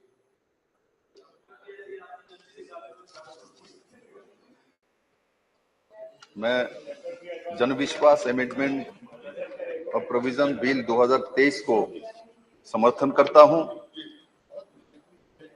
और माननीय मंत्री जी ने जिस तरीके से इस बिल के बारे में हाउस को संबोधित किया, मुझे लगता है हाउस में हर मेंबर को इस बिल के बारे में स्पष्टता के साथ विषय आ चुकी है। मैं गांव से आता हूं, बहुत लोग गांव से आते हैं। छोटे से हम लोगों को सिखाया जाता है जो बड़ा होके डॉक्टर बनना,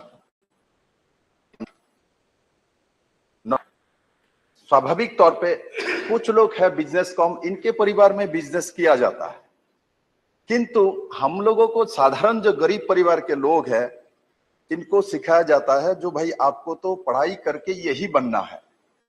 क्योंकि मेरे पिताजी को पता है फैक्ट्री एक्ट में ये सब लगी हुई है, मेरे बेटा ये अपने जीवन काल में नहीं कर सकता, इसलिए बिजनेसमैन नहीं बन सकता। आज मैं धन्यवाद देता हूं कॉमर्स एंड इंडस्ट्री मिनिस्टर और मेरे हाउस के नेता भी है, जो आपने ऐसा एक संशोधन विधायक लाया है जिससे प्रकृत जो कोई भी व्यक्ति, कोई भी लड़का हो, लड़की हो, गांव का हो, शहर का हो, वो नए तरीके से सोच सकता है, मैं भी बिजनेस कर सकता हूं क्योंकि मेरे सामने ये सब प्रावधान नहीं आए। और इससे एक हिम्मत के साथ, पहले मान के चलो किसी ने बोल दिया, उसके बाद बिजनेस करने के लिए भी, ये फैक्ट्री लगाने के लिए 4 दोस्त मिलके एक लोन के अप्लाई कर भी दिया। इसमें तो 15 से कानून है, इसको पूरा करने में उसको 2 साल लग भी गया। उसके बाद भी वो डर के साथ बिजनेस में जाते थे। जब कोई नौजवान डर के साथ बिजनेस में जाएगा, वो स्वाभाविक तौर पे वह फेलोर होना निश्चित होता है। और एवरेज वही कहता है, ऐसे लोग जब नया बिजनेसमैन में फैक्ट्री लगा के काम करने के लिए जाता है, हिस्ट्री ऐसा कहता है, हर प्रदेश में हो और इसके डेटा सब इकट्ठा करने के बाद दिखाई जाएगा, जो नए तरीके से किसी ने बिजनेस करने की कभी कोशिश किया, इसमें से 80% ही अनसक्सेस हो जाती थी। ये सब कानून के कारण से। ये इंस्पेक्टर राज थे। इंग्रेज चले जाने के बाद भी, देश स्वाधीन होने के बाद कांग्रेस और उसके सहयोगी दल ने लगभग 65 साल शासन किया है। वो बोलते थे गरीब को बिजनेस करना चाहिए, गरीब के पास जाना चाहिए, किंतु ये काम नहीं किया। सिर्फ बोलते हैं। मुझे दुख है, मैं गांव से आता हूं, मैंने भी सुना बहुत नारा बोलते रहते, गरीब के लिए होना चाहिए, किसान के लिए होना चाहिए, कितना नारा सुना, किंतु किसान के लिए करना है तो मोदी को करना है, गरीब के लिए करना है तो मोदी जी को पीयूष गोयल के दिखे मंत्रालय के माध्यम से करना है। बहुत पढ़ रहे थे पीयूष जी, इतने फीलिंग के साथ। मैं आपका चेहरा देख रहा था, मैं कुछ सीखता रहता हूं इस हाउस से।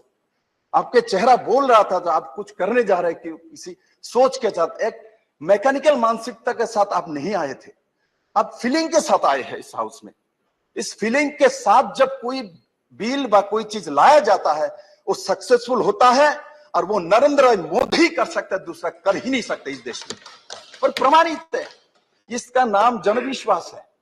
मैं तो इस नाम में नहीं, और भी तो नाम है, आयुष्मान भारत योजना। किसी को हम कोई बड़े आदमी, मुनि, ऋषि, गुरुजन हमको आशीर्वाद देता है, आयुष्मान बाबा, हम खुश हो जाते हैं। कोई बीमार व्यक्ति, जब उसको आयुष्मान भारत का नाम साथ चलता है, वो आधा बीमारी तो दूर हो जाता है उसके नाम से। नमामि गंगा, इतना सुंदर नाम है, गंगा तो ऐसे ही शुद्ध हो जाता है नाम से। इस तरीके से इसका भी नाम जिस तरीके से जन विश्वास रखा है, ये निश्चित हमारे गांव के छोटे छोटे बच्चे जब पढ़ाई करता है, जो सोचता है मैं जाके कभी टाटा बनूंगा, कभी रिलायंस बनूंगा, मैं ऐसा करना चाहता हूं, इनके मन में ये विश्वास आएगी जो ये कानून नहीं है, ये जुर्माना नहीं है, अभी जेल नहीं हो सकता, हम ये काम कर सकते हैं और हम आगे बढ़ सकते हैं और हम जाके ये काम सफलता के साथ कर सकते हैं। इस बिल में ये दिखाई दिया। मैंने पढ़ा बिल को बहुत बेहतरीन तरीके से, और घनश्याम जी ने बहुत अच्छे तरीके से उठाया, जो सिर्फ बिजनेस की बात नहीं, इसमें मानवता का बात है। ईज ऑफ लिविंग बिजनेस इसमें है जरूर, और इसके साथ साथ हमारे जो जीने का पद्धति अच्छा हो, इजी टू हो, ये भी उसके साथ जोड़ा है। मैं धन्यवाद दूंगा माननीय प्रधानमंत्री जी को, जी, जो आपने अभी तक जो कि ईज ऑफ लिविंग बिजनेस के लिए जो आपने one nation one ration card आपने ऑलरेडी लागू कर दिया है, आपने जैम, जनधन, आधार, मोबाइल की त्रिवेणी लागू कर दिया है, अपने कॉमन सर्विस सेंटर आपने लागू कर दिया, अपने आरोग्य सेतु और कोविन ये भी लागू कर दिया। ये हमारे जीवन शैली को सहजतर करता है और ये आज भारत में प्रमाणित हो चुका है। मैं धन्यवाद देता हूं इस बिल को लाने के लिए और साथ ही साथ माननीय प्रधानमंत्री और पीयूष गोयल जी को बहुत बहुत बधाई देता हूं। आप लोगों ने गरीब के लिए सोचा, आप लोगों ने एक किसान के लिए सोचा, आप लोगों ने जो एक बाइक खरीद के देता है पिताजी कॉलेज में जाने के लिए, उस बच्चे के लिए सोचा। तो इस बिल में एक तरफ आप इंडस्ट्री और दूसरी तरफ एक पशु चालना करता है उनके लिए भी सोचा। ये मानवता का दृष्टि दिखाता है। ये बहुत पहले होना चाहिए, आज लाया है, देर हुआ, किंतु आपने ऐसा बिल लाया है। आपको as a commerce and industry minister दुनिया याद रखेगा और माननीय प्रधानमंत्री जी को तो दुनिया आज लोहा ही मानता है। बहुत बहुत धन्यवाद मुझे इस बिल में बोलने के लिए। धन्यवाद माननीय विप्लव कुमार जी। अब माननीय मंत्री श्री पीयूष गोयल जी जवाब दें। धन्यवाद अध्यक्ष जी। वास्तव में इतने अच्छे अच्छे वक्तव्य आए हैं और इतनी सूचनाएं कि हमारे कई मान्य सदस्यों ने, तिवारी जी ने, विप्लव जी ने, नरसिम्हा राव जी ने और सभी मान्य सदस्य जिन्होंने आज चर्चा में भाग लिया, सुजीत जी ने शुरू की। लेकिन मैं सबसे पहले तो सभी 10 के 10 जो हमारे राज्यसभा के मान्य सदस्य इस कमेटी में थे, वास्तव में तो सभी 31 ने बहुत बढ़िया काम किया, पर चूंकि अभी मैं राज्यसभा में हूँ, माननीय घनश्याम तिवारी जी, माननीय जीवीएल नरसिम्हा राव जी, माननीय महेश जेठमलानी जी, माननीय राधा मोहन दास अग्रवाल जी, विवेक तनखा जी, सुखेंद्र शेखर रे जी, कानिमोजी एनवीएन सोमू, डॉक्टर श्री नारायण दास गुप्ता जी, श्री सुजीत कुमार जी और श्री मस्तान राव बीड़ा जी, सभी का कंट्रीब्यूशन तहे दिल से एक्नॉलेज करना चाहता हूँ। बहुत ही लाजवाब, मैंने अपने जीवन में इतने अच्छी रिपोर्ट और इतने अच्छे सुझाव कम ही देखे। बहुत अच्छी रिपोर्ट आई। इसमें लगभग सभी का एक सार मुझे दिखा कि ये काम आगे भी चलते रहना चाहिए, राज्यों को भी इस काम में जोड़ के और राज्यों ने भी इसमें और पहल करनी चाहिए। मैं बहुत खुश हुआ ये बात सुन के, पर 2 विषय मैं रखना चाहूंगा। एक तो इस कमेटी ने बहुत अच्छा सुझाव हमें ये भी दिया कि हम एक कमेटी बनाए, एक वर्किंग ग्रुप बनाए जो इस काम को आगे चलाते रहे। जो काम ये डिक्रिमिनलाइजेशन का शुरू हुआ है, आप सुजीत जी, आप और घनश्याम जी, नरसिम्हा राव, बीड़ा जी, सब लोग उसमें थे। आपकी ये मुझे बहुत बढ़िया बेहतरीन सुझाव लगा कि एक वर्किंग ग्रुप बनाए और सब कानून को देखते रहे। तो आपको जान के खुशी होगी, आपके रिपोर्ट आने के बाद हमने एक वर्किंग ग्रुप बना दिया है जो इस काम को आगे चलाते रहेगा। डिपार्टमेंट आयोग है, reserve bank, NABARD, national housing bank, NPCI, pollution control board, FSSI, ऐसे करीब करीब 22 कैटेगरीज के लोगों को इसमें जोड़ा है। लीगल प्रोफेशनल्स को जोड़ा है, प्राइवेट प्रोफेशनल्स और सरकारी अधिकारी, कई इंडस्ट्री चेंबर्स को जोड़ के हमने एक कमेटी वर्किंग ग्रुप बना दिया जो इस काम को आगे बढ़ाते रहेगा। साथ ही साथ स्टेट्स के साथ भी हमारी चर्चा शुरू हुई है, जो माननीय विजय साई रेड्डी जी ने कहा और कई मान्य सदस्यों ने कहा कि वो भी ऐसा सिमिलर एक्सरसाइज करें। अच्छा सुझाव था कि हम भी उनको कुछ गाइडलाइंस या कुछ गाइडेंस या कुछ सपोर्ट दें और मिलके केंद्र और राज्य ये परिवर्तन करें। एक अच्छी बात आई हमारे समक्ष कि कई लोगों को मालूम नहीं पड़ता है क्या क्या परिवर्तन हो रहे हैं। शायद विजय साई रेड्डी जी ने कही या थब्बे दुराई जी ने कि प्रावधान में बदलाव होते रहते हैं, सबको एक जगह पे कैसे लोगों को सरलता से मिल सके। आप सबको एक सूचना देते हैं, मुझे बड़ा हर्ष होता है आपके माध्यम से अध्यक्ष जी, हमने एक नेशनल सिंगल विंडो सिस्टम स्थापित किया है जिसमें कोई भी व्यक्ति जो कोई उद्योग चलाना चाहे, कोई व्यापार करना चाहे, कोई नया काम शुरू करना चाहे, वो उसमें जाके उसमें एक नो योर अप्रूवल्स का सेक्शन है। अगर बताए कि मुझे चमड़े का कारखाना शुरू करना है, जैसे वो बताते हैं तो हम उस नेशनल सिंगल विंडो से उनको गाइड करते हैं कि आपको कौन कौन से कानून और कौन कौन से प्रावधान लागू होंगे और उसके हिसाब से फिर आप अप्रूवल्स भी उस सिंगल विंडो के ऊपर ही अप्लाई कर सकते हैं। और हमने स्टेट्स को भी आमंत्रित किया है, ओडिशा, आंध्र प्रदेश, कई स्टेट्स इसमें जुड़े हैं। लगभग देश के सभी स्टेट्स राजनीति को छोड़ के, राजनीति से और ऊपर उठ के लगभग सभी स्टेट्स, यूनियन टेरिटरीज उसमें जुड़ रहे हैं। केंद्र के, राज्यों की, कॉरपोरेशन की, पंचायत की, सबकी परमिशन हम चाहते हैं देश भर की एक ही जगह पे आ जाए, जिससे रिन्यूअल्स भी आसान हो, कोई पेमेंट करनी है ड्यूटीज की, एप्लीकेशन की, वो भी आसान हो।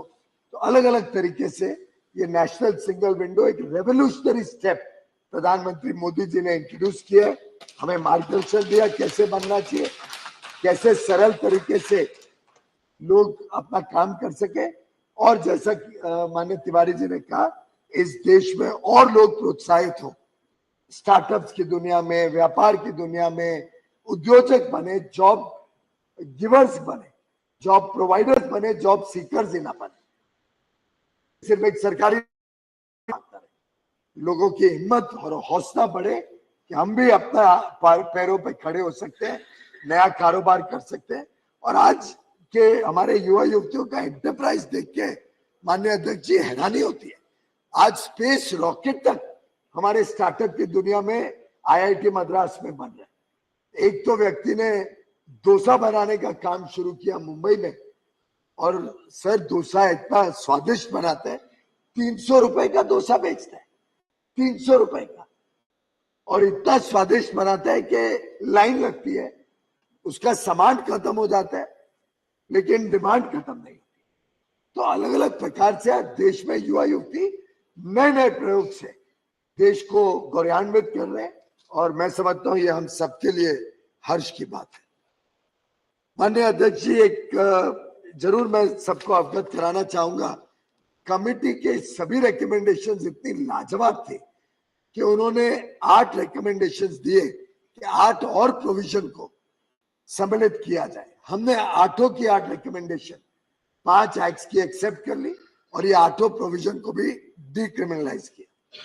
साथ ही साथ कमेटी ने 7 ऐसी रिकमेंडेशन दी कि भाई आपका सुझाव तो है कि इसमें डिक्रिमिनलाइज किया जाए, लेकिन इन 7 पे हमें लगता है कि अभी ना करें।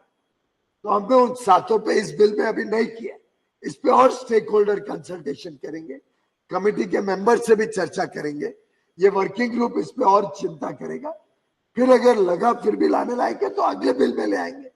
ये जन विश्वास बिल शुरुआत है, अंत नहीं है, ये पहला प्रयास है, आगे ऐसे और प्रयास बहुत सारे हैं। तो हमने उनको आपकी रिकमेंडेशन, कमेटी के रिकमेंडेशन का इज्जत करते हुए इस बिल से 7 को हटा दिया। मैं कमेटी को धन्यवाद देना चाहूंगा कि उन्होंने 3 प्रावधान ऐसे थे जिसपे कहा कि क्वांटम ऑफ पेनल्टी को बढ़ाया जाए।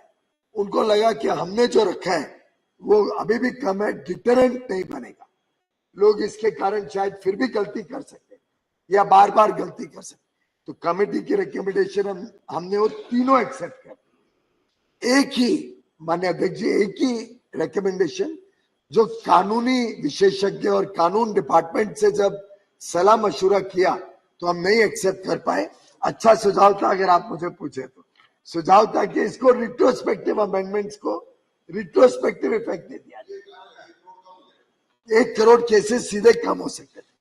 उनका सुझाव था ये सभी को अगर रिट्रोस्पेक्टिव अमेंडमेंट दे दे, पर साथ में देखिए कमेटी कितनी सूझबूझ से काम कर रही थी। लिखा था गवर्नमेंट में look into the legalities and other consequences of giving retrospective effect, and if feasible retrospective effect may be given to the proposed amendments। वास्तव में मेरा दिल बड़ा खुश था और मैंने विभाग को कहा कर दो भाई हो सके तो, पर सभी कानूनी जो एक्सपर्ट्स हैं, विशेषज्ञ हैं, और कानून विभाग का कहना था कि जो पुराने कोर्ट के दायरे में आ चुके हैं, कोर्ट ने संज्ञान ले लिया, या पुराने गलतियां हुई या जो भी ऑफेंस है उसको आप पार्लियामेंट में कानून पास करके कोर्टों से बाहर नहीं निकाल सकते। पर अब जब हमने कानून पास कर दिया, मेरा विश्वास है और मुझे पूरा सम्मान के साथ मैं कह सकता हूं कि हमारे जो बहुत ही सम्माननीय जज होते हैं वो देखते हुए कि अब ये सब कानून में बदलाव होने कर दिया, जो 1 करोड़ ऐसे केस हैं जो इसके दायरे से बच सकते थे, शायद कोर्ट ही इसका संज्ञान लेते हुए उनको जल्दी निपटा देगा, ऐसा मैं एक उम्मीद करता हूं। बाकी तो उनके विवेक के ऊपर है और उनके पास इसका क्या। अध्यक्ष जी, मैं सिर्फ एक दो छोटी बातें बताना चाहता हूं। मुझे जो दुख था शुरुआत में तो मैंने कही थी, पर मैं एक बार और बताना चाहता हूं मुझे दुख क्यों हुआ कि कई बार कमेटी के काम में भी हम राजनीतिकरण करते हैं। वैसे तो ओवरऑल कमेटी ने बहुत अच्छे सुझाव दिए, पर सर कमेटी ने दो मेंबर्स थे, एक कांग्रेस के मेंबर थे, एक डीएमके के। मैं व्यक्तिगत नाम नहीं ले रहा हूं, किसी पर टिप्पा टिप्पणी नहीं कर रहा हूं, पर ये जो मानसिकता है कि भाई सरकार को तो आइए तो उसको अपोज करना, वो सदन और देश के समक्ष आपके माध्यम से रखना चाहिए। दोनों मान्य पार्टीज के सदस्य ने कहा कि जो अमेंडमेंट आप फूड कॉर्पोरेशन एक्ट में करने जा रहे हो वो नहीं किया जाए। दोनों ने कहा ये फूड कॉर्पोरेशन एक्ट। अब मैं इस मान्य सदन और मान्य सदस्यों के सामने आपके माध्यम से बताना चाहता हूं कि उस एक्ट की कहानी क्या है। सर ये फूड कॉर्पोरेशन ऑफ एक्ट मेरे जन्म के वर्ष 1964 में बना था। लगभग 60 साल में भी सीनियर सिटीजन हो जाऊंगा। ये 64 के एक्ट में एक प्रावधान है सेक्शन 41 जो कहता है कि 6 महीने की सजा होगी अगर कोई व्यक्ति फूड कॉर्पोरेशन ऑफ इंडिया का नाम बिना उसकी अनुमति के लेता है। बस इतना ही है। अगर कोई व्यक्ति एफसीआई का नाम उनके अनुमति के बगैर किधर भी लेता है तो 6 महीने की सजा। 60 साल या 59 सालों में आज तक इस प्रावधान का एक भी बार इस्तेमाल नहीं। और हमारे माननीय सदस्य कह रहे हैं कि इसको डिक्रिमिनलाइज नहीं करना चाहिए। मैंने सिर्फ एक उदाहरण इससे दिया कि मैं चाहूंगा कि जब कमेटी में हम लगभग राजनीति से कभी प्रेरित नहीं होते कमेटी में काम करते, मैं भी कमेटी में रहा हूं विपक्ष के नाते, हमने ऑलवेज कंस्ट्रक्टिव सजेशन थे और कई ऑफकोर्स विपक्ष के कई सदस्य थे, बहुत अच्छे सुझाव कई विपक्ष के सदस्यों ने भी दिए, दोनों तरफ ट्रेजरी बेंच विपक्ष दोनों ने दिए। लेकिन इस प्रकार का जब मानसिकता दिखती है तो अवश्य दुख होता है। ऐसे ही एक high denomination bank notes demonetisation act को हमने रिपील करने का इस कानून में लाए। अब खत्म हो गई वो बात। उसमें भी जो प्रावधान थे, failure to furnish records, failure to give information, ऐसे थे। सर अब एक तरफ तो इन्होंने सालों साल माननीय प्रधानमंत्री जी और हमारी सरकार की आलोचना की जब हम देश हित में हाई डिनोमिनेशन करेंसी नोट्स को डिमोनेटाइज किया। अब कह रहे हैं कि नहीं, उसको उसमें जो क्रिमिनल प्रावधान है उसको मत करिए, हटाइए मत, उसको रखिए। मैं तो समझ नहीं पा रहा हूं कि उनकी मंशा क्या है। वो डिमोनेटाइजेशन के पक्ष में बन गए, हो सकता है शायद इतने वर्षों में उनका भी मन बन जाओ, कांग्रेस का भी, कि डिमोनेटाइजेशन पीएम साहब लाए थे, सरकार लाई थी, वो देश के हित में था, देश के लिए अच्छा था। अगर वो यहां दर्शा रहे तो मैं उसका अवश्य स्वागत करता हूं। एक और विषय सिर्फ मैं सदन के समक्ष रखना चाहता हूं, सिर्फ जानकारी के हेतु। एक डिफेंस में एक एक्ट है, डिफेंस का एक्ट है जिसमें कहा गया है कि अगर कोई ऐसा प्लास्टिक बैग इस्तेमाल करे तो उसके ऊपर सजा हो सकती है। मैं एक मिनट वो एक्ट निकाल लूं, बड़ा इंटरेस्टिंग है। इससे सिर्फ मैं आपका थोड़ा समय ले रहा हूं, लेट हो गया, सब घर जाना चाहते हैं, मैं समझ रहा हूं, पर एक एक्ट में ऐसा प्रावधान है।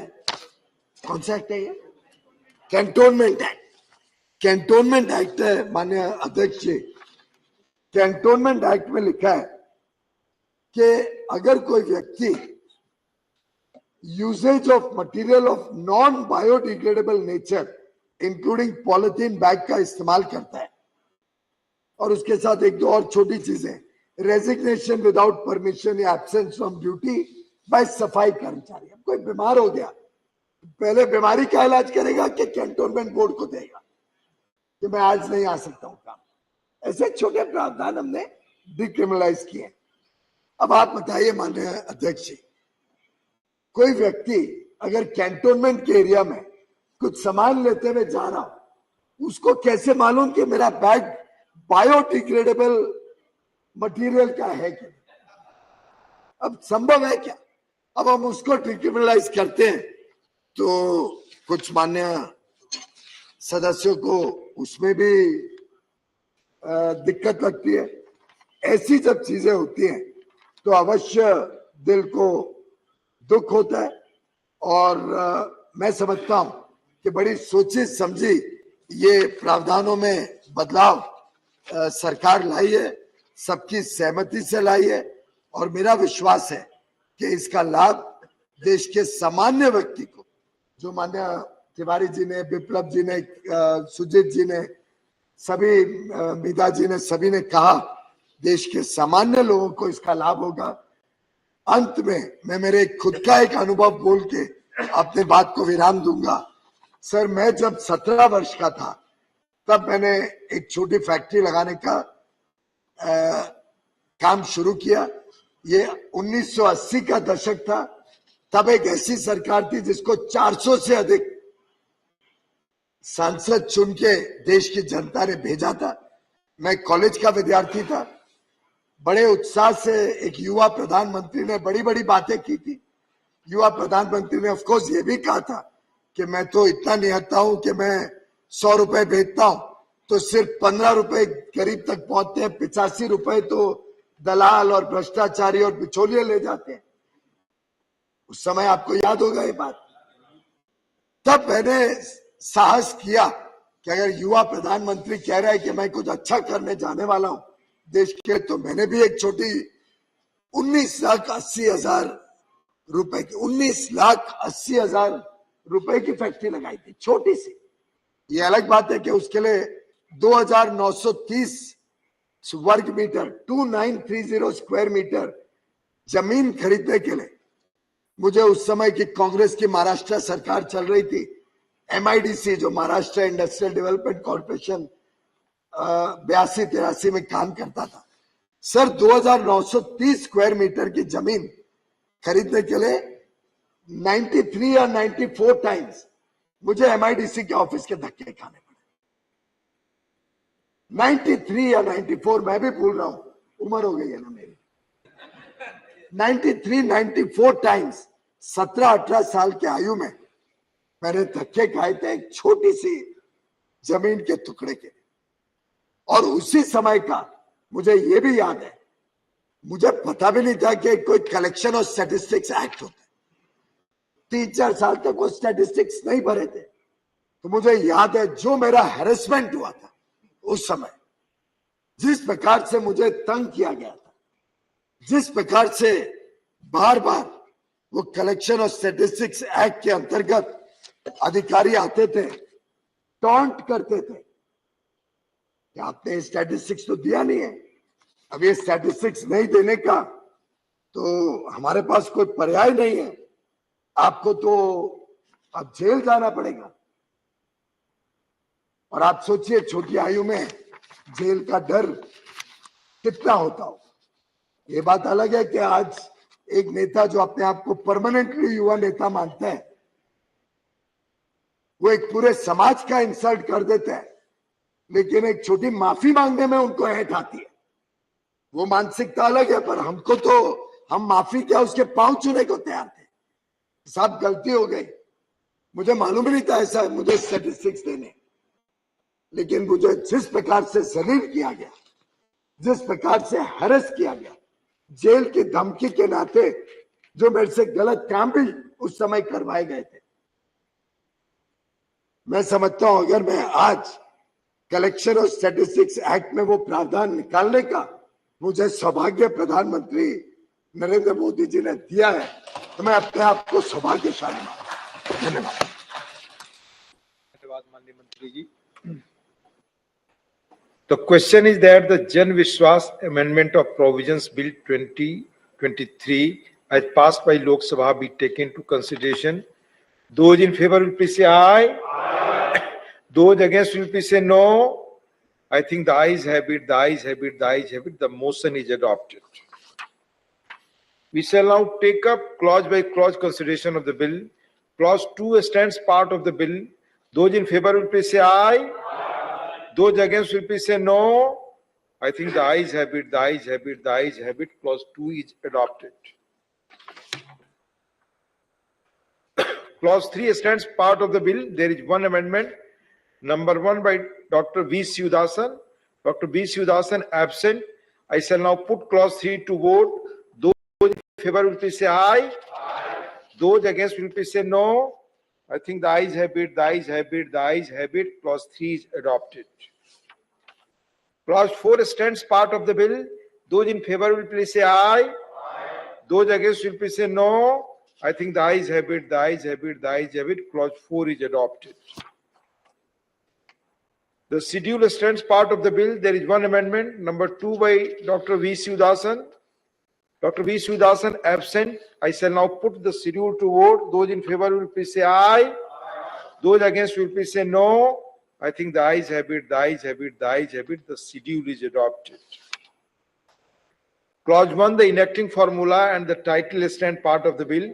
Those in favor will please say aye. Those against will please say no.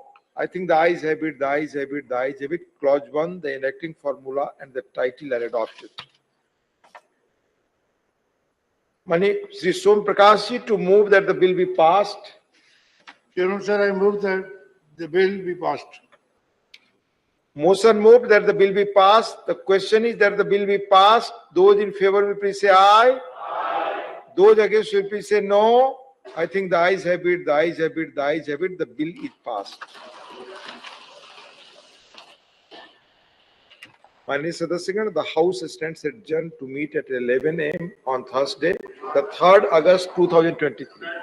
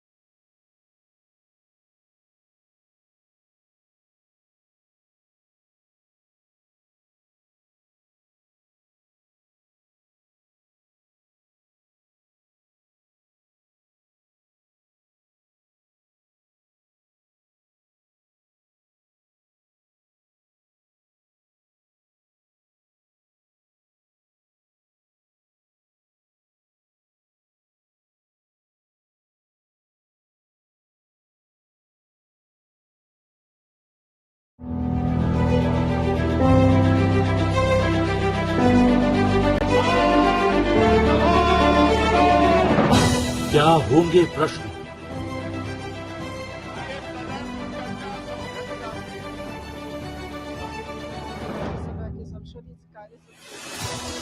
क्या होंगे मुद्दे? किन बिलों पर होगी चर्चा? किन विषयों पर होगी बहस? देश की सबसे बड़ी पंचायत में क्या होगा खास? संसद के दोनों सदनों के एजेंडे का पूरा ब्यौरा देखिए सुबह 8 बजे संसद में आज, सिर्फ संसद टीवी पर।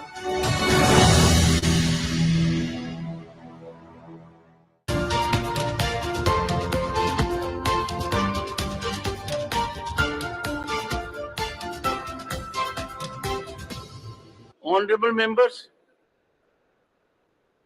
I have received 58 notices under Rule 267. In all these notices, there is demand for discussion on the ongoing situation of violence and unrest in Manipur. Sri Sanjeev Arora has also demanded discussion on passage of Women's Reservation Bill. Honorable members, before I reflect on this, I need to indicate that there is an impression in certain section of media that the time that was allocated at my end for discussion under Rule 176 was limited to 2.5 hours. Honorable members are fully aware that I had indicated to this August House that there is no time limit for discussion on Manipur issues under Rule 176, and that all segments of the House will have full say. So that impression which has been generated in the media is not factually correct. As regards these notices, honorable members, I had on 20th of July 2023 already imparted a ruling and had agreed for acceptance of notice under Rule 176. The government had agreed for discussion. That was listed also. Unfortunately, it could not fructify. Coming to the present notices, from 20th July and thereafter, every day, number of notices on the same issue are being received. I leave it to your wisdom, I leave it to your introspection, whether such an approach, after in categorical firm terms, I have taken a call that the notices are not in order and are not accepted. Now, if we continue on every day with numbers rising or sometimes declining, that according to me does not impart a very wholesome impression about our working. Ruling imparted by the chair after thoughtful consideration, I am sure should be respected by all. In this situation,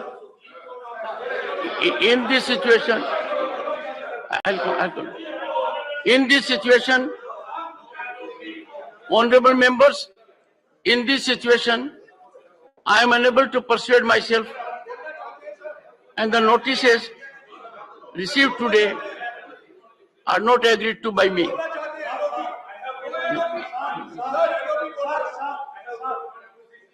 One second. Honorable members, one second.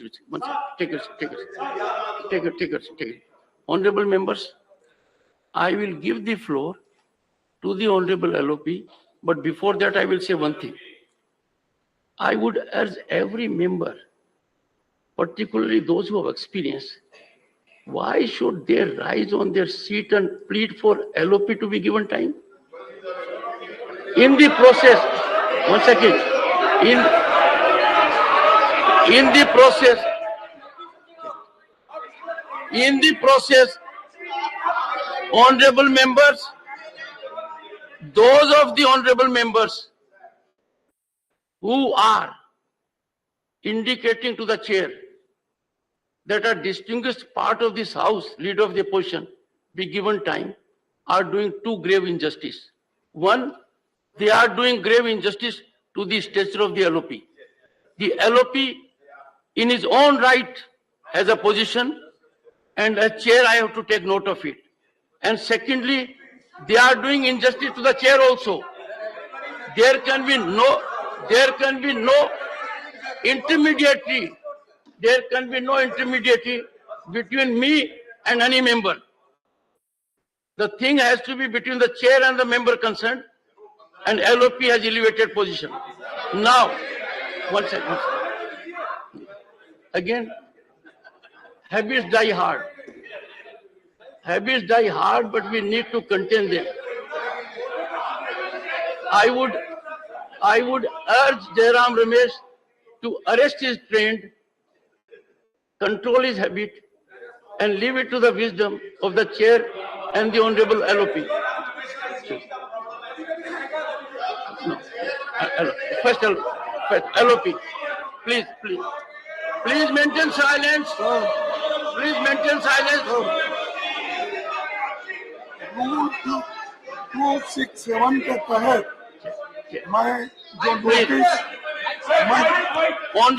Notice दिया हूँ, Leader of the opposition is holding the floor, and I am sure leader of the opposition would indicate the issue on which he wants to address this house.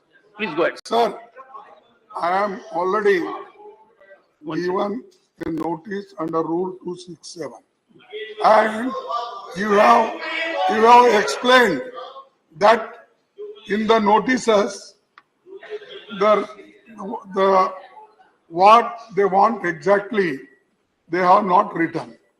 Therefore, they have not substantiated the issue.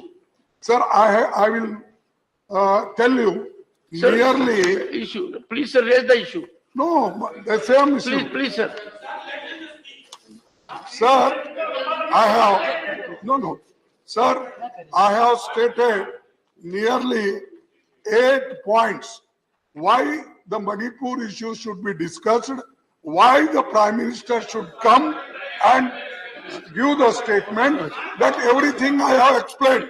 For example, nearly 200 people have been killed. 17 are still missing. 500 people are injured. 5,000 houses are burned. 60,000 people are.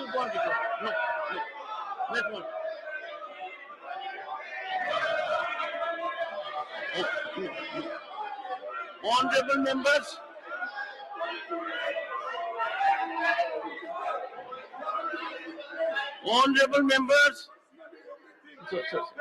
please check. Nothing will go on record. Sir, nothing is going on record. No, it's not going on. No record. No. Honorable members, the leader of the opposition. No, please take your seat. Take your seat. Please take your seat. Please take your seat. Take your seat. Please take your seat. Please take your seat. Sir, please.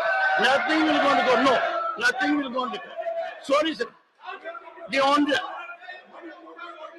I am constrained to observe that I had given floor to the Honorable LOP, and that floor has not been wholesomely utilized.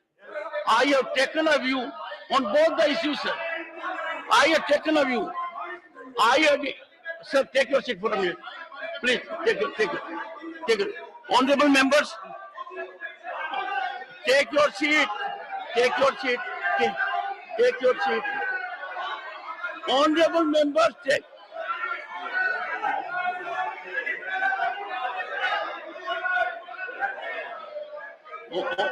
Honorable, nothing will go on record. Honorable members, I had in categorical terms indicated very firmly on a proper constitutional premise and precedent that from this chair I will be violating my oath if I impart a directive for presence of the Honorable Prime Minister. That has never been done. It is surprising to me that Honorable LOP,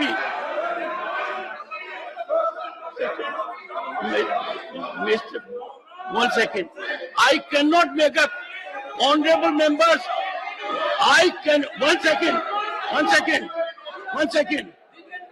I cannot make up for ignorance of the statute and constitution. If the Honorable Prime Minister wants to come, like everyone else, it is his prerogative. From the chair, a directive of this nature, which has never been issued, will not be issued. I do not appreciate leader of the opposition taking this initiative. Sir, you are not being well advised. You are not being well advised. You have legal luminaries on your side. Find out from them. They will help you out. That under constitution and prescription they are under. I cannot give that direction. I shall not. No substance.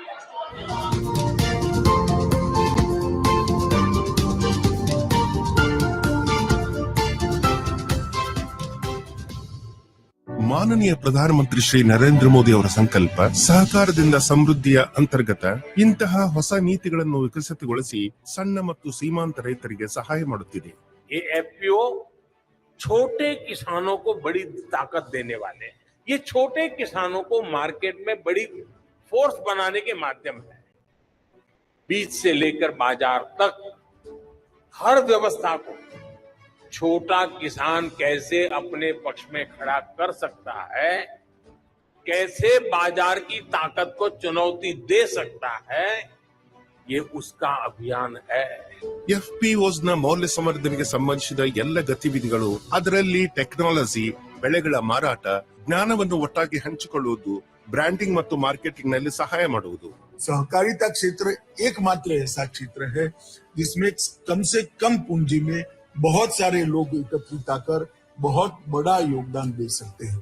ರಾಷ್ಟ್ರೀಯ ಸಹಕಾರಿ ವಿಕಾಸ ನಿಗಮದ ಸ್ಥಾಪನೆ 1963ರಲ್ಲಿ ಸಂಸದೀಯ ಅಧಿನಿಯಮದ ಮುಖಾಂತರ ಒಂದು ಸಾಂವಿಧಾನಿಕ ನಿಗಮದ ರೂಪದಲ್ಲಿ ಮಾಡಲಾಗಿತ್ತು. ಅದರ ಉದ್ದೇಶ ಕೃಷಿ ಉತ್ಪಾದನೆ, ಆಹಾರ ಸಂಸ್ಕರಣೆ, ವ್ಯಾಪಾರೋದ್ಯಮ, ಸಂಗ್ರಹಣೆ, ನಿರ್ಯಾತ ಮತ್ತು ಆಯಾತಕ್ಕಾಗಿ ಕಾರ್ಯಕ್ರಮ ಯೋಜಿಸುವುದು, ಸಂವರ್ಧನೆ ಮತ್ತು ಹಣಕಾಸಿನ ಸಹಾಯ ಮಾಡುವುದು. ನಿಗಮವನ್ನು ಏಜೆನ್ಸಿಯ ರೂಪದಲ್ಲಿ ಅನುಷ್ಠಾನಗೊಳಿಸಿ ಸಹಕಾರಿತಾ ಕ್ಷೇತ್ರದಲ್ಲಿ 763 ಎಫ್ಪಿಒ ಮಾಡುವ ಉದ್ದೇಶವಾಗಿತ್ತು. ಇದರ ಅಪೇಕ್ಷೆಯಂತೆ ಅಧಿಕಾಂಶ ಎಫ್ಪಿಒಗಳ ಸ್ಥಾಪನೆ ಮಾಡಲಾಗಿದೆ. ಸಹಕಾರಿತಾ ಸಚಿವಾಲಯದ ಪ್ರಸ್ತಾವನೆಯಂತೆ ಕೃಷಿ ಮಂತ್ರಾಲಯ ಎನ್ಸಿಡಿಸಿಗೆ 11,000 ಅತಿರಿಕ್ತ ಎಫ್ಪಿಒಸ್ ಹಂಚಲಾಗಿದೆ. ಈ 11,000 ಬ್ಲಾಕ್ ನಲ್ಲಿ ಪ್ರಸ್ತುತ ಫ್ಯಾಕ್ಸ್ ಅನ್ನು ಸದೃಢಗೊಳಿಸುವುದಕ್ಕಾಗಿ ಸರ್ವಶ್ರೇಷ್ಠ ಫ್ಯಾಕ್ಸ್ ತನ್ನ ಸದಸ್ಯರೊಂದಿಗೆ ಎಫ್ಪಿಒ ಮಾಡುವುದು ಇದರ ಉದ್ದೇಶವಾಗಿದೆ. ಈಗಿರುವ ಫ್ಯಾಕ್ಸ್ ಅನ್ನು ಇನ್ನೂ ಬಲಶಾಲಿಗೊಳಿಸುವುದು. ಇದರಿಂದ ಸಂಸಾಧನದ ಕಾರ್ಯಕುಶಲತೆ ಮತ್ತು ಕಡಿಮೆ ಖರ್ಚಿನಿಂದ ಉತ್ಪಾದಕತೆ ಹೆಚ್ಚುವುದು. ರೈತರ ಏಳಿಗೆಗಾಗಿ ಉತ್ತಮ ಲಿಕ್ವಿಡಿಟಿ ಮತ್ತು ಮಾರ್ಕೆಟ್ ಲಿಂಕೇಜ್ ನ ಮುಖಾಂತರ ಹೆಚ್ಚು ಹಣ ಗಳಿಸುವುದಾಗಿದೆ. ಸರ್ಕಾರದಿಂದ ಎಲ್ಲ ಹೊಸ ಎಫ್ಪಿಒಗಳಿಗೆ 33 ಲಕ್ಷ ರೂಪಾಯಿಗಳ ಆರ್ಥಿಕ ಸಹಾಯ ಮಾಡುವುದಾಗಿದೆ. ಕೃಷಿ ಮಂತ್ರಾಲಯವು ಕೂಡ ಹೊಸ ಎಫ್ಪಿಒಗಳಿಗೆ 5 ವರ್ಷಗಳವರೆಗೆ ಮಾರ್ಗದರ್ಶನ ಮತ್ತು ಸಹಾಯ ಮಾಡುವುದು. ಎಫ್ಪಿಒ ರೈತರಿಗೆ ಹಲವು ರೀತಿಯಲ್ಲಿ ಸಹಾಯ ಮಾಡಬಹುದು. ಚೌಕಾಸಿಯ ಶಕ್ತಿ ವೃದ್ಧಿಗೊಳಿಸುವುದು. ಎಫ್ಪಿಒ ರೈತರ ಸಾಮೂಹಿಕ ರೂಪದಲ್ಲಿ ಅವರ ಉತ್ಪಾದನೆಗಳನ್ನು ಮಾರಾಟ ಮಾಡಿ ಒಳ್ಳೆಯ ಬೆಲೆ ಕೊಡಿಸುವಲ್ಲಿ ಸಹಾಯ ಮಾಡುವುದು. ಸಂಸಾಧನೆಗಳ ಒಳ್ಳೆಯ ಉಪಲಬ್ಧತೆ. ಎಫ್ಪಿಒ ಸಾಲ, ಟೆಕ್ನಾಲಜಿ ಮತ್ತು ಕೃಷಿ ಸೇವೆಗಳ ಉತ್ತಮ ಉಪಲಬ್ಧತೆ. ಅದರ ಜೊತೆಗೆ ಏಕಲ ರೈತರಿಗೆ ಸೀಮೆಗಳ ವಿಸ್ತಾರ ಮಾಡುವಲ್ಲಿಯೂ ಸಹಾಯ ಮಾಡುವುದು. ಮೌಲ್ಯ ಸಂವರ್ಧನೆ ಮತ್ತು marketing. FPO processing, packaging, branding ಮತ್ತು ನಿರ್ಯಾತ ಮಾಡುವಲ್ಲಿ ಸಹಾಯ ಮಾಡುವುದು. ಒಣ ದ್ರಾಕ್ಷಿ ಮಾರಿ ನಮಗೆ 1 ವರ್ಷದಲ್ಲಿ ಮೊದಲು ಕಡಿಮೆ ಹಣ ಸಿಗುತ್ತಿತ್ತು. ಈಗ 1 ರಿಂದ 1.5 ಲಕ್ಷ ರೂಪಾಯಿ ಅಷ್ಟು ಲಾಭ ಸಿಗುತ್ತಿದೆ. ಮತ್ತು ಎಫ್ಪಿಒ ರೈತರಿಂದ ರೈತರ ನಡುವೆ ಕಲಿಯುವುದು, ಪ್ರಶಿಕ್ಷಣ ಕಾರ್ಯಕ್ರಮ ಮತ್ತು ಫೀಲ್ಡ್ ವಿಸಿಟ್ ನ ಪ್ರಕ್ರಿಯೆ, ತಕನಿಕಿ ಕೌಶಲ್ಯ ಮತ್ತು ತಮ್ಮ ಸದಸ್ಯರ ಜ್ಞಾನವರ್ಧನೆ ಬೆಳೆಸಿಕೊಳ್ಳುವಲ್ಲಿ ಸಹಾಯ ಮಾಡುವುದು. ಪಕ್ಷ ಸಮರ್ಥನೆ ಮತ್ತು ನೀತಿ ಸಹಾಯತೆ. ಎಫ್ಪಿಒ ತಮ್ಮ ಚಿಂತನೆಗಳನ್ನು ಪ್ರಕಟಿಸುವುದಕ್ಕಾಗಿ ಮತ್ತು ವಿಚಾರ ಬೆಳೆಸುವಲ್ಲಿ ಒಂದು ಆದರ್ಶ ವೇದಿಕೆಯಾಗುವುದು. ರೈತರಿಗೆ ಈ ಮಾಧ್ಯಮದಿಂದ ತಮ್ಮ ಗಳಿಕೆಯಲ್ಲಿ ಹೊಸ ಮತ್ತು ಸ್ಥಿರ ಉತ್ಪಾದನೆ ಮಾಡುವಲ್ಲಿ ಸಕ್ಷಮಗೊಳಿಸುವುದು. ರೈತರ ಉತ್ಪಾದಕ ಸಂಘಟನೆ, ಸದೃಢ ಸಹಕಾರಿ ಸಂಘಟನೆ, ಸಮೃದ್ಧ ರೈತ.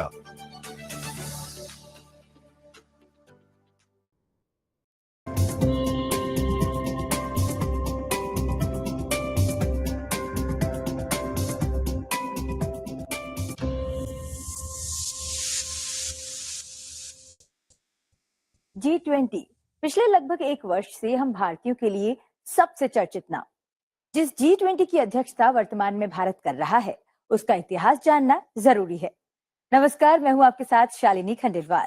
आज अपने इस कार्यक्रम में हम बाली से प्रारंभ हुई G20 भारत की अब तक की यात्रा, इसकी उपलब्धियों और कामों की चर्चा करेंगे। आज दुनिया नए वर्ल्ड ऑर्डर की तरफ बढ़ रही है। भारत का सामर्थ्य और भारत की भूमिका बहुत तेजी से बदल रही है। भारत इस समय G20 का प्रेसिडेंट है। G20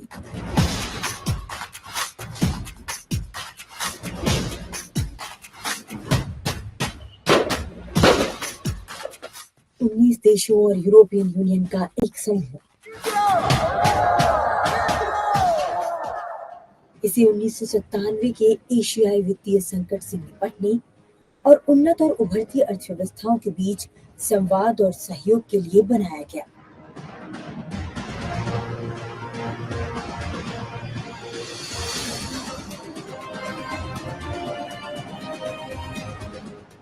G20 समूह का मुख्य उद्देश्य अंतर्राष्ट्रीय आर्थिक सहयोग को बढ़ाना है। बदलते समय के साथ ये समूह स्थिरता, जलवायु परिवर्तन, तकनीकी परिवर्तन और नवाचार जैसे मुद्दों पर भी काम करता है।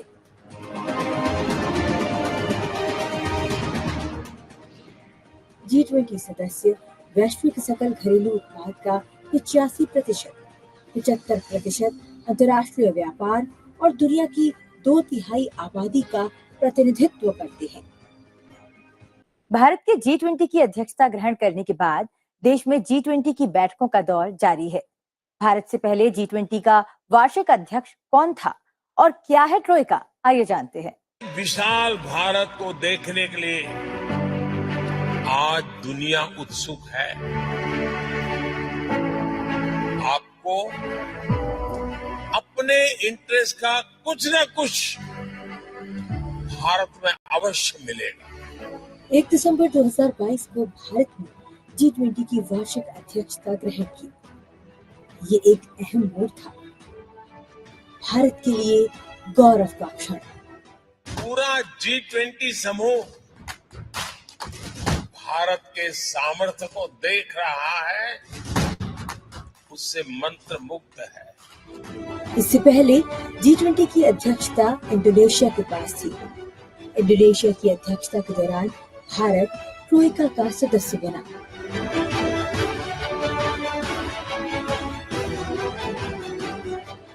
ट्रोइका G20 के उन 3 सदस्य देशों का समूह होता है जो वर्तमान, पूर्व और भविष्य में G20 के ट्रोइका है इंडोनेशिया, भारत और ब्राजील। इंडोनेशिया में G20 शिखर सम्मेलन के अंत में एक संयुक्त बयान दिया गया, जिसे बाली डिक्लेरेशन कहा गया। बाली डिक्लेरेशन में दुनिया के प्रति सदस्य देशों की प्रतिबद्धताओं और मौजूदा के किया गया। बाली के बाद भारत G20 बैठकों की मेजबानी कर रहा है। जब उस देश के कोने कोने में 200 से ज्यादा बैठकें हो रही, पूरा G20 समूह भारत के सामर्थ्य को देख रहा है। शक्तिशाली समूह G20 की अध्यक्षता भारत को मिलने पर प्रधानमंत्री नरेंद्र मोदी ने भारत की G20 की अध्यक्षता का लोगो और थीम जारी की। प्रधानमंत्री ने कहा कि G20 के लोगो के माध्यम से विश्व बंधुत्व की भावना परिलक्षित हो रही है।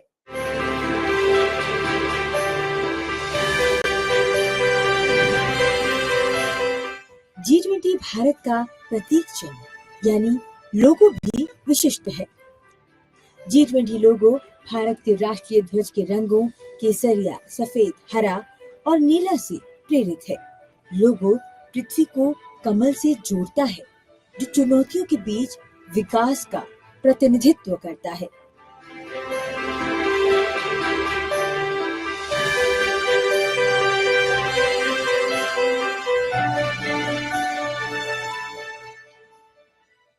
The symbol of the lotus in the G20 logo is a representation of hope in this time.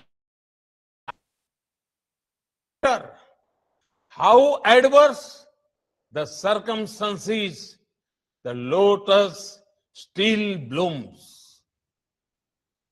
Even if the world is in a deep crisis, we can still progress and make the world a better place.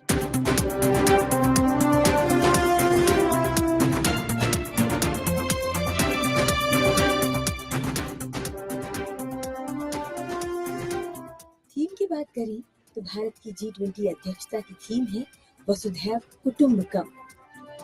एक पृथ्वी, एक परिवार, एक भविष्य। ये theme पृथ्वी और ब्रह्मांड में सभी जीवन रूपों के अंतर संबंध पर प्रकाश डालती है। इस थीम के जरिए भारत ने लाइफ यानी पर्यावरण के लिए जीवन शैली पर ध्यान केंद्रित किया और दुनिया के बेहतर भविष्य के लिए व्यक्तिगत और राष्ट्रीय जिम्मेदारी पर जोर दिया।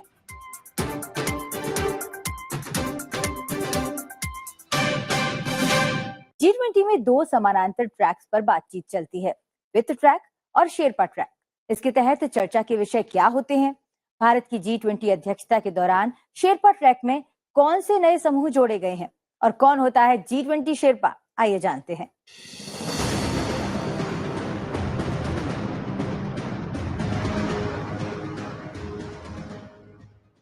G20 समूह में शेरपा की महत्वपूर्ण भूमिका होती है।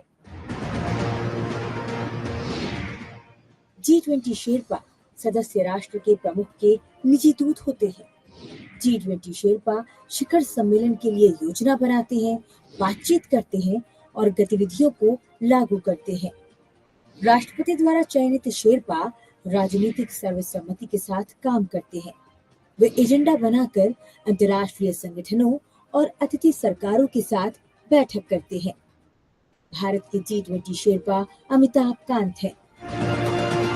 अगर आप दुनिया को देखते हैं इस समय तो कई चैलेंजेस हैं, पर हमारे जो लीडर हैं माननीय प्रधानमंत्री जी ये सबको एक अवसर समझते हैं और उन्होंने कहा है कि हमारी प्रेसिडेंसी बड़ी इंक्लूसिव होगी, डिसाइसिव होगी, एम्बिशियस होगी और एक्शन ओरिएंटेड होगी और इसीलिए हम जो काम कर रहे हैं वो अपनी प्रेसिडेंसी को एक्शन ओरिएंटेड बनाने के लिए काम कर रहे हैं। G20 शिखर सम्मेलन का लीडर्स डिक्लेरेशन शेरपाओं और वित्त ट्रैक प्रतिनिधियों द्वारा ही तैयार किया जाता है। इसे कम्युनिक भी कहते हैं। वित्त ट्रैक में G20 के वित्त मंत्रियों और केंद्रीय बैंक के गवर्नरों और उनके प्रतिनिधियों के साथ सभी बैठकें शामिल हैं। पूरे वर्ष में कई बार मिलते हुए वे मौद्रिक और राजकोषीय मुद्दों और साथ ही वित्तीय नियमों पर ध्यान केंद्रित करते हैं। वित्त ट्रैक के तहत 8 वर्किंग ग्रुप काम करते हैं। Framework working group, international financial architecture, infrastructure working group, sustainable finance working group, वित्तीय समावेशन के लिए वैश्विक भागीदारी, संयुक्त वित्त और स्वास्थ्य टास्क फोर्स, अंतर्राष्ट्रीय कराधान और वित्तीय क्षेत्र के मुद्दे। वहीं शेरपा ट्रैक 13 क्षेत्रों पर ध्यान केंद्रित करता है।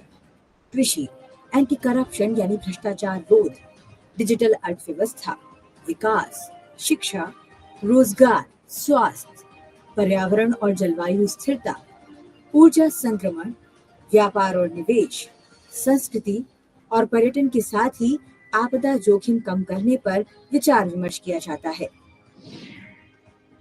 साथ ही शेरपा ट्रैक के तहत 4 पहल प्राथमिकताओं पर भी चर्चा की जा रही है।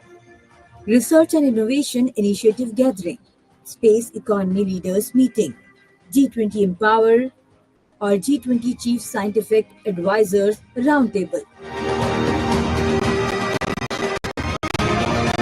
इसके अलावा एंगेजमेंट ग्रुप्स यानी सहभागी समूह अलग अलग देशों की अध्यक्षता के दौरान शुरू किए गए हैं। Parliament 20, business 20, science 20, civil 20, labour 20, SAI 20, think 20, urban 20, women 20 और यूथ 20। भारत की G20 अध्यक्षता के दौरान शेरपा ट्रैक में 2 नए समूह जोड़े गए हैं। Disaster risk and resilience group यानी आपदा जोखिम और प्रतिरोध क्षम समूह, जो आपदा जोखिम को कम करने के तरीकों पर चर्चा करता है। और दूसरा स्टार्टअप 20 एंगेजमेंट ग्रुप, जो स्टार्टअप्स को समर्थन देने और स्टार्टअप्स, कॉर्पोरेट्स, निवेशकों, इनोवेशन एजेंसियों और अन्य प्रमुख हितधारकों के बीच बेहतर तालमेल बनाने के लिए काम करता है।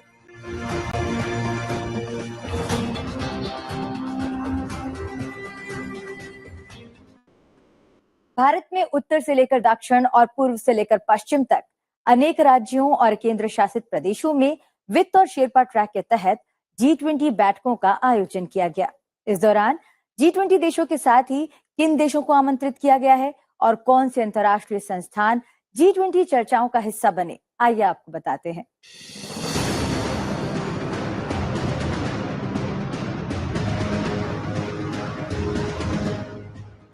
G20 बैठकों के लिए भारत की संस्कृति, विविधता और समृद्ध विरासत को प्रदर्शित करने वाले कई स्थानों को चुना गया। अब तक देश में पूर्व से पश्चिम और उत्तर से दक्षिणी राज्यों और केंद्र शासित प्रदेशों के लगभग 55 से अधिक शहरों में 170 से ज्यादा बैठकें आयोजित हो चुकी हैं। G20 की अध्यक्षता से भारत के इन शहरों को काफी फायदा हुआ। G20 बैठकों से पहले जहां इन शहरों के बुनियादी ढांचे में सुधार किया गया, वहीं बैठकों के दौरान आगंतुकों को विभिन्न स्थलों पर ले जाया गया और उन्होंने भारत के समृद्ध इतिहास और विरासत की झलक देखी। Beautiful tour of the holy birthplace of Buddhist teaching, Sana. We felt a sense of peace and a sense of spiritual presence. Oh, I was very much impressed. The site is fantastic. The way they preserve the archaeological site.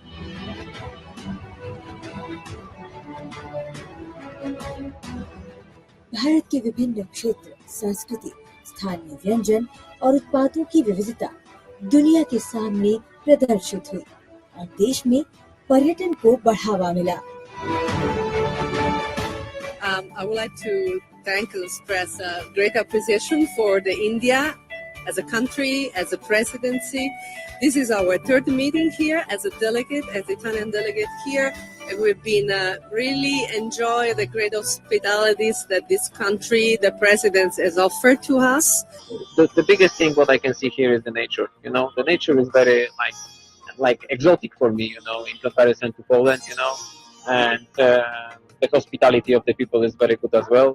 It's wonderful. This is truly heaven on earth. The nature and the culture, it shows, and it's really special. I'm really happy to be here. I'll always remember this and treasure this moment.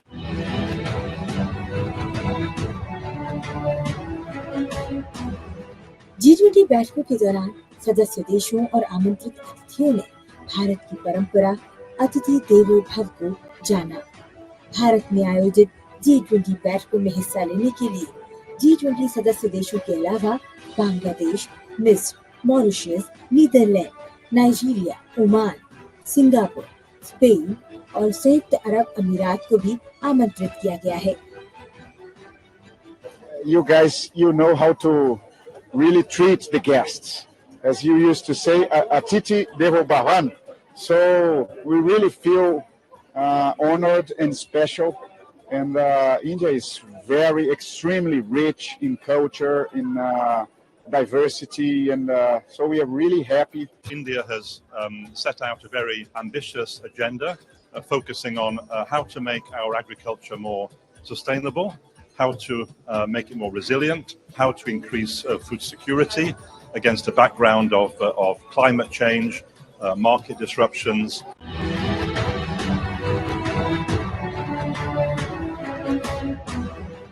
साथ ही संयुक्त राष्ट्र, IMF, विश्व bank, विश्व स्वास्थ्य संगठन, विश्व व्यापार संगठन, अंतर्राष्ट्रीय श्रमिक संगठन, वित्तीय स्थिरता बोर्ड और आर्थिक सहयोग और विकास संगठन जैसे संस्थान भी G20 चर्चाओं में शामिल हो रहे हैं।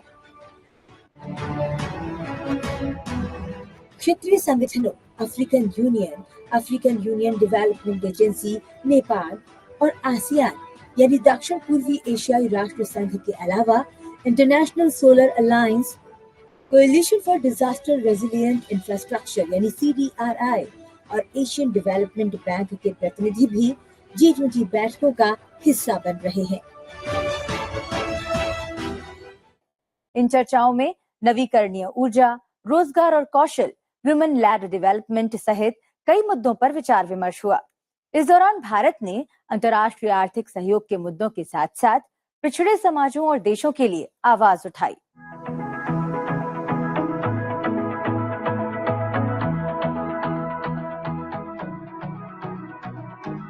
भारत ने अपनी G20 अध्यक्षता के दौरान G20 चर्चाओं को नई दिशा और ताकत दी है। इन चर्चाओं में हरित विकास, पर्यावरण के लिए जीवन शैली, डिजिटल परिवर्तन और सबके लिए विकास जैसे कई मुद्दे शामिल हैं। We are impressed to see the progress that India is making in many of the topics that were discussed, the infrastructure, the investment. What's interesting now is we're entering the business end of the negotiations. We're talking about what India wants to achieve in the G20, and we've got some very ambitious and exciting proposals that have been put forward by the Trade Investment Working Group Secretariat. सबसे महत्वपूर्ण बात यह है कि भारत ने अंतर्राष्ट्रीय आर्थिक सहयोग के मुद्दों के साथ-साथ 21वीं सदी के संस्थानों में सुधार की आवश्यकता पर वैश्विक दक्षिण के लिए आवाज उठाई। भारत ने ये सुनिश्चित किया कि वो पिछड़े समाजों और देशों के लिए एक आवाज बनकर उभरे। Inclusion in terms of finance, digital skills, for me that has stood out. Access, and you know what? I come from South Africa, and being part of the think tank in terms of policies and everything, I found that India is not biased. They don't take stand sides. They are sitting in a position of humanness and humanity. What are we doing to take the women? I said women, but in terms of women, yes, but what are we doing to take humanity forward? And it's with the DPI, digital public infrastructure, that's where I focus. It's been one of the best. I mean, the way it's structured and how inclusive, which is one thing we need to do. अभी तक आयोजित बैठकों के दौरान कई निर्णय लिए गए और समझौतों पर हस्ताक्षर हुए। इस दौरान भारत ने Armenia, Sierra Leone, Suriname, Antigua और बारबुडा के साथ इंडिया स्टैक साझा करने पर समझौता ज्ञापन पर हस्ताक्षर किए। यूपी सरकार ने 33.5 लाख करोड़ रुपए के निवेश के लिए समझौता ज्ञापन पर हस्ताक्षर किए। पर्यटन उद्योग से संबंधित प्रमुख कार्यक्रम क्षेत्रों पर सहयोग बढ़ाने के लिए UNWTO के साथ समझौता ज्ञापन पर भी हस्ताक्षर किए गए। भारत की G20 अध्यक्षता के दौरान U20 का म्यूनिख 2023, स्टार्टअप 20 का म्यूनिख 2023, L20 2023, W20 का म्यूनिख 2023 और साई 20 का म्यूनिख 2023 जारी किए गए। साथ ही सतत विकास के लिए जीवन शैली पर G20 के उच्च स्तरीय सिद्धांत जारी किए गए।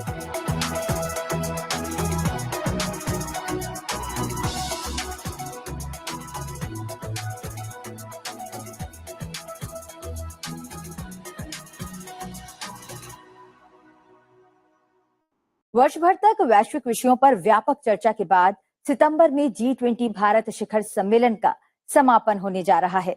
इस वैश्विक आयोजन के लिए देश में विशेष तैयारियां की जा रही हैं। आइए दिखाते हैं आपको इनकी एक झलक। नई दिल्ली में 10वें G20 शिखर सम्मेलन का समापन 9-10 सितंबर को होगा। इस विशाल वैश्विक आयोजन के लिए इंडिया ट्रेड प्रमोशन ऑर्गेनाइजेशन यानी ITPO कॉम्प्लेक्स को पुनर्विकसित किया गया है। लगभग 123 एकड़ के परिसर क्षेत्र में फैला IECC exhibition and convention centre Australia में प्रतिष्ठित सिडनी ओपेरा हाउस की 5,500 लोगों की क्षमता से ज्यादा 7,000 लोगों की क्षमता रखता है। निश्चित ही भारत की अध्यक्षता में G20 शिखर सम्मेलन का समापन भी एक भव्य आयोजन सिद्ध होगा, जो अंतर्राष्ट्रीय जगत के मन मस्तिष्क पर एक अमर छाप छोड़ेगा।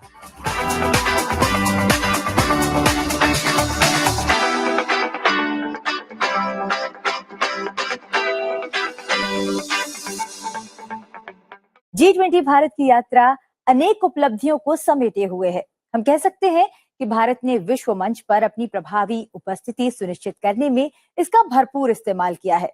विश्व के तमाम देशों ने भी भारत की भूमिका की सराहना की है।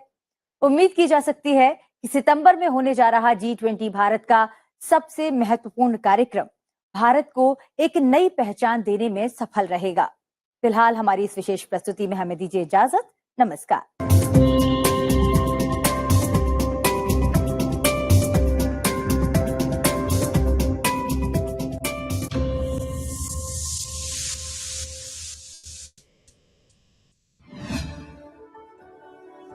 अगस्त साल 1876 को पिंगली वेंकैया का जन्म आंध्र प्रदेश के मछलीपट्टनम में हुआ।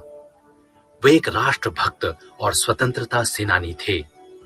पिंगली वेंकैया को भारत के राष्ट्रीय ध्वज तिरंगे का डिजाइन बनाने के लिए सबसे ज्यादा याद किया जाता है, जिसे जुलाई साल 1947 में संविधान सभा की बैठक के दौरान राष्ट्रीय ध्वज के रूप में अपनाया गया।